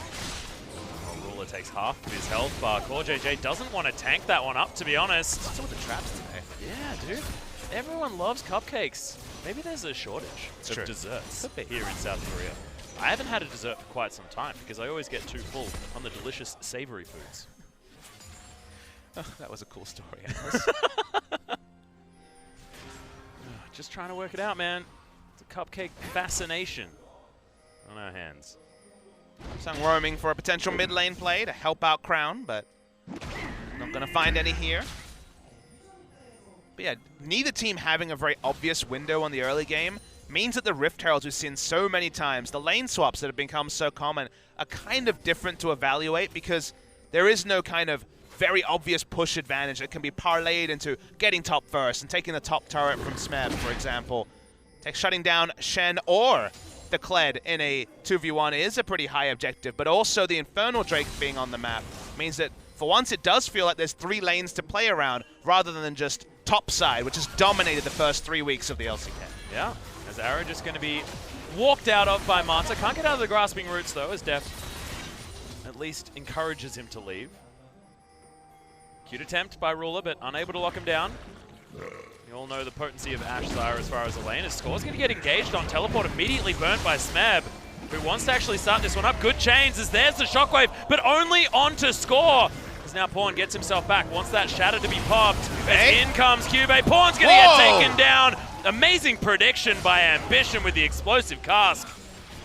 That is going to be the pick, answering the first blood from KT, and Samsung now 500 gold ahead, and they'll move towards this Infernal Drake, looking like that is going to be the priority this game. Yeah, big prize if they can pick up an Infernal. I believe the Shockwave interrupted the gap close from Score and stopped him from coming through, so even though it wasn't the big triple DPS ultimate, with flashes being up, it probably never was going to represent that this early in the game, and they get the prize. They get the first spawn Infernal. The lane swap we talked about has been enacted, but almost because they lost the trade, as KT send Caitlyn to the top side.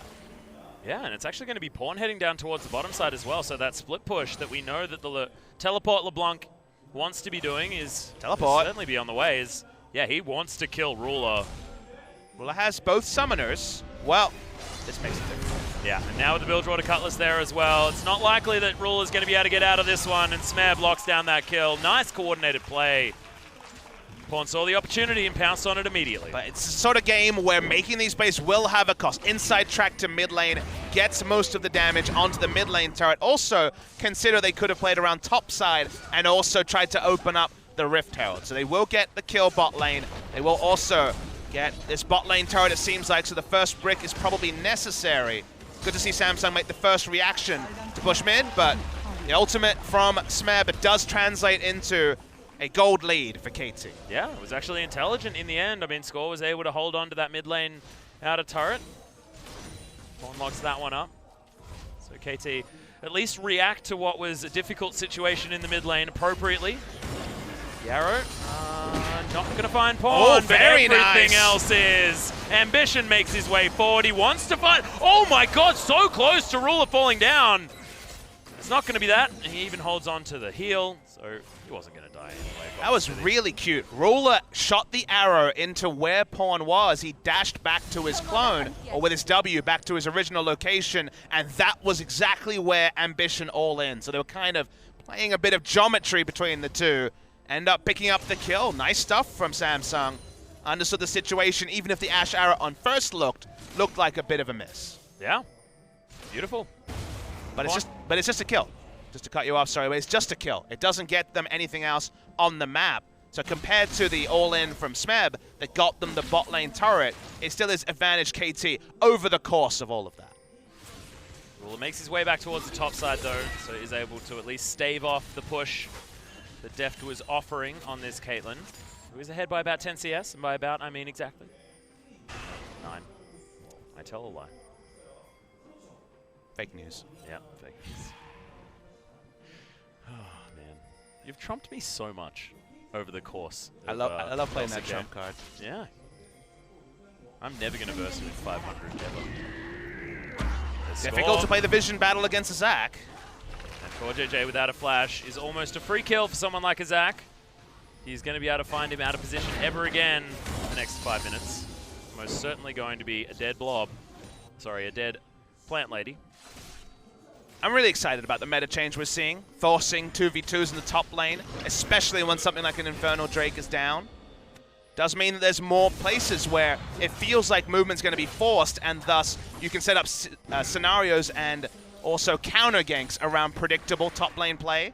Everyone is fighting the arms race for the Rift Herald, and that's why we see 3v3, 4v4 in the top lane, where it was bot lane, teleport turret dives aplenty in spring season. It looks like KT are navigating it really well as well. I mean, Deft has been able to wave clear up towards the top side. You can see Smeb's actually winning in the 1v1 a lot of the time against Cuvée as well, who did go back to base, now has a Black Cleaver, so maybe able to turn this one around. Smeb built for the split push. He went Titanic Hydra Rush, so he doesn't have necessarily the tank stats for team fights, and that's why you see they're just looking for pick plays. He's basically going for the submarine style plays over 5v5 fights because he's playing to what he's built for. He's got good damage, still able to use the Stand Unite to make proactive plays, but Teamfight Shen is still a couple of items away from coming online. Yeah, we'll see what he actually decides to go with next. So if he opts in for something like the Sunfire Cape, you know that he's probably never going to leave a side lane. Although that could be a different option. Maybe Deadman's played. Possible. But still, you can see it's paying off as Cuvée. He's in Interrupted. trouble. Yeah, Gunblade comes in, but they don't land any of the abilities. KT denied the kill onto Cuvée, but does have a flash. And again, you follow the play. Two people can go mid lane, rush down the turret. They will also kite upwards to the Rift Herald. So Samsung looking to get multiple objectives just in trade for Cuvé's flash and ult. They do have the Stand United, though. I don't think that this is going to be a free Rift Herald. They can grab it at all. Where did it go? Oh no, we got Rift Herald being crazy again. I couldn't quite spot it. It was kited upwards after that. No, it has returned to the pit. We don't have the Rift Herald chilling in the red side Raptor pit this time. Sad. That was a hidden feature. One of my faves. We get denied so many hidden features nowadays. So good that we get Walkabout Rift Herald. The most first world of problems. Riot taking away most of the memes by delivering everything everyone wanted. Yep. Then people cry about their memes. Rapid fire cannon rush here from Deft. How do you feel about that? I mean, Shiv Rush has been more common. Shiv has now turned into the better of the harass items. Don't get the same range, but the Shiv proc can crit and also does more base damage than Rapid Fire Cannon after the retune. Rapid Fire Cannon is just about turret killing, so tells us that the Siege is what KT are looking to engineer, which we didn't take a genius to work out. Even I probably could have figured that one out. There you go. Boy. I could still make an analyst out of you. Yeah. Unless. I don't know. I did start my career as one of them. Did you? Yeah, it wasn't great. You've evolved into what you are today, so I can't complain. Yep. I'm the best yelly idiot around. Also the only one today. Exactly. Well, Crown and Ruler clearing out vision for now. We do have Dragon up. It is going to be the Ocean Drake, so not as much priority on that one. Vision setting up for it, though. So it looks like that will be an opportunity here for Samsung. Smeb continues to be aggressive onto Cuvee. We'll get rid of Skull. He was able to dismount him, so now suddenly... Oh, God, there's the taunt! Unless Skull comes back, though, and Smeb denied that one. Juve missed the bear trap on a rope where he might have been able to all-in Smeb right at the last. So top lane is a bit irrelevant at this point. Well, Skull makes his way through. Remember, this is a flashless Zyra. Delivered and destroyed as Skull grabs that kill. Stranglethorn's not enough to get rid of Mata as the chains will land. Smeb comes back through. His Stand Uniteds have always netted them what they want for KT. And could we be seeing vintage Smeb? Is this the guy that's ready to carry them back forward, Papa Smithy? All I know for sure is we're seeing a very smart macro game of League of Legends. It made sense to engage because Cuvee was low. They tried to take the turret in advance here to Samsung, but the Zac engage onto the Zyra in particular, as Cuvee might just die. Well, Smeb's looking for it, but there's the charge. It's not a very long one, but it does get the teleport out of pawn. Could have actually been a little bit more aggressive as you see that ward sitting in the tri-brush. They still do come out ahead in this particular trade. Last one went to Samsung with it, the mid lane turret, this one to KT. And why this works is they know that Core JJ doesn't have flash. Free kill, ultimate, kidnaps him into the team, always going to be a kill. And then, of the two top laners in this scenario on low health, Shen is way better because Pawn can all in. He will have the Stand United shield. Smeb at half health isn't going to have a problem with Crown. And if there was a counter teleport from Cuvee, it would just be a 30% HP Cuvee on the Kled, who doesn't have the same teamfight instant impact. So KT thought further steps ahead. This is the KT that has played the last couple of series. Once again, it's been take the right steps and make a logical move in the mid game, which honestly, after the telecom wars in spring season, we didn't see a lot of that KT Rolster this year. No. We know that they're all capable of it, though. Some of the greatest minds are on the Rift right now, and we're looking at Mata for that one. Even managed to bait the Afreeca Freecs into not banning Zac and giving us what was a beautiful series last time around. There's nothing more that I'd want than KT rewriting the old adage, because by the end of spring season, you know, how many cooks do you need to spoil the broth? You know, it seemed like the answer was 5. The 5 cooks just couldn't come together to be a team, even if individually they all had outstanding games over the course of spring. And everyone was hoping and praying that by the time we got to mid of summer season, certainly when we get to the business end, they would play as a team. Moments like that show that they can, but keeping that level up is what we're looking for.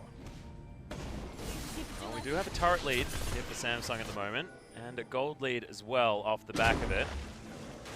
Samsung actually looking to take control here, stealing a blue buff. It is an answering steal. Spawn was able to grab the blue on the other side of the map, so not too worried about it. Pretty happy to play the side lanes with Cuvee being able to, at minimum, push in Smeb. Still has teleport, and to the Stand United that's available again from Smeb. This is the side lane battle. LeBlanc in a really good spot to play top side. Orianna will probably have to deal with her, but would much rather be in the short lane of mid. Unless Kled can get the job done, feels like more farm will be available to KT than Samsung, who don't have double teleport to play all 3 lanes as well as KT. At the moment, Samsung have certainly farmed themselves up to a good position as Score elastically attempting something, but doesn't find anyone. His vision will go down. Okay. Where are KT going to go next? Parking the Caitlyn in the mid lane does make some sense.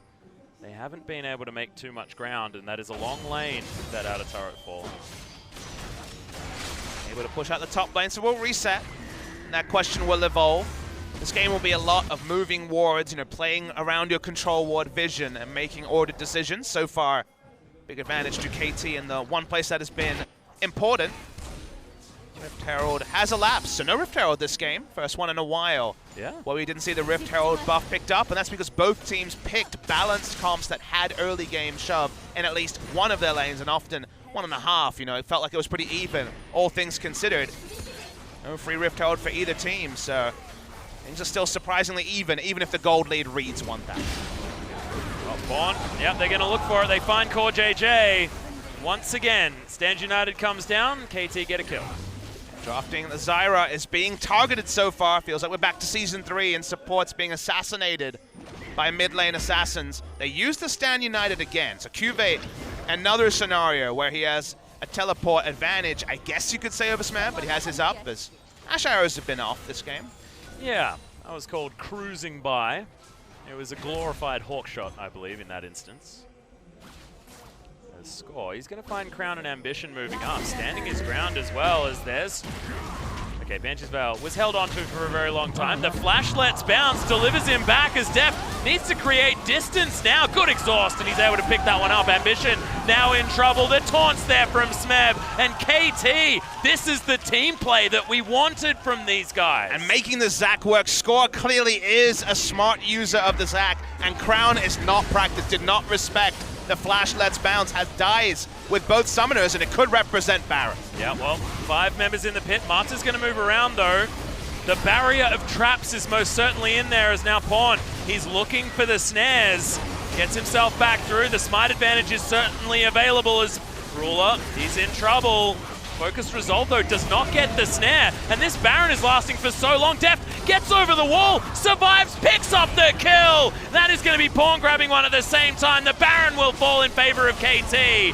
And that looked so incredibly close, but navigated so well. Yeah, playing on that knife's edge, Atlas just about pulled off. We see the replay. As you say, the Banshee Veil keeps Crown safe for a long time, but the flash lets bounce. Both summoners available. Not even the heal for movement speed is used. Once you're in melee range of a Caitlyn, you will die. So question marks on Crown. Doesn't know how to play around the Zac all in that scenario. And they go 5 men onto Baron. We've seen these Barons before, and you start to criticize teams, but they kept playing around the antagonist. First, the AoE shield to keep them alive. Not going to be a smite contest. Ambition was one of the few to go down. Cuvee gets so little value. His ult actually goes onto Smeb, then he hits the trap because he was no longer going to be immune to CC, so the rolling stops very early. Twitch chat knows what I'm talking about. The fight continues to go on. They never focus down the Baron. They always focus down the champions with shields, with smart play. Def playing around the backside of the pit. A pleasure to watch as well, and KT problem solve their way into an early Baron. And that was a play that could not be done without incredible communication as well. So that was something that we looked at KT as possibly being a weakness. It's been something we've spoken about with this team for quite some time, as Ambition was looking for a steal and is now most likely just gonna die. Why was the fat man on walkabout? Like, what? It's the Ambition solo mission that we see sometimes, especially when the team is starting to fall behind, and KT playing the map well, understanding their macro and their positions where they're strong. All the while we were watching that kill, Pawn pushes down, and in a turret, the gold leads at 5,000, and KT are looking imperious. Yeah, it's continuing to grow as well as they push towards this inhibitor turret. With Ambition still down, Ruler taking... Oh, good God. Okay, Pawn, you gotta calm down. There's something weird about a Gunblade Banshee Veil mid laner doing 80% of the health. Getting shot by a wizard. Getting shot by a wizard just feels really bad, Papa Smithy, because you're like, why aren't you throwing spells at me? It's like the Indiana Jones thing where the guy pulls out his swords, he's like, let's do battle, and then he just gets shot. Shot by a guy who's playing himself into form. Pawn has been getting better and better. He moves away from the Assassins. He started the season with champions such as the Fizz, not working for Pawn. You'd have to say the Corki didn't work, Ari and Talia. He's moved back onto first the Victor to play himself into form. Galio and Orianna have been his big picks recently, and now jumping onto the LeBlanc and doing a great job himself. So Pawn outperforming his opposite number Crown was not something I really factored in, as Well, Core JJ has felt this feel a few times now. Yep, that's called Super Dead. Then we tracked the engage from there. Just came in once again. Smeb on the front foot in a way that we haven't seen all season. He's been so good on the Shen that we watched multiple Shens do nothing, not even use their ultimate for the first 20 minutes of the game. Here, they've all been used for initiation, and they've all been clean. Yeah. From the very first one that he threw down as well. The arrow is going to find Mata very, very close as there's the charge. Cube does get exhausted, and that's going to be the one-man shockwave locking down the first pick, but Score is going to be able to provide this CC. They get the double as Deft almost actually falls. The Kled did so much work, but Pawn just gets rid of Crown. He's not doing nothing, and KT just feel too far ahead. 15-3, 5 times the kills as we move towards 30 minutes in. It's even bigger than that, Atlas. There wasn't even Smeb really involved in that fight. Did very, very little apart from ultimating. Able to push through the mid lane turret. 29 minutes only on the clock. All the wave clear dead for Samsung, and they will get the first inhibitor of the game. Yeah, we'll be in the mid lane there as well as Pawn's pushing up towards the bottom side. Smeb on the top. Everyone just getting the work done that they need to. There's a minion wave that they prepared earlier. This could be multiple structures, and honestly, Samsung with not a lot left to hold on to within their own base.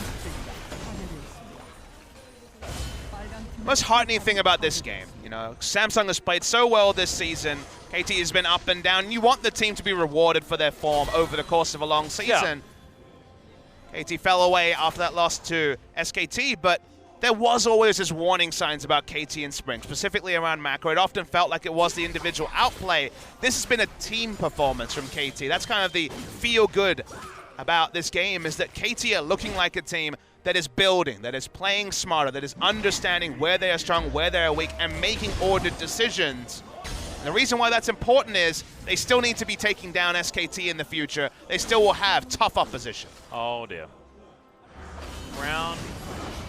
Oh, he's going to avoid the taunt at least. Ambition is here, but Smeb just says, I can kill you on my own. And Ambition, he's going to get snared up. Even the cask isn't enough, and Smeb looks like he's impossible to kill. Gets the solo with the help of Deft somewhere. I believe it may have been an ultimate, as there's the charge used defensively, but that was the pick that KT were looking for.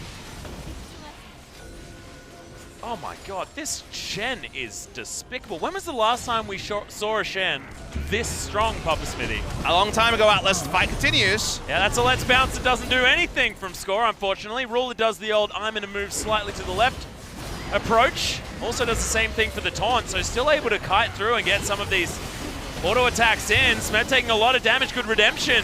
Keeps him alive for now, but Ambition, he's falling low. As soon as this Caitlyn gets in range for the autos, when the backaway has to come in for Samsung. KT were looking for picks while the minions were pushing up slowly. Super minions in both mid and bot. Because they got chunked out, the game will extend. So we back away. Another Baron, the opportunity here in 40 seconds. To answer your question, back there as well. When it comes to Shen's chasing down Oriana's, I really don't find too many examples of that, Atlas. This has been really good from Smeb, who has been the poorest performer on KT, even including Pawn, who has been so much better recently that you cannot level criticism at him over his last 2 to 3 series. Smeb, on the other hand, has been decent at best until this game, where once again, he is the player who we rated #1 of any player at Worlds in 2016. Yeah, especially heading in towards that tournament, he was in complete control that final season of LCK. Spring and Summer MVP. Yeah. It's hard to argue about that one. Damn right. Does KT look pretty unopposed when it comes to this Baron? Hawkshot does at least spot it out. Is Deft going for assassination mode? Yep. Yeah, and that's going to do it. Oh! Flashes the arrow! Gives it to Mata there as well. That was stunning. The chains are going to land onto Cube, who has to flash. Another charge is used defensively as he gets the hell out of there, but that was beautiful from Deft. And we've been seeing the forward flashes all day today, and it's a joy. And the tails are up. First from Smeb's solo kill, basically onto Crown, then Deft. Confidence move. First auto attack into flashing over an almost instant arrow. They're doing everything. Every member is having a day out, and the end result is Samsung don't look like a top-tier team. Yep, it's 3 inhibitors down now, only the Nexus turrets to fall, and KT are taking control. They just skipped the Baron part. They're like, we got super creeps. We don't even really mind as Pawn's playing the mind games that we know he is fantastic at.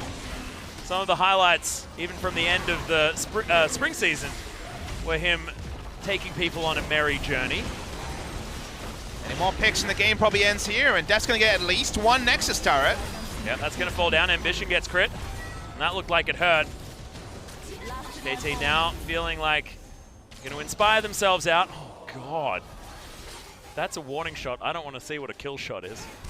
3 items super early. Here's Pawn. All right, this is a kill shot. There we are. And then he pops his way out. Well, I mean, that's the 4th time this game that Pawn has killed the enemy Zyra. I remember more than 3, so 4 will take it. He's only died 4 times. They turn onto the Baron super easily done. Razor focus from KT Rolster this game. I think you can say well and truly they're out of 2nd gear, Atlas. We're seeing 1st gear KT, and they look first rate doing it. Yeah, and they've only been improving as this season goes on. It was a 0-2 to Longzhu, then a 2-1 over Afreeca, 2-1 over ROX, 2-0 MVP, and then 2-0 Jin.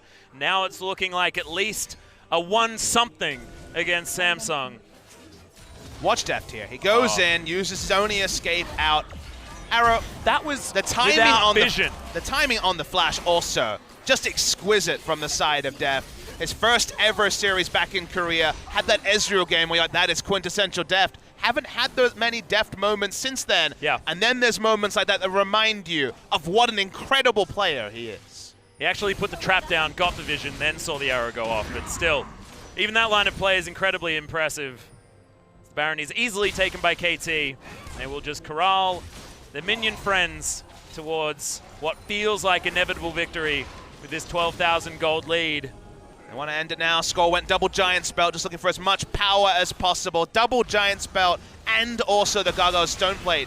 He is a monster. Look at how big the Zac is. Yeah. Scaling with health is a hilarious thing, especially when you're this far ahead. As in he goes, he's looking for the Let's Bounce as well. That is such an easy pickup onto the Ashe, and then delivers Cube into the backline, because honestly, it doesn't matter which team member they get. They just want to get kills. Pawn's being frustrating. That's another taunt.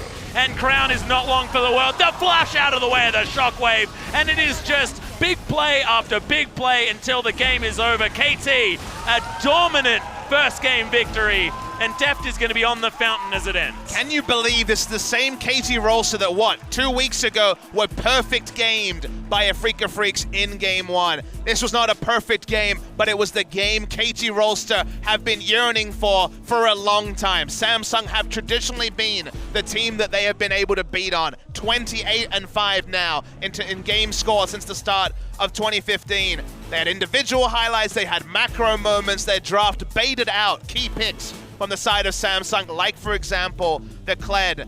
In general, they also got the Zac first pick because of understanding how strong Pawn is on Galio. Samsung were read like a book. Read there some corralled into a bad spot.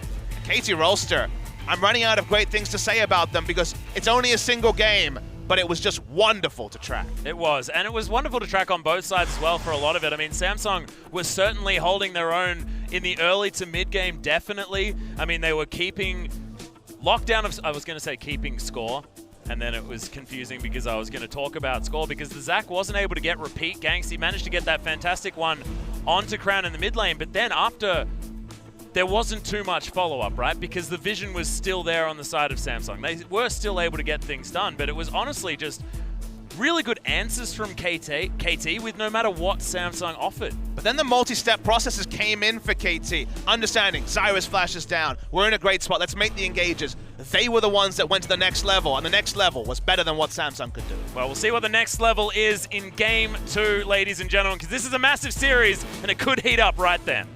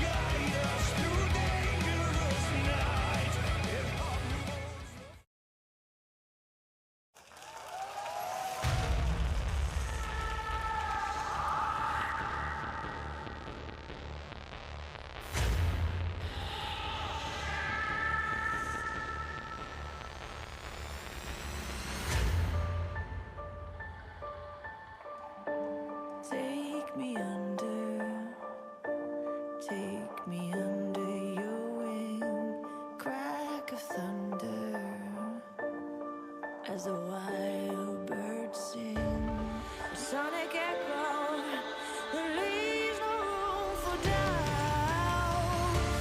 All the shots bring it back to what it's now. As the world comes tears in our hands, are we all part of a bigger plan?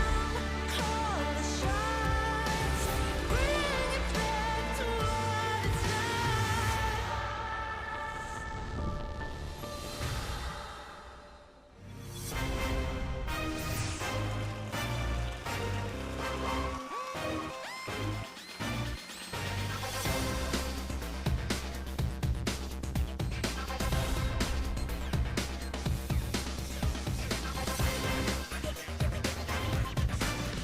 Welcome back, OGN Legion, to LCK Summer, and that was a very different series, well, different game to what we experienced in our previous series. Some high-level League of Legends, and Pawn somehow doing just a little bit more damage than death.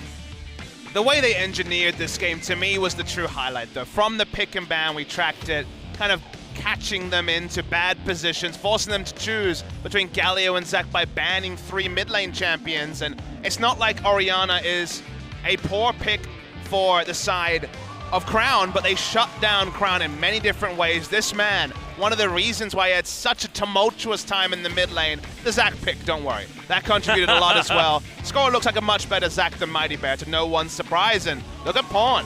He's against the man who, at the previous to this game, topped the charts, and Pawn and Crown lead the way after Pawn's uptick in performance in the last few best of threes.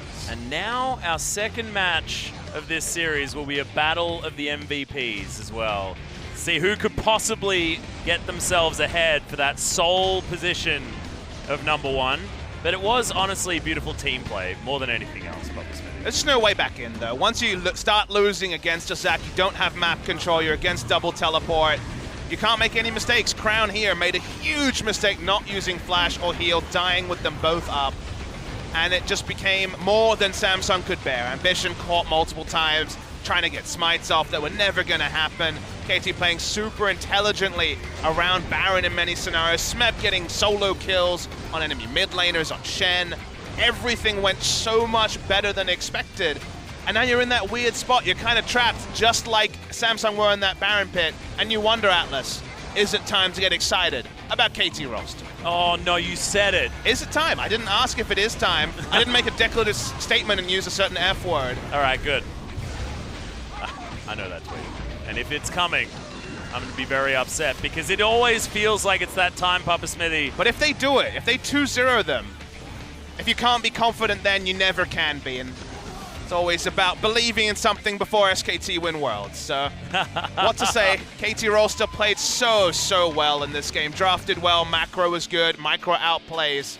Samsung, we know that they can come back, that we have high expectations about them, but shaking off that loss with no roster changes, it's going to be an examination into Samsung Galaxy. We were actually talking about this off-air during the break. Will Haru be coming in? But it hasn't looked like he's been a resident of this team for at least the beginning of the summer split. Had a dominant performance towards the end of spring, but has been absent. The Galio is going to be banned away here first up from Samsung, though, as we switch sides. Blue side advantage now to go over to Samsung instead. And they ban it first. They don't want to deal with having to trade it for something later. Now, they're on blue side, so it's different, but I do like, okay, Galio was the headache that opened up the new headache of Zac in game 1, so ban it early. And now KT have to engineer the pick ban from the red side. And red side has been much lower win rate so far in summer season, as another game where, Atlas, I told you that certain picks would get through, and right now, it's almost all of them. And yeah, Core JJ is the one being completely targeted. Remember, in game #1, it was Talia, Syndra, and Victor, so all mid lane bans from KT. Now they're thinking about completely obliterating the support pool, and Samsung say, bring it on! We can ban our own. So Core JJ has shown us some new stuff. He's played Bard this season, can play the Karma as well. Well, they banned Karma last. It leaves so much open, but Zac, you would imagine, needs to be respected. Sounds like a champion Ambition could play. Or is it just opposite day and everyone gets to play Zac? It is. Yep, so Syndra is going to be the final ban here. Samsung not going to have an opportunity to put Crown on ultimate comfort. And the Zac is the option. That means Scores Elise is on the board, and the Thresh is banned this time around. So Papa Smithy, is the Thresh is the counter going to be enough for Samsung to make this Zac work regardless, as Braum is considered an option here as well, and Score understandably just takes away the Elise. You can decide the game before Zac comes online by Elise. Elise can have days out. Elise spins super high priority next to the Zac. You're right in that the most tried and true way to repel the engage is gone. Flay is one of the best abilities at thwarting a Zac next to someone like Janna. Won't be Janna from Mata this time. Maybe in the future to deal with that Zac. He always was an absolutely incredible Janna player, but that's thinking back many, many years. I like the fact that Karma is taken here by Samsung. It is a flex pick. Crown has played it this season. Yeah, and to great effect as well. His, what, nuke Karma? I like to feel like CoreJJ was high-fiving someone for getting them Karma in the draft, because he was just actually like giving one of his coaches the high five. Like it. So normalcy here could just be a pushing lane. The bot lane, we may have the mid lane selected for Samsung. Ambiguity in the draft. No ambiguity about KT so far. Where do they want to go? They don't have a lot of information to work with when it comes to the picks so far from Samsung. Talia is certainly available. Victor as well. We're looking at the bans from the last game, things that were open, as Deft is thinking about the Kalista, and they know what at least the AD carry is going to be. So, just the standard bot lane plus jungle for both teams, theoretically, if Samsung are going to be giving CoreJJ the Karma, with the fact that the support pool is already pretty destroyed. In case you wanted more information, they can also start sending up a first pick in the second round with the 4 bans coming through in this next round. Varus was looked over, even though both Deft and Ruler have played a lot of Varus, because Varus into Zac is asking to be kidnapped or squished, depending on how the game is going. So I was actually banned in game number 1. But looked past in this game because of the Zac being so strong against it. So far it's going to be top lane bans. Kennen ban against QV. It's been the on-hit Kennen from him. No top lane is selected just yet. Interesting spot. Rumble still available. Went through picks and bans in a game with Smeb in it in game 1. And is the Rumble going to be an option here for KT to first pick away? Especially now with the Kled ban. They're basically daring Samsung to leave open Rumble. Does give Pawn an opportunity to play something like the Zed in the mid lane, with the fact that Rumble and Elise will both be on the field for KT. A lot of magic damage already answered. That is assuming they pick that one up. And now LeBlanc actually banned away, so Pawn, a lot of respect given to him. Rise? Okay, probably not. Rise and Rumble, pretty close. Could go somewhere different in the top lane as well. The blind Fiora. Is she strong enough for the blind pick, Papa Smith? With Doran's Shield at full power on patch 7.11, the answer is yes, and Smeb is a great legacy Fiora player. Played it in and out of meta. Even played it at Worlds, lost that game. Got a bit too overconfident for the ROX Tigers. But Doran's Shield opens up blind pick Fiora. And now it's saying, QV, what you've got. This feels eerily like that spring season semifinal where he opted into carries and said, okay, either take a carry into me or get slaughtered. They'll take the Jarvan, which certainly can go Fiora's way after a couple of items. Oh, and here we are. So Crown going to be taking most likely the Karma into the mid lane as CoreJJ takes down the Lulu. One of the last remaining supports available for him after everything else was largely banned away as far as that upper tier. Thresh and Tahm Kench most certainly a cut above the rest at the moment. Come so far established. Wave clear, very important for KT to make this Fiora draft work. So Victor or the Orianna are the picks. Victor is going to be the confidence pick from the side of Pawn. Both of them have worked for him this season. But when you have Kalista, Elise, Braum already drafted and a Fiora to split push, wave clear was only what Pawn really needed to contribute from the mid lane. So he'll go the Victor in this scenario. Didn't really have much of a ball carrier. Elise is probably going to go pretty heavy on the AP. The 4-man unit needs to stand strong, and Smeb needs to get his split push going. So expect a lot of top lane focus to try and keep the Fiora down. Yeah, and we'll see whether the Zac is once again going to be what these teams need to achieve victory. We've been seeing so much of the dang champion so far today. 4 out of our 5 games. Madness. Just complete madness. After 97% ban rate up until this point, But everyone's throwing the gauntlet. Everyone was listening to Mata with the crazy words that he says, no matter what, is going to be the answer. So more Zacks to be observed. But now, with the Elise available to counter him, I believe Zac is actually 0% against Elise. Sample size of 1, I believe. 3. I believe. Interesting. Yeah. There was the game against MVP, I believe Zac was the answer. We can continue about that, the thoughts about that though, but Atlas, this could be a shorter series than expected. Yeah. KT exploded onto the Rift in game 1, and they're looking to back it up in game 2. Well, we'll see whether they can do it as we hop onto Summoner's Rift. Still so many question marks, now time to have them answered. Sonic echo, there leaves no room for doubt. All the shots, bring it back to what it's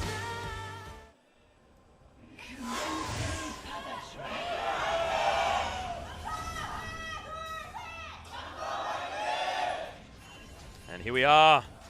All of the fans very excited to see game number 3. I'd like to think, Papa Smithy. But did you get to the bottom of it? Was I... Oh, wow. What just happened? Bit of violence from the female fan there. Knocked the glasses off. Ostensibly. Maybe they were her glasses and she just wanted them back, but she couldn't see very well, so hit him in the face. I've never seen that much violence by a Korean fan. Great stuff. Great. Are you... So the see, this is why we have Joel piped in the into booth. Oh, our yeah. headsets, telling us that if that particular poster was going to be shown, she would do exactly what she did. So there you go, a prediction. Love it. Okay. So it is 2-0 so far for Elise versus Zac. Once before 2-0. today, and then the earlier victory. So it could be 3-0 by the end of this game. Score again can profit off some very early pathing decisions. Sending Smeb into an advantage would be very big for the side of KT in the top lane. Pawn just kind of wants to be left alone to get 1250 gold and wave clear with his Hex Core upgrade. But Deft and Mata on the super level 1 lane. They're not camping the brush. If you can camp the brush, someone face checks you.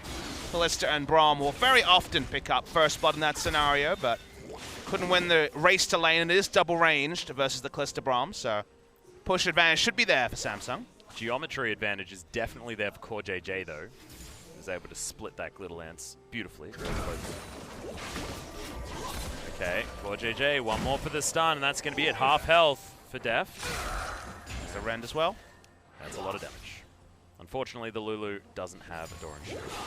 But fortunately, she's the support, so she brings 3 biscuits. So can shrug off a lot of that and still ensure that the push advantage is there for the side of Samsung.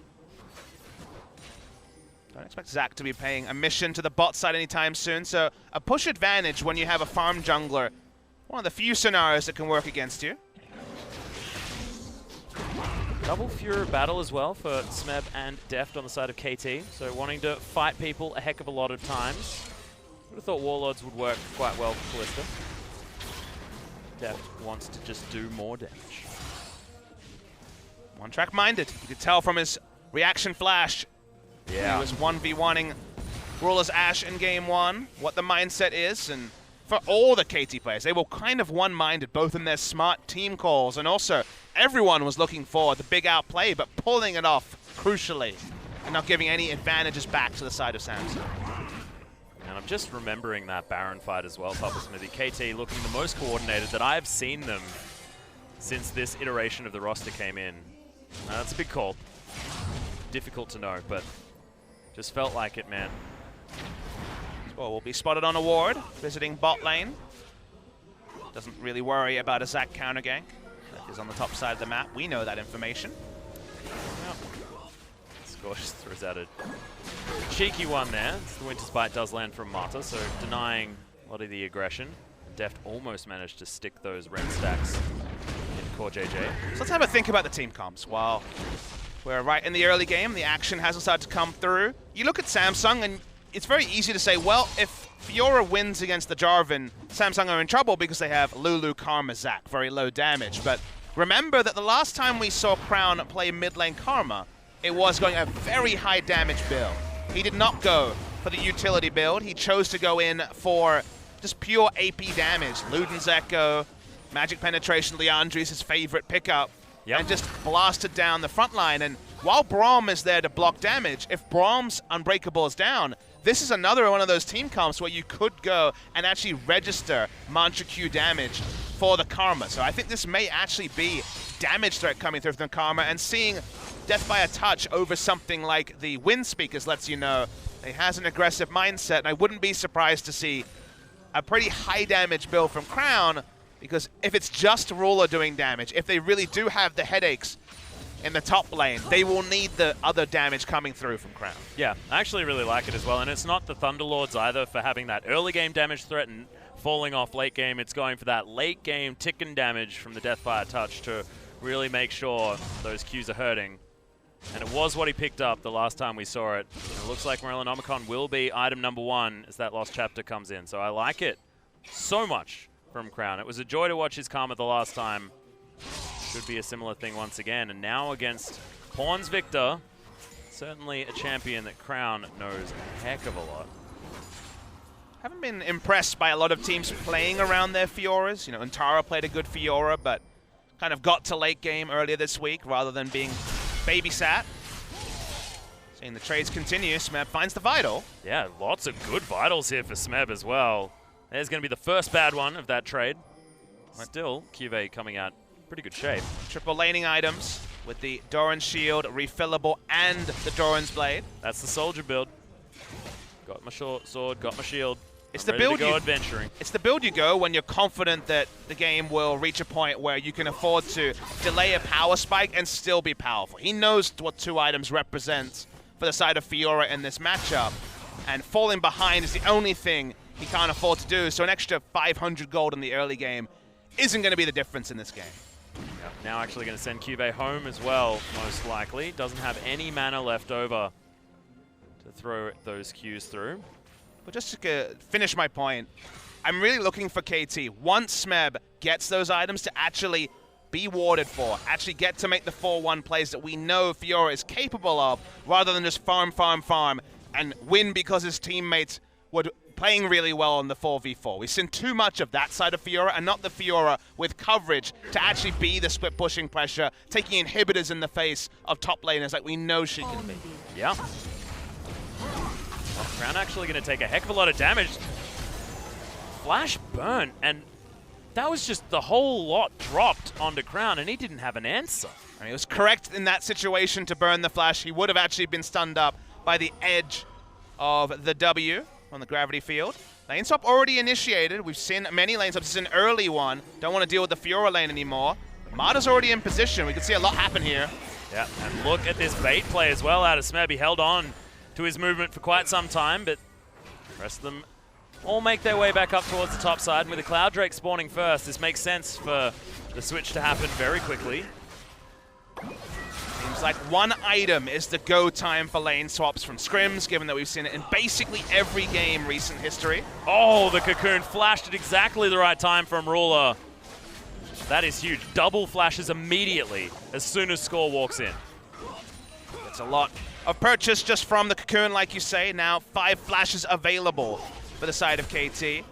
1,400 gold, Bilge Waters on both AD carries, a Cloud Drake, which doesn't need to be contested. And that's why, with the preference on the Rift Herald, especially for KT, who have the Rend potentially to be combined with the Smite, and all of Elisa's missing HP damage, everyone topside, and we got the Australian meta in full display. Yeah, it's all switched up.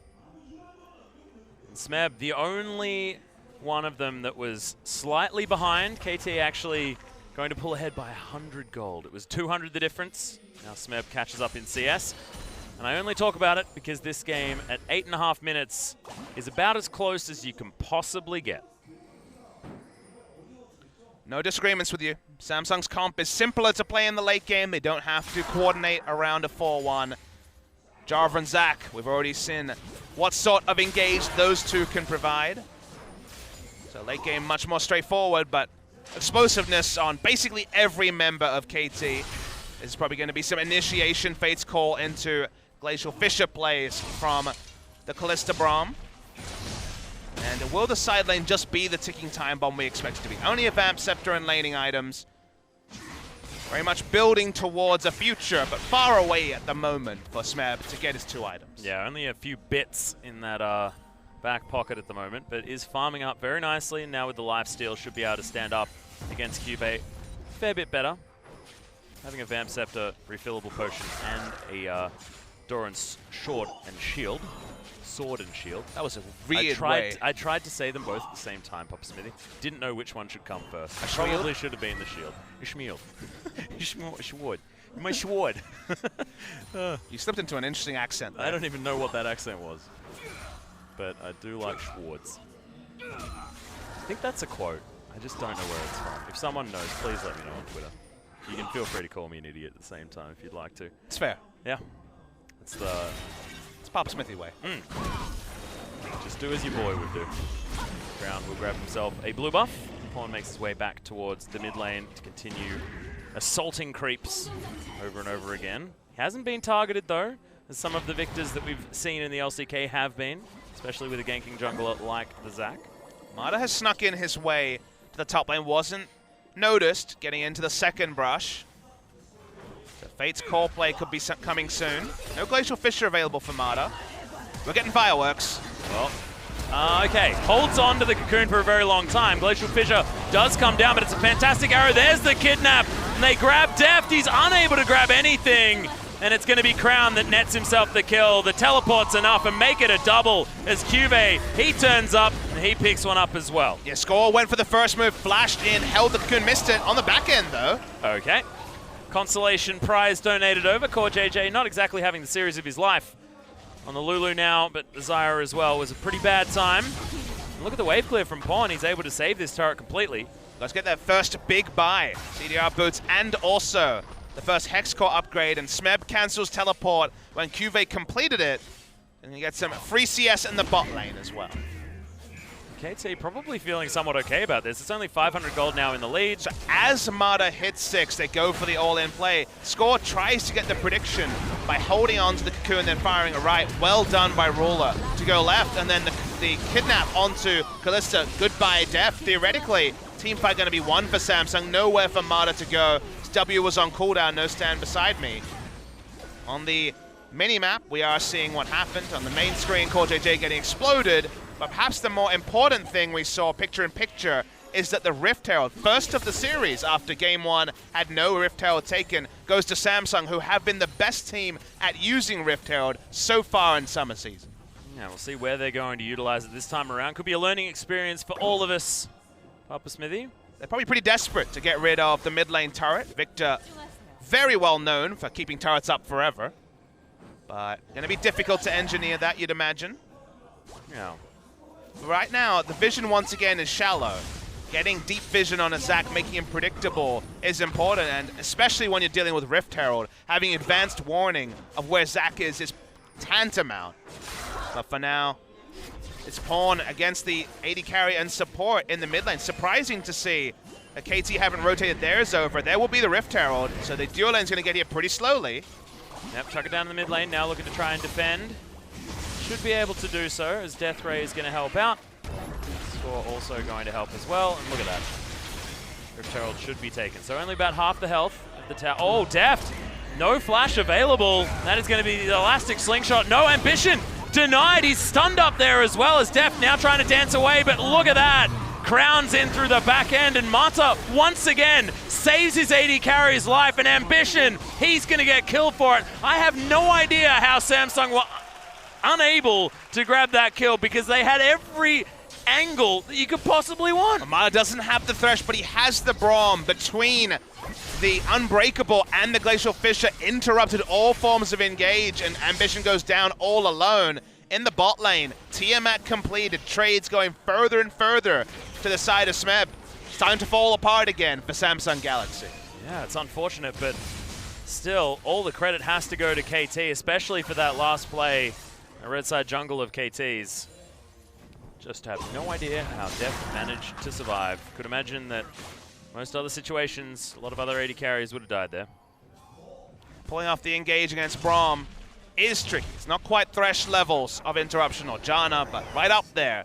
Glacial Fissure has to be invested, but it's so much value on it, and no one was diving in with Ambition because from those angles, only Zac can make it so far and so deep into the enemy jungle. It takes a lot longer for people who have to walk back to get that sort of impact, and Ambition goes down, and will KT be the first team to take down Zac twice, even at his current power level? Just insane. Smeb, he's going to be at least flanked by Core JJ. Turn him into a little beastie. Not going to, just yet. A lot of mind games about when the riposte is used. They spot Clister and Braum. That weak point comes in, Unbreakable. Good to go up. Smeb was taking a fair bit of damage, but Score is here. Pawn shows in the mid lane, so they know that at least it isn't a 5-man party. Now the bot lane returns bot, because the only neutral objective to fight over in the near future is going to be the Drake. Doesn't matter that it's Cloud. You want your duo lane where the highest priority neutral objective is. For how many seasons? 3, 4, 5, 6, probably in recent memory, it has always been the bot side of the map. But with so much power loaded into the Rift Herald, even if the one this game wasn't a game-breaking use of the Rift Herald, we're going to continue to see early swaps bot lane to top. But now returning to bot lane with the Drake stacking, the only thing left to look at. Yep, Arrow we witnessed just lazily list towards the bottom side of Deft. You wanted to say lazily and listlessly, didn't you? Listed lazily is what I was going for. Fair enough. Yeah. Maybe wave clear wall. It's not a lot of action between the Victor and Karma. We're spoiled by that attempted all-in that Crown had to flash out of earlier. Yeah. He is going for this offensive build, Merlinomicon Rush. He has been the only mid lane Karma going damage in recent memory. You know, since Karma mid lane became a thing about a year ago after Lulu mid was taken out. Cocoon almost finding Ambition. Clear out the vision though, KT still skulking around this Cloud Drake. Score probably wants to go and actually farm some of his jungle though, eventually. Be behind Ambition as far as gold is concerned. Gold is almost even. 300 gold lead for Samsung, so nothing to write home about. Increasingly, it seems like building around the Fiora, who's inching towards those power items, will be the big story of the mid-game. And I love it when it's a scenario like this, where either Cuvée teleports out of lane, makes big engages, does the team thing, or the split pusher overtakes the top lane. Clear win conditions for both of the top lane champions can really warp how the game goes. Cuvée, he's in trouble. The Grand Challenge does come in. Those weak points are looking to be defended, but they're not going to be. He is forced to use that flash. Teleport going to be cancelled by Crown, so definite advantages now gained by KT and Ambition. He cannot go in. The Karma nowhere near. His pawn's going to turn up as well. They're looking for first brick on the side of KT. Perfect hex core done. His pawn sucks Ambition back into the middle of that one, but Smeb just destroys so much damage, but he flashes. Mata goes in with the Fate's Call. So much damage after the double knockup and the Chaos Storm, and Deft flashes once again. An arrow hits Mata in response. His Elastic Slingshot put him in range of Deft, who just dances away. These engages Papa Smithy right on the edge, but not quite tipping over. Yeah, the turnaround damage from Crown actually rushing AP on the Karma. Needs a large rod on top of a Merlinomicon. Frightened KT. They tried to make the immediate runaway, as Score wasn't spotted in that scenario, but will back away. Yep, still needs to get his eye in these cocoons. Seems like Ruler has his fancy feet in the right directions this game. Can't quite find the arrows, although Deft did have to flash out of the last one. Can certainly know what Score is doing. Sometimes it is a big deal. Sometimes you can just get into the head of some of these players. As Mata just going to stand behind a minion, gets out of the way of that one, but it's a good stretching strike, and the Let's Bounce is there as well. Deft trying to dance out of the way. It's just not going to be enough. The double kill for Ambition. Rachel Fisher down in that scenario, Atlas. No way to deal with the Zac this time around. Ult still available bot lane. Yep, Smeb going to get another flash. I believe it was actually the Flag and Dragon that got Cuvée to safety. Wouldn't have been able to flash in that scenario had he not used it, so I misspoke earlier on. That is going to be the reason why. But it begins. Smeb winning all-ins against the Jarvan, going to be soloing down the outer bot lane turret. Doesn't get better for the Jarvan in the lane, but we know the counterplay. We've already seen what can happen with just Ambition. You add the Cataclysm in, while Deft, Mata's flashes are both down. The game is not over, even if for now, Fiora will be an unattainable matchup for Cuvée to remain in parity. Just need KT to stay safe against what are pretty impossible ganks to detect from Ambition. Samsung, you mentioned a bit of an easier task as far as straight-up engagements are concerned. Jarvan always wants to be going in. Ambition can create a party for him, have fun in as well, especially with the AoE damage of that Cataclysm doing a heck of a lot of work. But Deft can at least jump out of it with his passive. And if it was any other jungler than Zac, even a jungler with a similar power level to where Zac is, you'd be okay if you were KT. But the problem they have is that Fiora is top, either going to be split pushing with vision or without vision.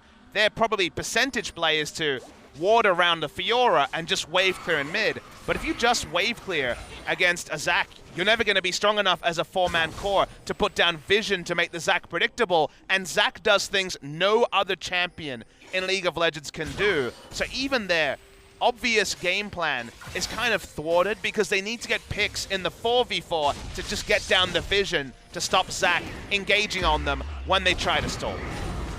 The stall here seems impossible because the biggest stall breaker in League of Legends is Zac. Yeah. Right now he's just going to take down a Cloud Drake. He's going to be first dragon of the game. Not exactly all that imperative, but movement speed, always a good idea. Is Score going to get arrowed? He's going to try and wander his way out. Glacial Fissure punishes the wall mostly. Score at least survives. Guessing Unbreakable was on cooldown. It's kind of strange to use Glacial Fissure in that scenario. The tool that's been used doesn't mean that Zac is going to have a freer time if there's ever to be a team fight while the ultimate is down, and KT know that. They back away. They give up the bot lane turret, and so far Samsung are playing really well around the Zac. Ambition struck me. If you can play Gragas, feels like you can play Zac, and so far that has been true. Utility junglers are most certainly his wheelhouse. And if this was a gambit that KT were throwing because they didn't expect Ambition to play Zac, I think that would be largely ridiculous. He makes his way back top. He was on a 5-0 Gragas, for him this season, and then really let his team down in multiple ways. Couldn't get vision for Crown in the early game, then Crown started to fall behind. Started walking up to contest objectives alone, the Ambition solo missions that we've chided him for in the past. It's kind of the greatest hits of Ambition when he's struggled on the Rift, but it's good to see that given a bit of power, he was the one given the first pick, the prized jungler, and he can shake off what was an awkward first game performance and return to the class that has been Ambition in 2016 and what we've seen from him so far this season. Now I think a lot of it has to come down to the side of KT, this stage of this game. Now 2.4k down, Deft sitting on 0-2-1. Kalista, a champion that took him a while to get the hang of. He was back on EDG. Once he did, terrifying. Control ward line, pretty advanced for the side of Samsung. They know they win 4v4s and have so many engagement options.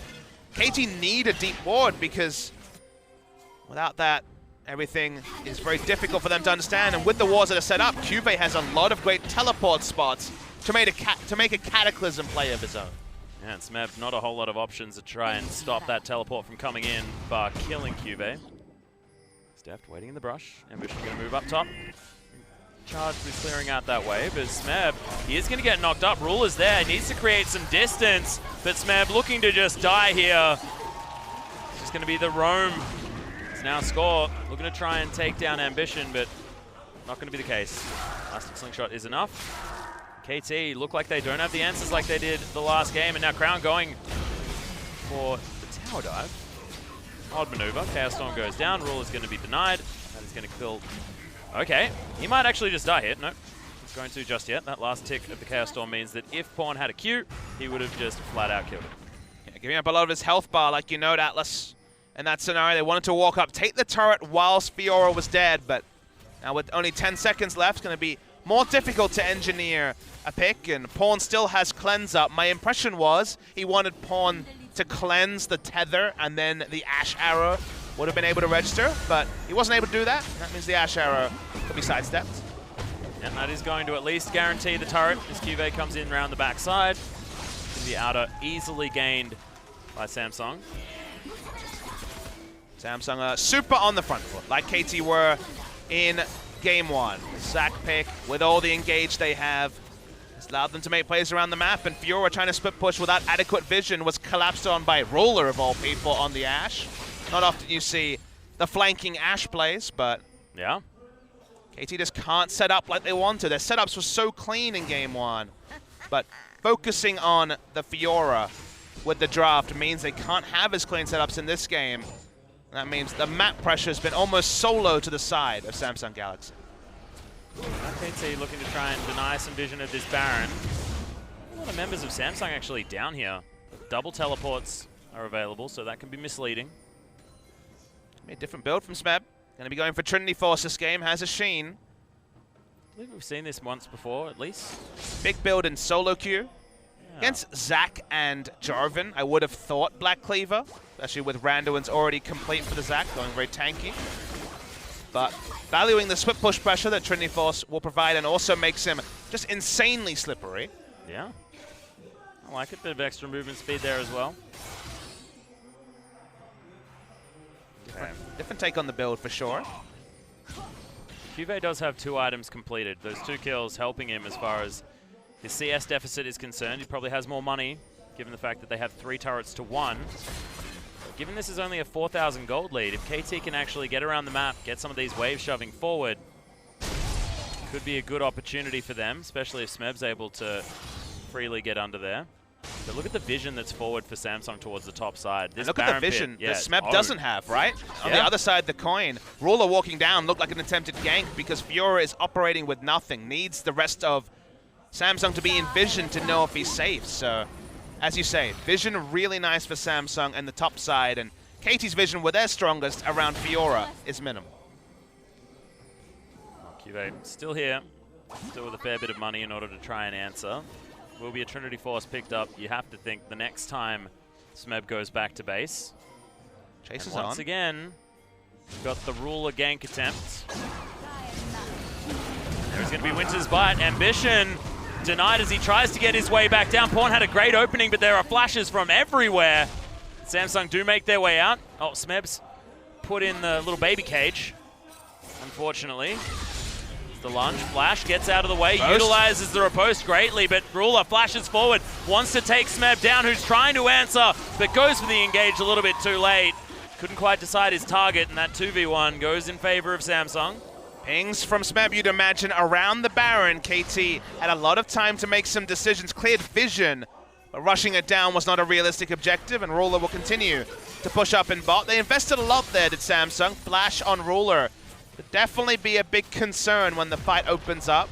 Kind of like the Fate's Call may be enough to close the distance on the Ashe, but for now, only just a single kill to KT, but the second time that Smeb has been thwarted, trying to apply split push pressure. Yep, 4 flashes actually invested from Samsung, but not being QVs. This Ruler's going to steal away blue buff. This Mountain Drake should go in favor of Samsung as well.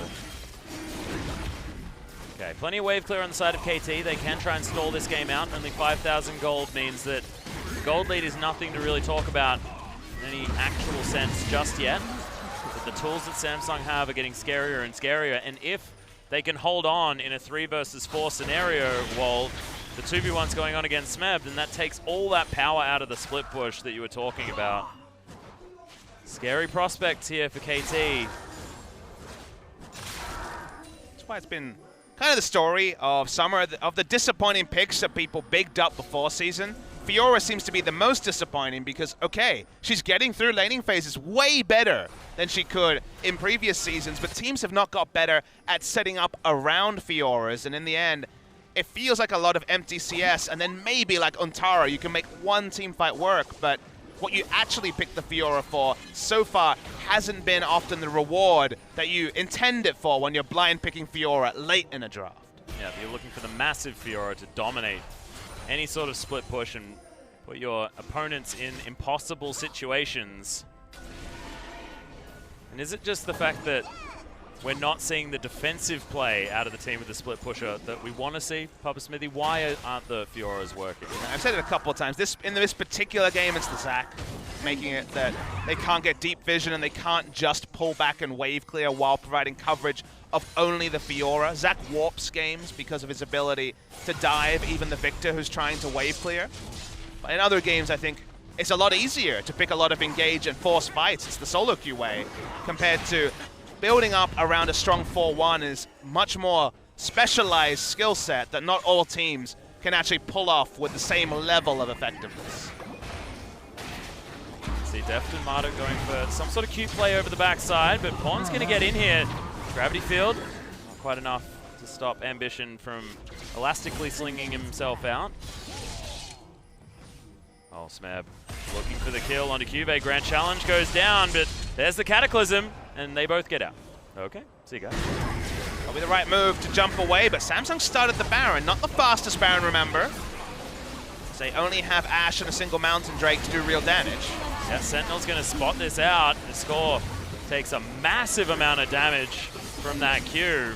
Pawn comes in, and here's the teleport from Cube. They really want to make this into a fight as Pawn has to try and turn this one around, but that Chaos Storm doing so much work. Immediate cleanse, and then the flash to get himself out of the engagement. Now Cube has to do the same thing. Smeb's in here, and now wants to start up a big battle. Ambition doing so much work, and it's a great cocoon to break up this battle, but Smeb's already dead. The gravity field from Pawn does a bunch of work, but he's knocked up now, and Ruler, he's starting to get the work done. Deft trying to dance this one out. Does he have the rend available though? He gets turned into a little critter and will get taken down. Cube comes back, and Samsung, this is what we're expecting in game one. Beautiful coordination. Look at those health bars. Just juggling the aggro like nobody else. Yeah, making the team fight comp work, but only just out as they turn onto the Baron.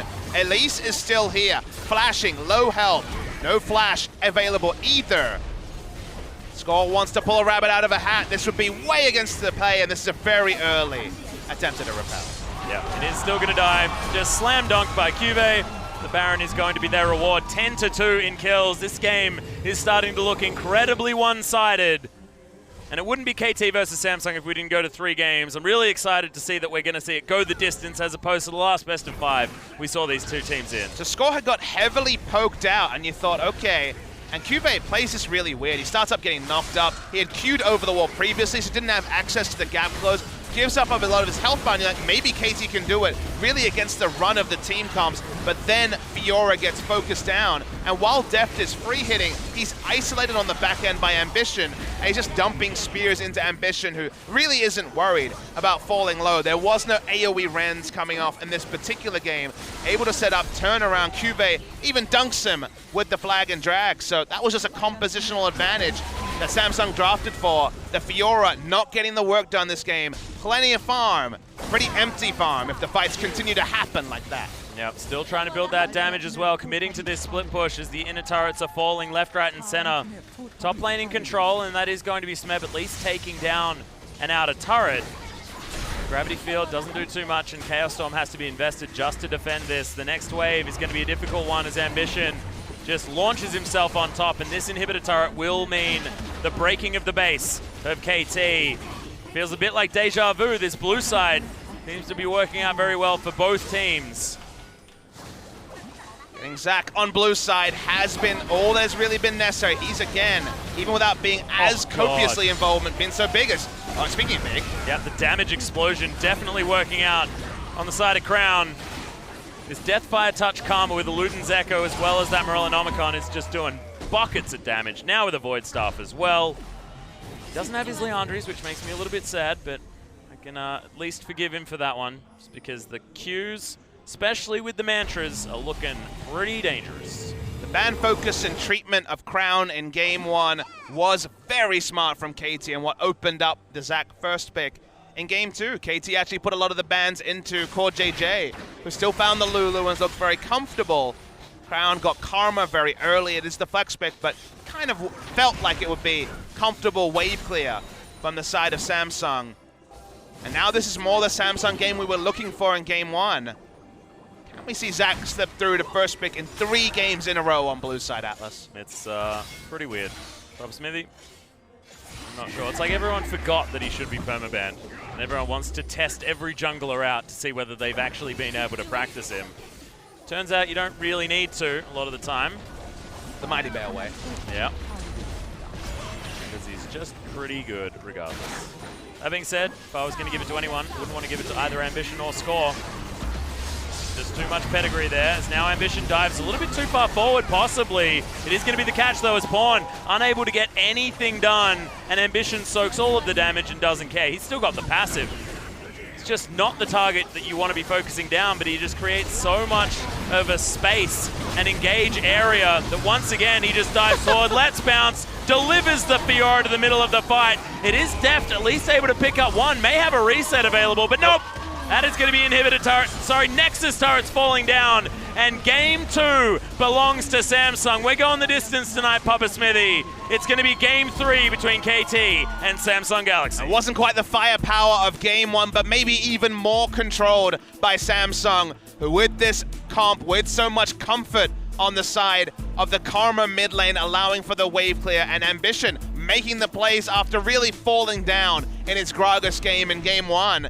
Now the pick ban, I think, has to really be under the microscope. No team can be picking up the Zac in this final game. KT will be on the blue side, and with the blue side win rate of 100% today, that's going to be a big advantage for them. Let's see if Samsung can have a different plan, because they saw how game 1 went when they really allowed KT to dictate the draft to them. They cannot allow KT to dictate the draft again. Yeah, most certainly can't, and I don't think anyone should be letting Zac through. I feel like game number 3 needs to be a Zac-less game, Papa Smithy. But does that mean a Galio game? Ooh. Is that the forced trade that KT are going to get? You know that they want it. You know they want to force something like that out of Samsung on the red side. The first pick has been so incredibly important every single time. Game 3 is going to decide it all. But ladies and gentlemen, we are going to go to a short break. When we get back, the decider between KT Rolster and Samsung Galaxy is going to be coming right at you. Of course, only about 6-7 minutes, something like that. Just hold on, guys. We'll be with you very, very soon.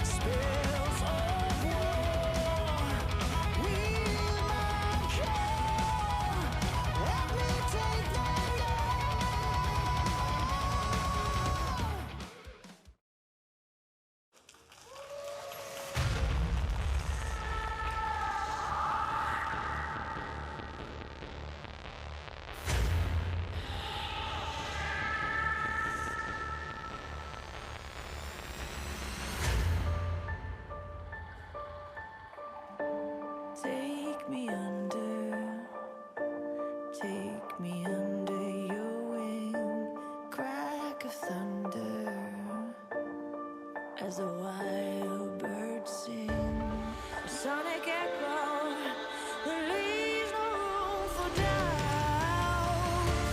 All the shines, bring it back to what it's now.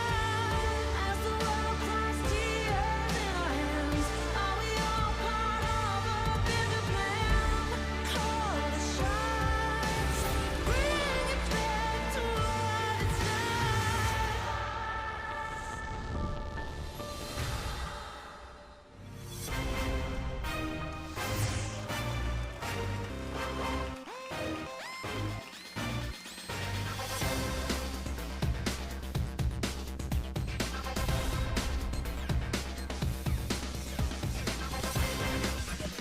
Welcome back, OGN Legion, to our final game of the evening. It has gone the distance tonight as Samsung even out the score. And look, it has a lot to do with the big green blob in the jungle, Pup Smithy. Yeah, the Zach has got the 100% win rate, at least in this series, 3-1 on the night. Kind of insane to think that we've seen 4 Zach games already. We're going to all 6, and that's an exciting thing. We've had a lot of craziness in our first series, and this one has been definitely a lot more clean. Some very good League of Legends played by KT in Game 1, Samsung in Game 2. The blue side has been oh so powerful. KT going to be back on that one as Cuvée will pick up the MVP. Was dealt a bad hand. He had to go Jarvan into the Fiora, but they played around the lane. Ruler kind of bailed him out a couple of times, coming bot lane when potentially Fiora could have taken over the lane. And then it was Jarvan in a team fight with other engaged sources compared to the Fiora. And the Fiora left a lot to be desired from Smeb. As did that particular Cocoon from Score as well. Ambition definitely needs an honorable mention. He looked great on the Zach, but Zach is pretty silly at the moment. This was the start of the downhill trend for KT. But just the fact that the rest of the members of KT couldn't create enough pressure because of fear of Zach, that we could have these repeated ganks by Ruler. Twice you'll see coming to the bot lane to bail Cuvée out when things sort of started really getting out of hand for the Fiora. Cuvée very smart at using Cataclysm and often having the EQ up just to escape with it. There were re-engages, but they could pile in so many members to shut down Smeb. Smeb never got defensive vision. They never felt strong enough to push out 4v4 because of the fear of the long-range engage. And all these headaches combined, the headaches that only Zach as a champion can generate, meant the Fiora did nothing. They ended up in team fights, and Samsung were not going to lose 5v5 team fights to this comp. No, wasn't working out. And despite this fight looking like the pieces were somewhat in order for KT, it was just Samsung making sure that all of their low health members were nowhere near it, as that's the slam dunk that you look for as a Jarvan. Cuvée feeling definitely back on top of it after being manhandled in the Kled versus Shen matchup. He got Shen'd real hard. Turns it around with a fantastic J4ing. And see what he's going to do now. Now we get that fun pick and ban, Atlas. It's going to be our 6th and final game of the night. And pick and ban has really told the tone of this series. Love what KT did in Game 1, forcing the Zach to be available. Will they try to engineer it again? And Samsung, knowing what happened in the previous game, in Game 1, how will they adapt? Game 1 bans by KT, 3 bans over at Samsung, Taliyah, Syndra, Victor. But this time Samsung know what to expect, so where will their adaptations come in? Their first ban was Thresh, and then it was Elise and Galio. Somehow I don't think we'll see all the bans remain the same from the side of Samsung. Yes, because opting in for that particular trade is not an optimal one. But Talia Thresh, things still going the same way. Maybe they think that they've got an answer. I don't know, a lot of teams have thought that though, as Victor is going to be the ban once again. Was banned last from KT in game number 1 in the first round, but still most certainly was banned. And Caitlyn going to be the adaptation. Already changing things up. Won't be Elise and Galio on the red side. Perhaps KT will be claiming something like the Elise this game. And do they go for the 1-for-1 trade by getting rid of one of them? No, they don't. They go for the Syndra ban, so it's exactly the same. And now the second round could potentially be... It's going to be Galio. Yeah, so Galio is going to be picked up first. So Samsung could have opted into banning will it none be of Elise, them. Though? That's kind of the fun story here, is that Elise is open. And that will be given over to Samsung. So first instinct was the Galio will be taken. It is taken. Pawn has been great on it. But at least Samsung do get a weapon. The Elise has been very powerful so far in the summer season. Does open up potentially some AD laners, but Crown hasn't really been known to jump on the AD champions too often. He's about as true a mage as possible. And a pick like this may symbolify, once again, jumping on the Karma. Yeah, giving a lot of flexibility to the Samsung roster as well. KT do have an opportunity to head towards something like a Tahm Kench if they want to, has seen a lot of priority. Good answer to the Elise as well. Won't be Elise Thresh, won't be as much line pick CC, but I kind of agree with you. Tahm Kench might be a smart pickup for Mata. And it could be that the Karma is going to be the 100% win rate if Samsung are able to take this series down as well. I mean, Elise, definitely a fantastic pick, but Karma with the versatility is so strong. And Varus, for the first time this series, is going to show his head. Deft is going to pick that one up. Likely that we see an Ashe-Varus matchup. Orianna available for KT, but that would mean that Smeb will be jumping on the top lane Galio, which has been their only loss so far, so I'd much prefer to see Pawn take it in the mid lane. That is going to be locked in. So both solo laners from KT already picked up. Both of them very strong, but certainly showing their hand extremely early, unless Mata wants to do the sneaky Galio support. Got a push already on KT. Samsung desperately need a winning lane, and drafting Kennen this spot, taking out some members might give them a pressure point, because otherwise you're seeing Varus very often going to have first push priority in bot lane. Renekton wins out on most matchups in the top lane as well, and also the Galio. And if you have pushing lanes and Galio to respond first, we know what headaches we've seen it so often already in summer season. Kennen into Renekton, probably going to be the top lane matchup. One that can go well for the Kennen, but some early ganks, and it could also flip the script as well. Now we can see the jungle pool is most certainly being targeted here by Samsung. The Kha'Zix's already being taken. It's going to be supports taken away from Core JJ, meaning that Crown may just hop onto some other mid laner and hand that Karma over. What does Samsung take away next? Is it going to be something like a Gragas to deny what Ambition has been so successful on in the jungle? No, it's going to be the Graves. Score not necessarily finding as much success on the Graves recently. Doesn't mean they're handing over Gragas to score, who can play it himself. Yeah, unless Cuvée decides he wants to pick it for the top lane and they put Kennen somewhere weird.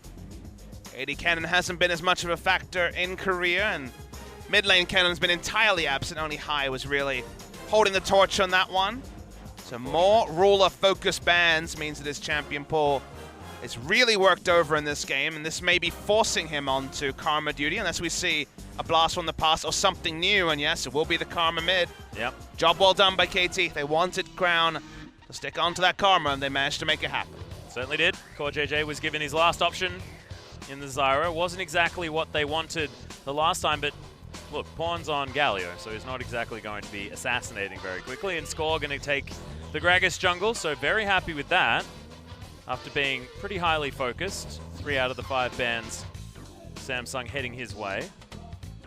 See what the support is here from KT. Could be a mid laner, I guess, if they want to flex the Galio, but Pawn has been so good with it, it seems unlikely. Unless they just want to pick something like, okay, no, it's going to be Interesting. Rakan without Xayah. This is a Rakan Okay. just for engage. Rakan and Galio have really good synergy. The Hero's entrance and the Grand entrance have a lot of overlap. Of all champions we see, Rakan can dive and jump in and out of teamfights so often that can dart in, Grand entrance, dart out again, and we will still see the Galio going into the backline. So Rakan taken without the Xayah just as a power pick. Big engage comp from the side of KT. Once again focused around the early game, because late game damage, Varus not necessarily known for his late game. Very front-loaded from KT, and it's want to bulldoze through Samsung Galaxy. Yeah, unless Deft can have the best positioning we've seen in the history of Varus ever towards the later stage. You're exactly right. Things are going to be falling away, but they do have a fair bit of CC synergy and at least protection as well. And flexibility, given the fact that Pawn has showed so much prowess on this Galio at the same time. Top lane's going to be exciting. They're Renekton into the cannon. It's likely that Renekton gets a little bit frustrated against the little lightning rat, though. Because that QV is the one real pressure valve that Samsung have in the early game. Renekton can potentially be harassed out of top lane, but both teams are well aware of that, and QV has traditionally been more comfortable on the tank end of the spectrum rather than the pressure end of the spectrum. So forced into being really the only person in the early game that can get a lot of work done for the side of Samsung Galaxy. Unfamiliar territory for him. Well, it certainly is, and we'll see how Rakan does without Xayah on the Rift as well. So many questions, time to get some answers.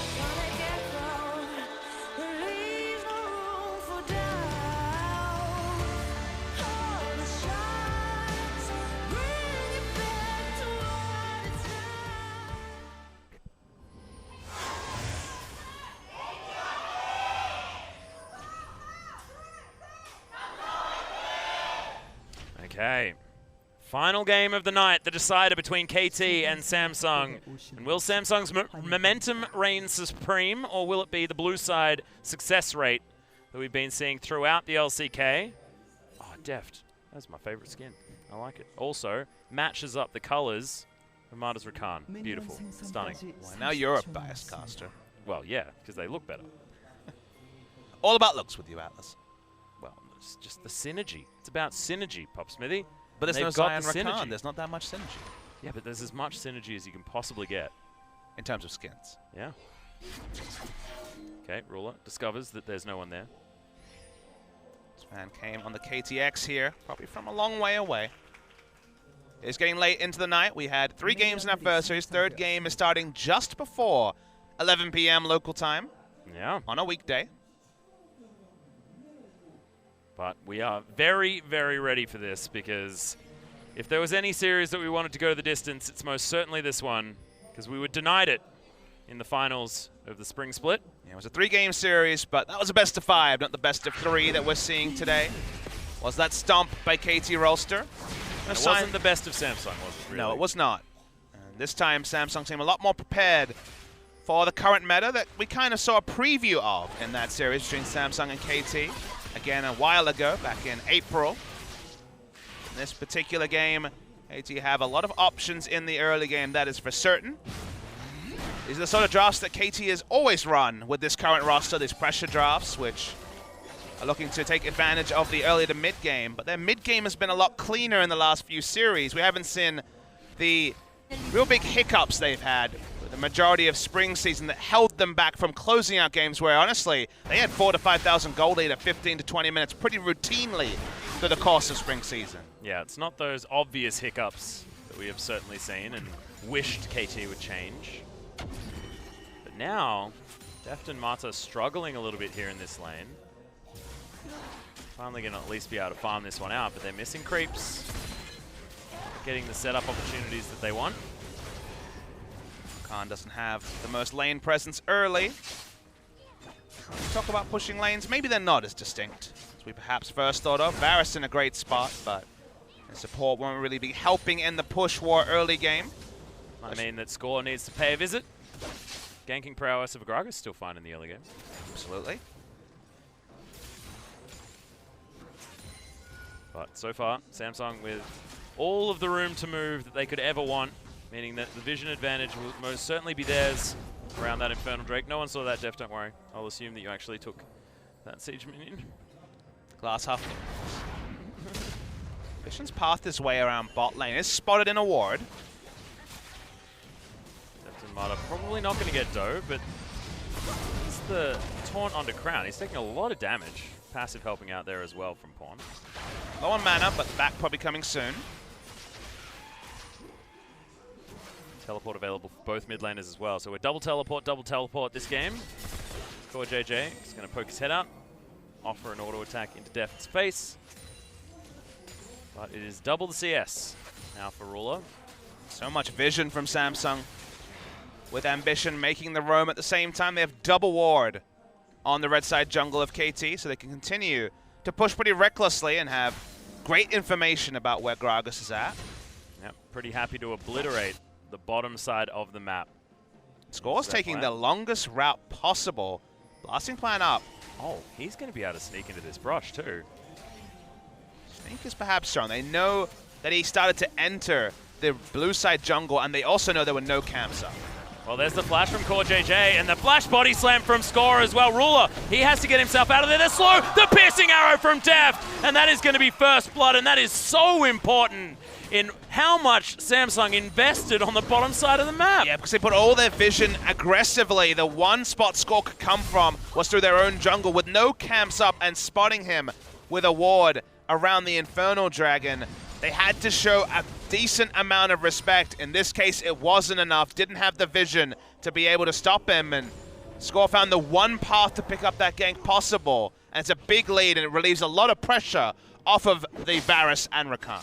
And that's going to be a BF sword actually picked up first here for Deft. So we're going to be changing up that build just a little bit. We'll see whether it is going to be something like the Hurricane build, or whether he goes back to something a little bit more AD focused, spell damage focused, just with the fact that Hurricane has taken a little bit of a hit, so maybe that is the adaptation he's going for. Curious though. The Hurricane hit mostly for Caitlyn, right? I think BF Sword could represent an Essence Reaver build this time from Deft. He's not against any true tanks on the side of Samsung Galaxy, so while a lot of players will just default to Lifesteal and the Blade of the Ruin King just because it's a natural item path, Deft is mixing it up for this particular scenario. Will help him push. Will also mean that if he goes the Essence Reaver build, especially, can provide his own low cooldown initiation to complement the suite of initiation that KT already have assembled. Yeah, as well as having all of the mana that he'd ever need to spam out those Qs, as long as he can keep auto-attacking some minion waves.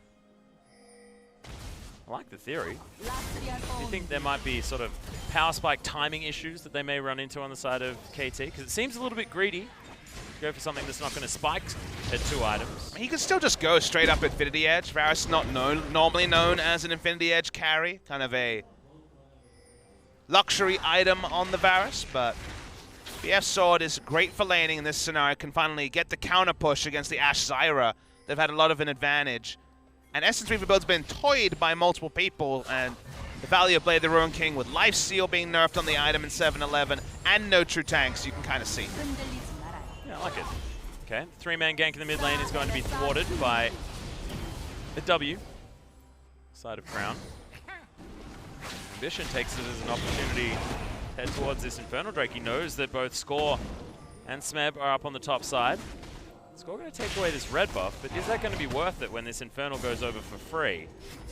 Don't have vision of it, so don't know what's being taken down, and they're just trying to double down on providing coverage for the Renekton. So what this does provide is at least going to be the Renekton getting a more comfortable lane against Kennen. Already 14 CS down, and we know it can get much worse in a range versus melee matchup. Oh yeah. It is going to be Infernal Drake taken. Ambition just soloing that one out. Score looking to pay another visit. He has the explosive cask. Crown not in exactly the best position, but there's no flash, so no flash body slam to have to respect. And Ambition is there on the bottoms. Oh, sorry. Gone back to base, so no longer around. With the red buff already taken by KT, the collapse came from the KT bot lane. They thought maybe there'd be a trade of red buffs, and they knew that Ambition, having soloed down the Infernal, would have been pretty low HP, so smart of Ambition to walk up and recall. Obviously would have preferred an extra objective, but taking red buff there would have been the sort of rookie mistake that would have undone the Infernal Drake solo. Here's one way you can take this lane. Yep, there's the dominance. It is going to be traded with the Slice King Maelstrom. Speaking of Slice, it's going to be Smeb. He's going to get stunned, and Ambition does make his way in. No chase and good flash there with the Lightning Rush from Cuvée, but that is message received. Smeb can do a lot of damage if he presses R in a brush and jumps out on top of you. All in there. Should not be possible, but was from Smeb's aggression. Score has not been spotted entering bot lane, but you can see Samsung are wondering where he is. They're going to check camps, see that Krugs and Raptors are up, and do the math and realize that, hey, pretty large chance he's bot lane. Yeah. Cuvée wants to make a teleport play as well. You can see massive minion wave now. Going to largely be lost for the Kennen, but holds on to that purple summoner to make sure that he can offer his support on the bottom side. Still Ruler with an advantage in farm, as Deft is actually roaming around. KT want to get themselves further ahead. Pawn should be able to help out, because that heroic entrance is most certainly still there. Q going to demonstrate the fact that it does basically nothing. 1 point wonder, and even then, the 1 point you don't feel good about. Feels like a waste of mana sometimes when you use it. Still helps Mata hold on to that minion wave for just a little bit longer. KT, after winning the trades bot lane, continue to try to trade up with Galio. If you end up giving objectives over when you have Galio mid and an advantage in one of your lanes, you feel really bad, because Galio really is the I'm guaranteed to have my mid laner rotate with CC instantly before the enemy mid lane can, regardless of where you are on the map. So always looking to trade up with Galio. It's not just about the power of his wave clear and taunt, but again also about rotational advantages. And when you pick a comp like KT have, you're looking to really rule the early game, which for now they haven't been able to make the sort of proactive plays they want to, compared to, say, the Shen in Game 1, where they really made very good use of the Stand United. Yeah. And look at this, Deft showing so much respect. QSS on his second back. Picks that one up. Smeb trading actually very, very nicely here against QV. His score. He wants to come in and capitalize on the lower health bar. Good forward ward. Score hasn't actually been discovered just yet. More and more wards in these lane brushes in top, even control wards. And the score is spotted, like you say. Yeah. With score being spotted, Ambition can make his own roam in the bot side jungle. Pawn wants to help out this dive on the top side. Smeb gonna dirty farm. That is because QV knows that there could be 3 people there in an instant, and actually knew that Score was there as well. Was just chilling. Nothing QV can do. They saw that, wow, Galio had cheated to the top side. Yep, that's BF Sword Rush Varus for you. That does a lot of damage. And also, if he gets cocooned, no worries, as now Score and Smeb have decided that this top lane out of turret is theirs. And QV can do absolutely nothing about it, but this minion wave is a long way away. Oh, so close. They wanted to commit. Dominus was there, but with that fortification, it's not an option. Teleported to the bot lane because they thought they would get top lane, and they wanted to make sure that Samsung couldn't just all tunnel on the bot lane turret. They draw a teleport as well. A lot of different mind games here, trying to stop first brick from being achieved. Teleport was completed by Pawn because he understood that Samsung would love to trade bot lane turret, or try to race bot lane turret for the 2-man top side. So teleported bot, that forced all Samsung to run mid lane. Because the minions didn't stay true in the top side, they couldn't take the turret as fast. Probably will still get it in this scenario. But both teams trying to play around a big injection of gold, going one way or the other. Yeah, this early game of chess that both of these teams are playing. What it feels like, honestly. Going to eventually be won out by KT. Crown had to go and answer that large minion wave that was shoved in, and all comes back to what you were talking about before, Papa Smithy, that pushing lanes, and finally the Galio's relatively instant wave clear is going to be enough. He already has the helm as well. The adaptive helm picked up. It's item number 1 as a rush before boots even.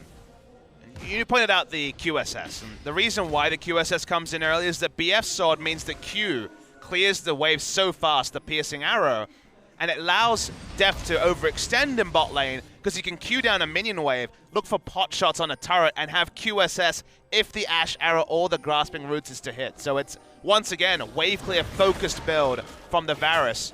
If he doesn't go for the QSS, he makes that same push decision, can just be taken down by a nice Ash arrow. And he needs to have the QSS by the late game anyway, so you may as well invest it now if you don't necessarily feel like you need to have the added power of the extra items. Well, you have 2 options, right? You don't buy it early and you hug your own turret and respect all the initiation, or you buy it early and you try and fight to push the wave and try to control Zyra and Ashe where you can. I like it. Yet again, it's just more intelligent decisions that have to be made as Ruler is eventually going to be able to get that. He does. Control Walk goes down, and Ambition parking himself here. Mini brush, and that is going to be Cocoon landing. Pawn taking a fair bit of damage as he's looking for it. Gets the double stun. And actually the rest of KT turn up. There's the knock-up, and Ambition is going to be taken down. Score is going to get one on his opposite number. Heroic entry, Crown in trouble, but Smebby's run out of options. Eventually does get it. KT answering beautifully. The first 3 kills go their way, as well as first brick, and now the mid lane outer turret. It's looking more like game 1 than game 2, Papa Smithy. Yeah, Ambition went in, and the moment you go in aggressively when you're being collapsed on by Varus, by Flash, Quickness, Grand Entrance, and all the other movement abilities that KT have, not even mentioning the Hero's Entrance, you are not equipped to deal with the team fights as they are going to explode for the side of KT Rolster. So a decision-making mistake. And what could have been 2 early Infernal Drakes and answering one over to KT, and more importantly, some immediate gold onto their members. Yeah, now Deft is looking for the Chains of Corruption, gets them over the wall. That is just going to lock down Cuvée. Deft is going to head back home. They might just get everything Atlas. They're also topside. They can just rotate over to look for the Rift Herald as well. Only 15 minutes into the game, so that's an option. For now, Gragas being drawn to the bot side, so Rift Herald won't get attention.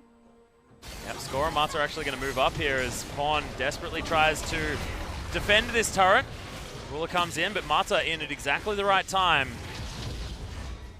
So we'll continue and finish the teleport. That was a bit interesting. But maybe they're just going to try and stack members and either force the bot lane turret down or make a rotation with their other members.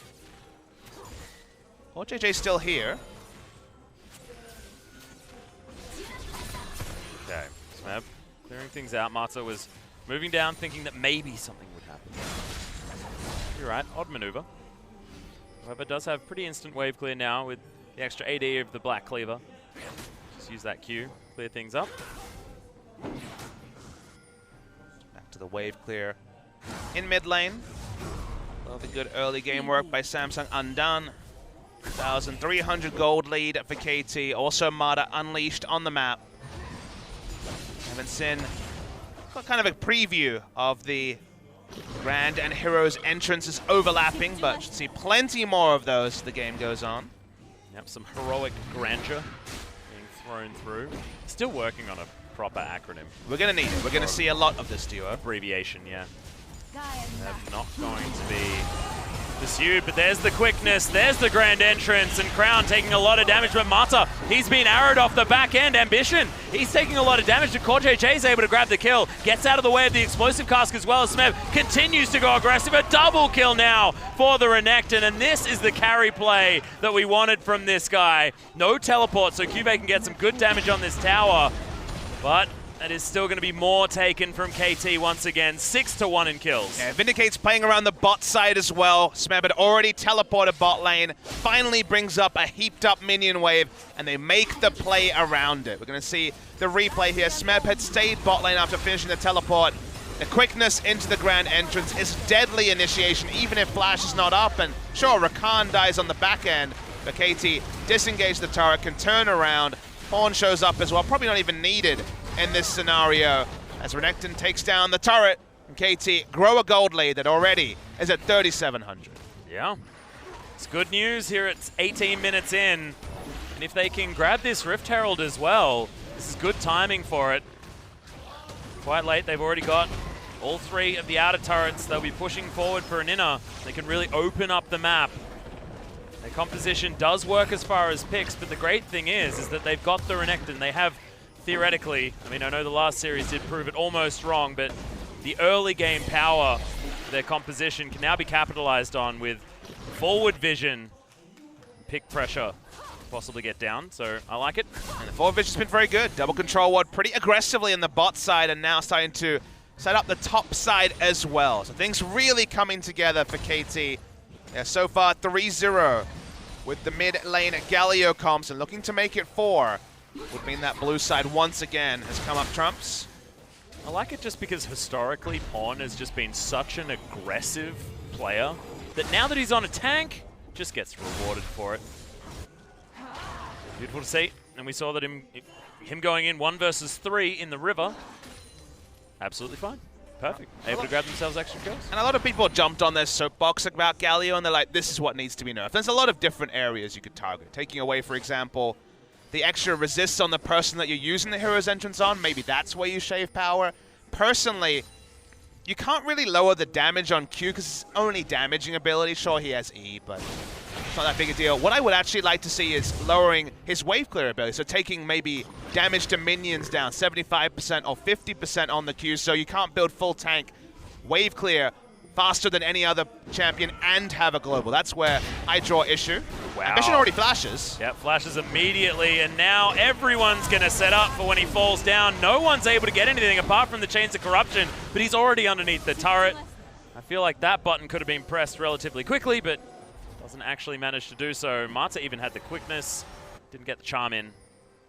So He tried to time the knock-up with the grand entrance and missed it, so actually was able to get out. Was Ambition that scenario? It didn't look likely, I agree, but nobody wanted to fire out because they thought the initial CC would come in and thus the spider would be squished. Avoided that fate this time on the side of KT. Rift Herald still hasn't been used. it's on Deft as well. It's the one that has the opportunity to shove that one down, just clearing out vision for the moment. And Samsung well and truly in control of this mid lane area. Deft will have to put it down relatively soon. Doesn't really have anywhere to attack with it. I guess mid lane, just because that's where he's parked, and the fact that Galio is there as well is a possibility, but probably not going to be the game-changing Rift Herald we sometimes are shown. Interrupt doesn't come in, misses the Ash arrow onto Deft. Unfortunate. Didn't have a heck of a lot of vision there, but I think he caught a glimpse, which is why he threw it out. Boom. Oh my god. The takedown is going to be a more successful Rift Herald. So the team that we know is having the more successful ones, actually so far losing out, is going to be the most successful Rift Heralds this series going to KT. To recap the interaction, if you've missed it in previous series, if you're stunned during the 4.5-second channel time of the Rift Herald summon, it does actually kill the buff. Yep. It does mean the Rift Herald is not summoned. As Cuve's fighting the top as Infernal Drake's being taken down for KT. All too easy. Three Infernals. Yeah, 3 Infernals in a row. Just shows that this series and this matchup is fire, Pop Smithy. Cuve answers nicely though, so Infernal Drake going to be traded for a tower on the top side. Awkwardly, Deft is probably the only person stacking damage on the side of KT. Yeah, and that's why he's going for this late game investment type build. He'll have a heck of a lot of cooldown reduction, up to 30% with the maxed out crit. As there's the flash. Grand Entrance comes in onto Core JJ. They're actually looking for Moors. Core JJ has absolutely nowhere that he can go. Ruler eventually turns up. Heroic Entrance comes in as well. And there's the flash barrel, completely unbounded. Core JJ's a dance master. He might even get out. What is going on? Okay, he'll get out with an Inspire. Pawn was looking for more, but he's not going to find anything. And okay, cue the Benny Hill. Core JJ just wanders himself to safety. You can laugh about it, but the ability to sidestep as much engage as was used, Grand Entrance, Hero's Entrance, the cask, and the flash from Score, and he still escapes to tell the story.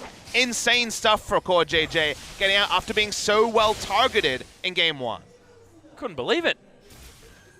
Okay, well, even uses the flash, gets himself out, so still, I guess, KT get one thing, which is the flash. Trade it for their jungler's flash and also the Marta's support's flash as well.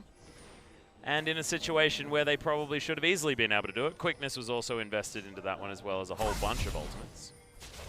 Feel really good if you're Core JJ now. Remember, he's been targeted by bans in previous games as well. They've been trying to keep his champion pool as small as possible. They won the game where he was the one target. That was game 2. And now he's actually going to be in charge of doing a large portion of the magic damage. You've got a largely tanky Ambition, and you've got the support karma coming out of Crown this time around as Chains of Corruption come in. Deft trying to get the damage down. Ruler, he's going to get taunted by Pawn as Marta comes in. The Battle Dance helping him close the gap, but KT can't lock down anyone for long enough, and score goes too low. Smeb couldn't even get into the fight with the Dominus, and he's got 4 of the 6 kills. Renekton really needs to be participating if they want to maximize their use of gold. And the Mantra Shield there was massive from Crown as well, kept everyone alive. Like you noticed that he has gone for a more defensive build, not fully into the defense. As the Large Rod is purchased, but Athene's and the Ardent Censer are the cores of a defensive build coming through from Crown. He's against Gragas and Renekton, so Gragas, Renekton, and Galio, so sneaking in the Q damage not going to be as trivial as the last time we saw the Karma in Game 2. Yeah. You have to adapt to situations like this.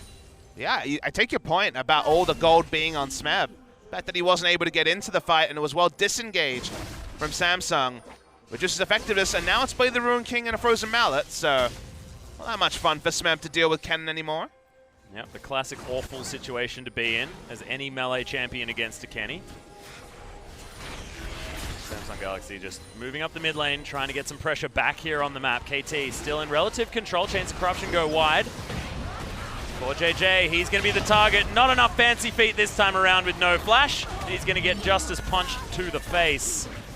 Mantra Q comes out. Decent damage there from Crown, but Zyra just in the wrong place at the wrong time and punished for it this time around. What would it represent? They've had control wards sticking on Baron for a long time. Baron would be a big objective for KT to pick up, even though Ruler. It's a few love taps onto Smeb. They should be turning onto Baron soon, you'd imagine, unless they can get a pick over the wall. Yeah, ward goes down, Ambition not picked. And actually KT just start this one up.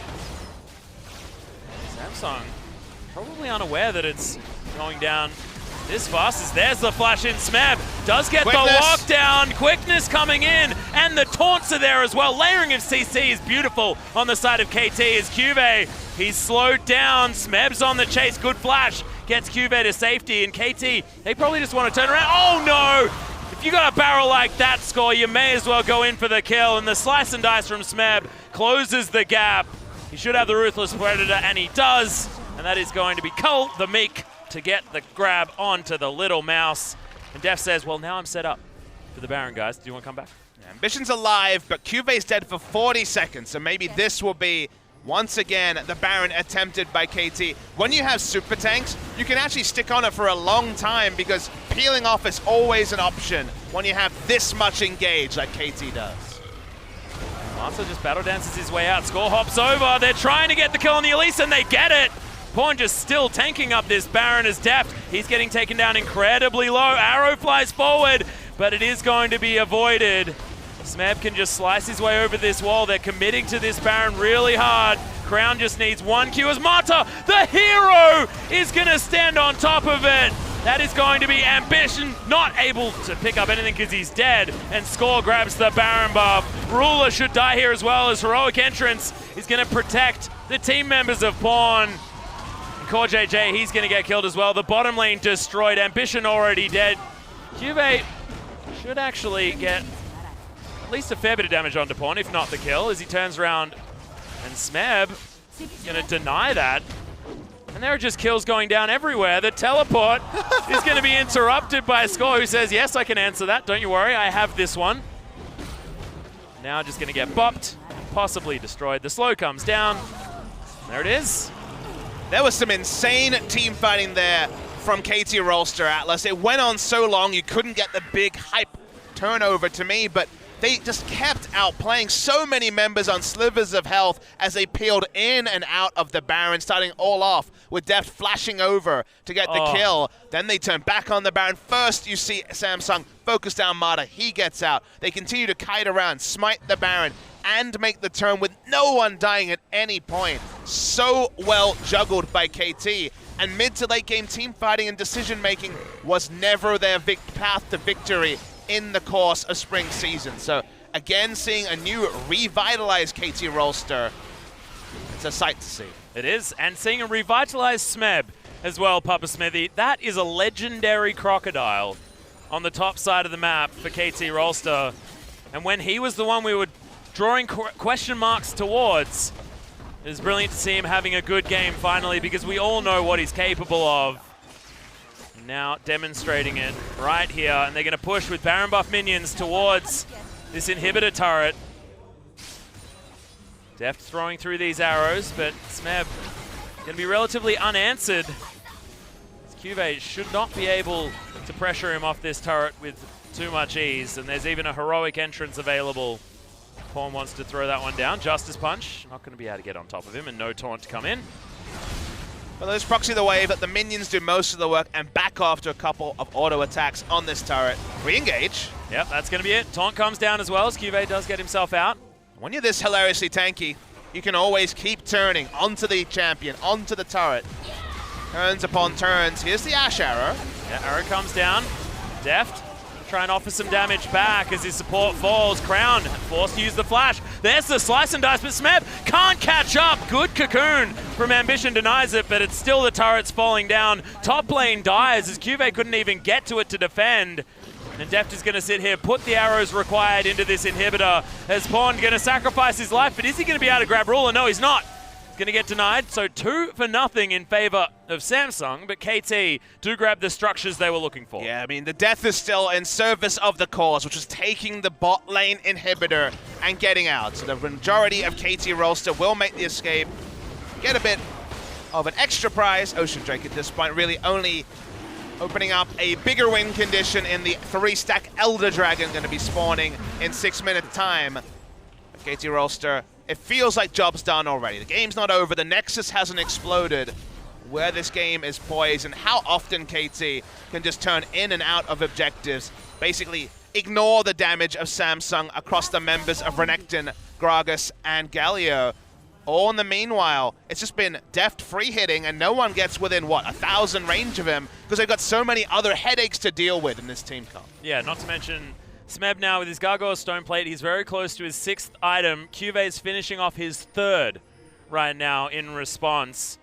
Gargoyle Stone Plate as well as that Randuin's Omen and the Spirit Visage, which is even better for Renekton now. Top of the damage of his Black Cleaver. This is one scary croc.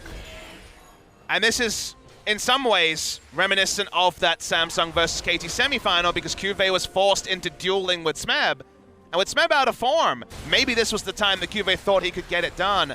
Was kind of played around. Now is at the point where he built for lane. I mean, he go play the Ruin King and the Frozen Mallet to just auto-attack Renekton in a side lane when turrets are up. That game has gone so far away from that point, predictably, with Galio and other snowball targets. Speaking of snowball... Whoa, yeah, in goes Marta. They're going to get the heroic entrance there as well. Crown is obliterated with no chance of doing anything. Ruler's flashed on by Deft. This aggression from AD Carries today has been beautiful to watch.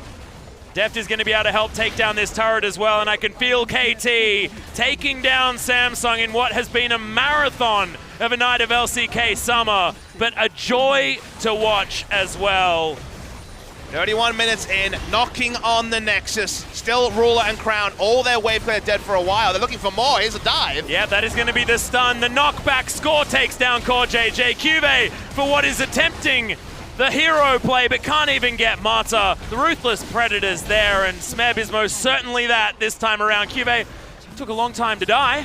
However, it is still just going to be the last dregs picked up as Ambition is sent to the death chamber. That is going to be the ace for a minute second as the last Nexus turret falls down, and KT Rolster continue their massive winning streak after only one fall to Longzhu Gaming. It's going to be them destroying Samsung in what was a dominant LCK Summer beginning. And the question will still be the same. It doesn't matter what season it is. Can I believe in KT Rolster yet? Can I get excited about KT Rolster and Atlas? It still doesn't feel like we have the clear answer. How they shape up to the Longzhus of the world in the second round robin, to SK Telecom, that much is not clear. Is this just a blip, an uptick that could be turned around by another losing streak like they had in the spring season? That we don't know. But on this day, the level of macro they showed, there was not many members walking in and dying when they had a lead, which happened again and again and again to comical levels in the spring season. In general, it was an ordered series from KT Rolster. And you can make excuses, you can talk about the blue side, which was 6 wins on the day.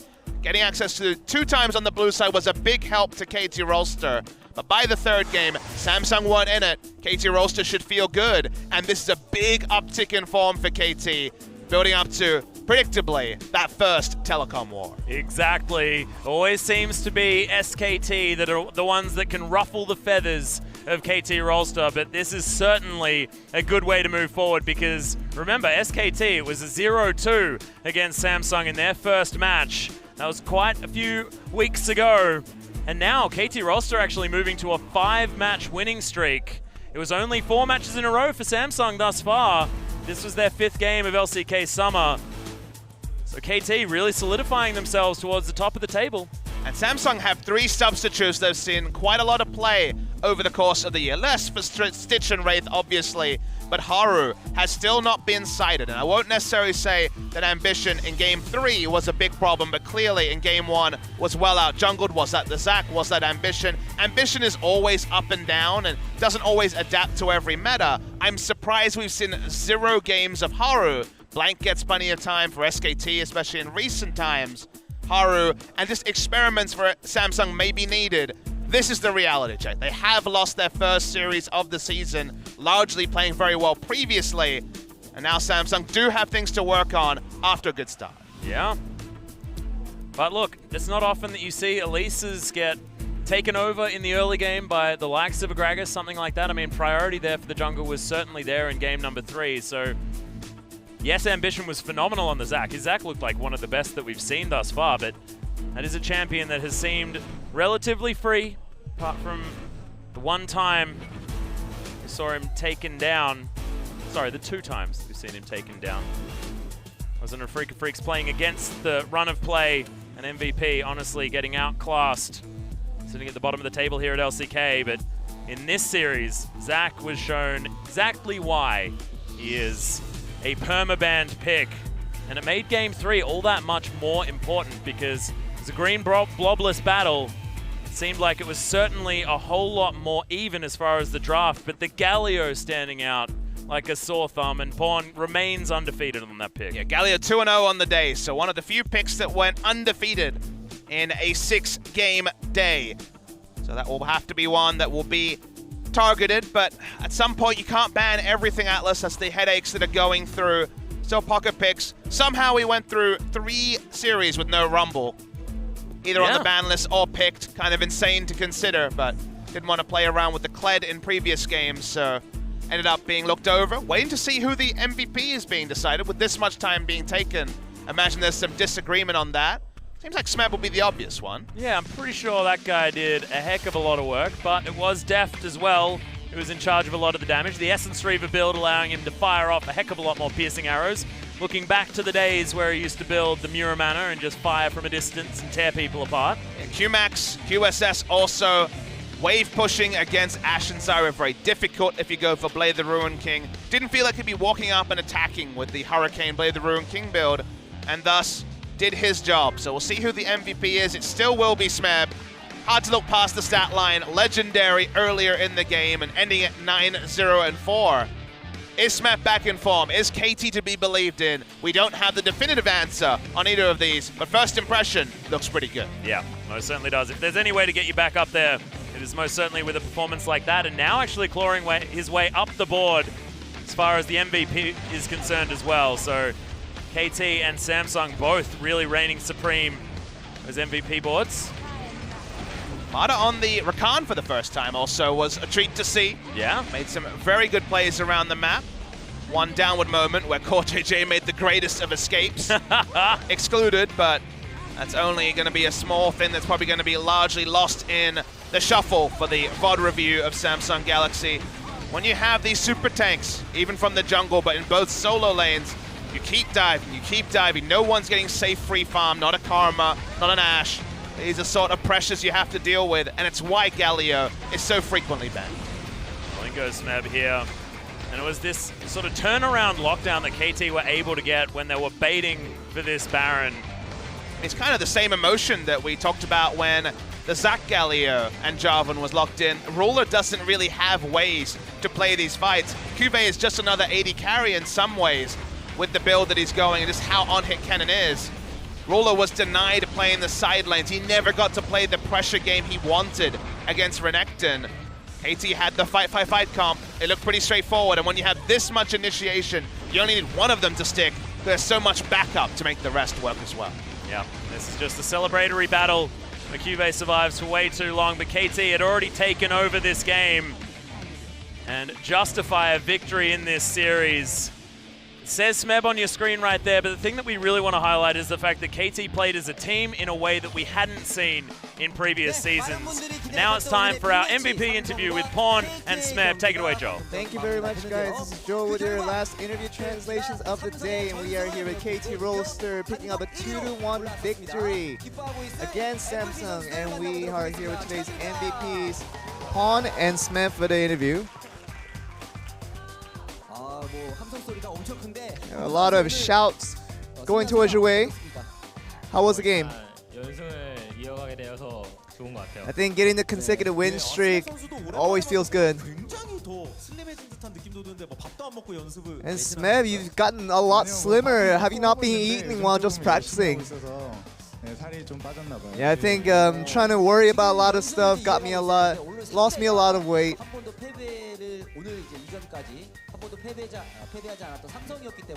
And of course, Samsung was a team that didn't have a serious loss until today. I'm sure you guys had a different strategy coming into today's games. Samsung had a lot of momentum going for them. But I felt like, our composition, our momentum also was not bad, and we had a lot of confidence coming into today's series, and so I didn't think we were behind at any moment. So.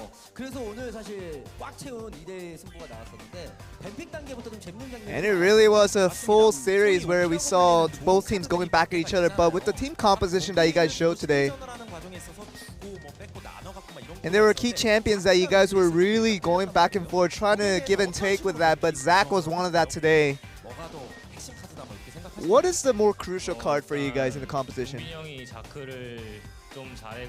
Yeah, we have Score, who's especially talented with the Zach. And I felt like, whenever he gets the Zach, he really contributes to our team composition that we really benefit from.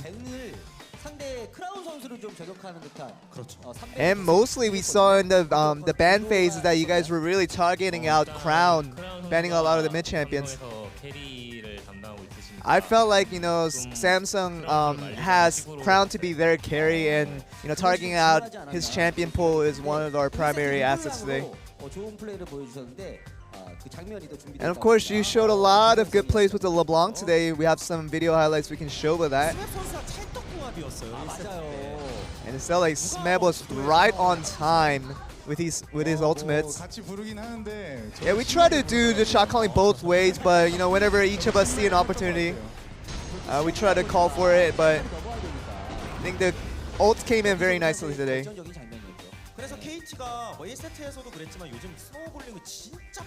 And it seems like, ever since the first set, you guys showed a really strong snowballing effect anytime you guys get ahead. Would you guys want to comment on that? I feel like that's the most important thing that we have, because whenever we have an advantage, we sometimes couldn't translate that into the late game.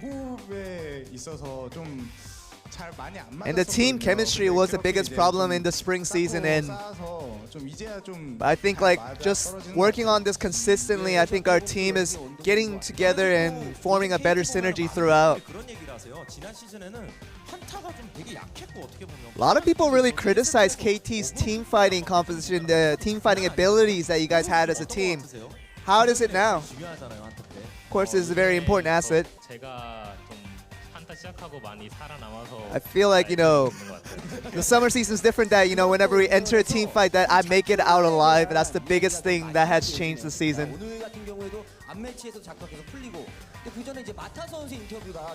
We want to go back to Mata's interview when he said Zach wasn't an OP champion. But it seemed like the team that took Zach got the wins today. Yeah, I'm sure we have to say that it is a good pick, but but it's always depending on the composition that you're forming around Zach, and depending on the composition, it's not completely an overpowered champion. Yeah, I felt like it's not a completely overpowered champion in all situations. Yeah, because we saw that in game 2. Although you guys gave up the Zag, you guys were playing pretty well for the earlier parts of the game.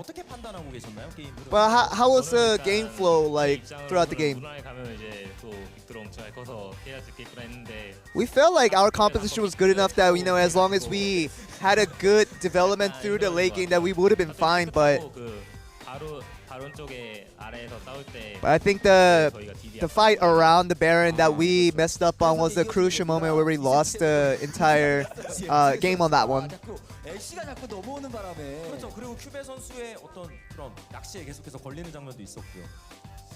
네, 이 세트에 정말 화가 너무 많이 나서. Yeah, game 2 was a really frustrating game because because of all these fishing and all these plays that we got tricked by, so we played extra harder in game 3. Do you have a lot of confidence with the Renekton pick? Yeah, I do have a little bit of confidence on that champion. And the coaching staff really recommended that pick, so it gave a lot of confidence for me going into this game. And in answer to the Renekton, Cuvée decided to go with the cannon. But how do you rate that match? Because it's one of those matches that we don't see that often. 사실 요즘 좀 정글러들이 좀 초식 정글러들이 좀 많이 나오거든요. It seems like 라이너가 그 the junglers are more supportive junglers nowadays in the current meta, and as long as they support the top lane and the mid lanes and etc., it really depends on the jungler how strong your laner actually becomes. So regarding the Renekton cannon matchup, it's all due to the jungler in the end. 지금 현재까지 이 스매시 선수의 레넥톤이 7승 2패. With your career record on Renekton, you have 7-2 on Renekton, and it seems like he has a good expression on his face regarding that record. And of course, you guys have priorities over different champions, but do you consider Renekton as a strong pick? Yeah, whenever Galio was just a boring pick to play, I really didn't want to play it, but ever since we realized how strong it can be and how much it can contribute to the team, I decided that Galio was a very valuable pick that I can't pass up on. Right now, it's just a very good champion to play. I felt like I was smiling because the way Pawn expressed his expression on Galio was kind of cute, so that's the reason I smiled.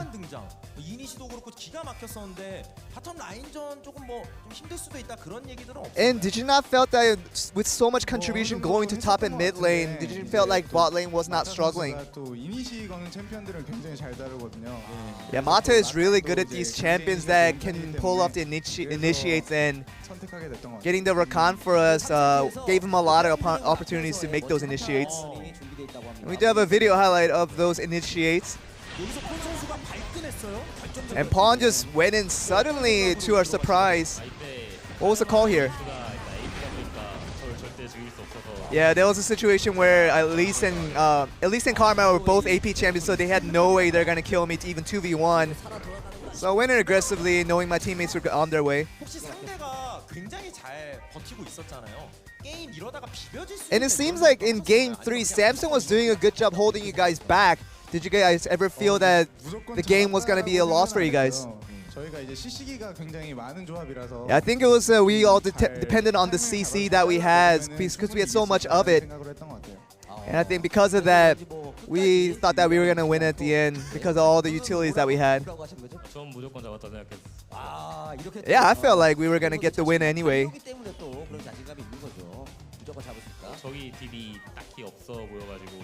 When I went in on that play, at the time the opposition didn't have much damage to taking him down, so. And one of the key plays was not actually from KT, but it was from Core JJ making the greatest escapes in a couple of occasions. I think it was more of us playing bad. I really want to blame my teammates for playing bad in those situations. I feel like it should have been an easy catch on the Zyra. I don't know why we couldn't catch them. This is where Core JJ seems to make the great escape, but Smith seems to be blaming his teammates more than anything. We kind of get Smith's point to a certain extent with all those ultimates wasted. 이게 만약에 그 제목만 빼면 이게 솔랭 느낌도 나기도 하고 어쨌든 이 3세트에서 화제가 됐던 장면이었기 때문에 또 이렇게 이어서 이겼기 And 때문에 we can share this in a positive view because you guys actually won. 올라섰습니다. But now you guys are firmly in first place. And you have a lot of fans watching for you guys and cheering you guys on. Would you like to say anything to these guys? Do you want me to say it? 일단 1등을 해서 기쁘고 First of all, getting first feels great. 4경기인가 남았는데 And we do have 4 more games that we have to worry about. 4경기 남았는데 Yeah, it is 4 games, but for the remainder of the games that we want to keep our momentum going and get all the stronger teams, and we just want to stay in the top as long as we can.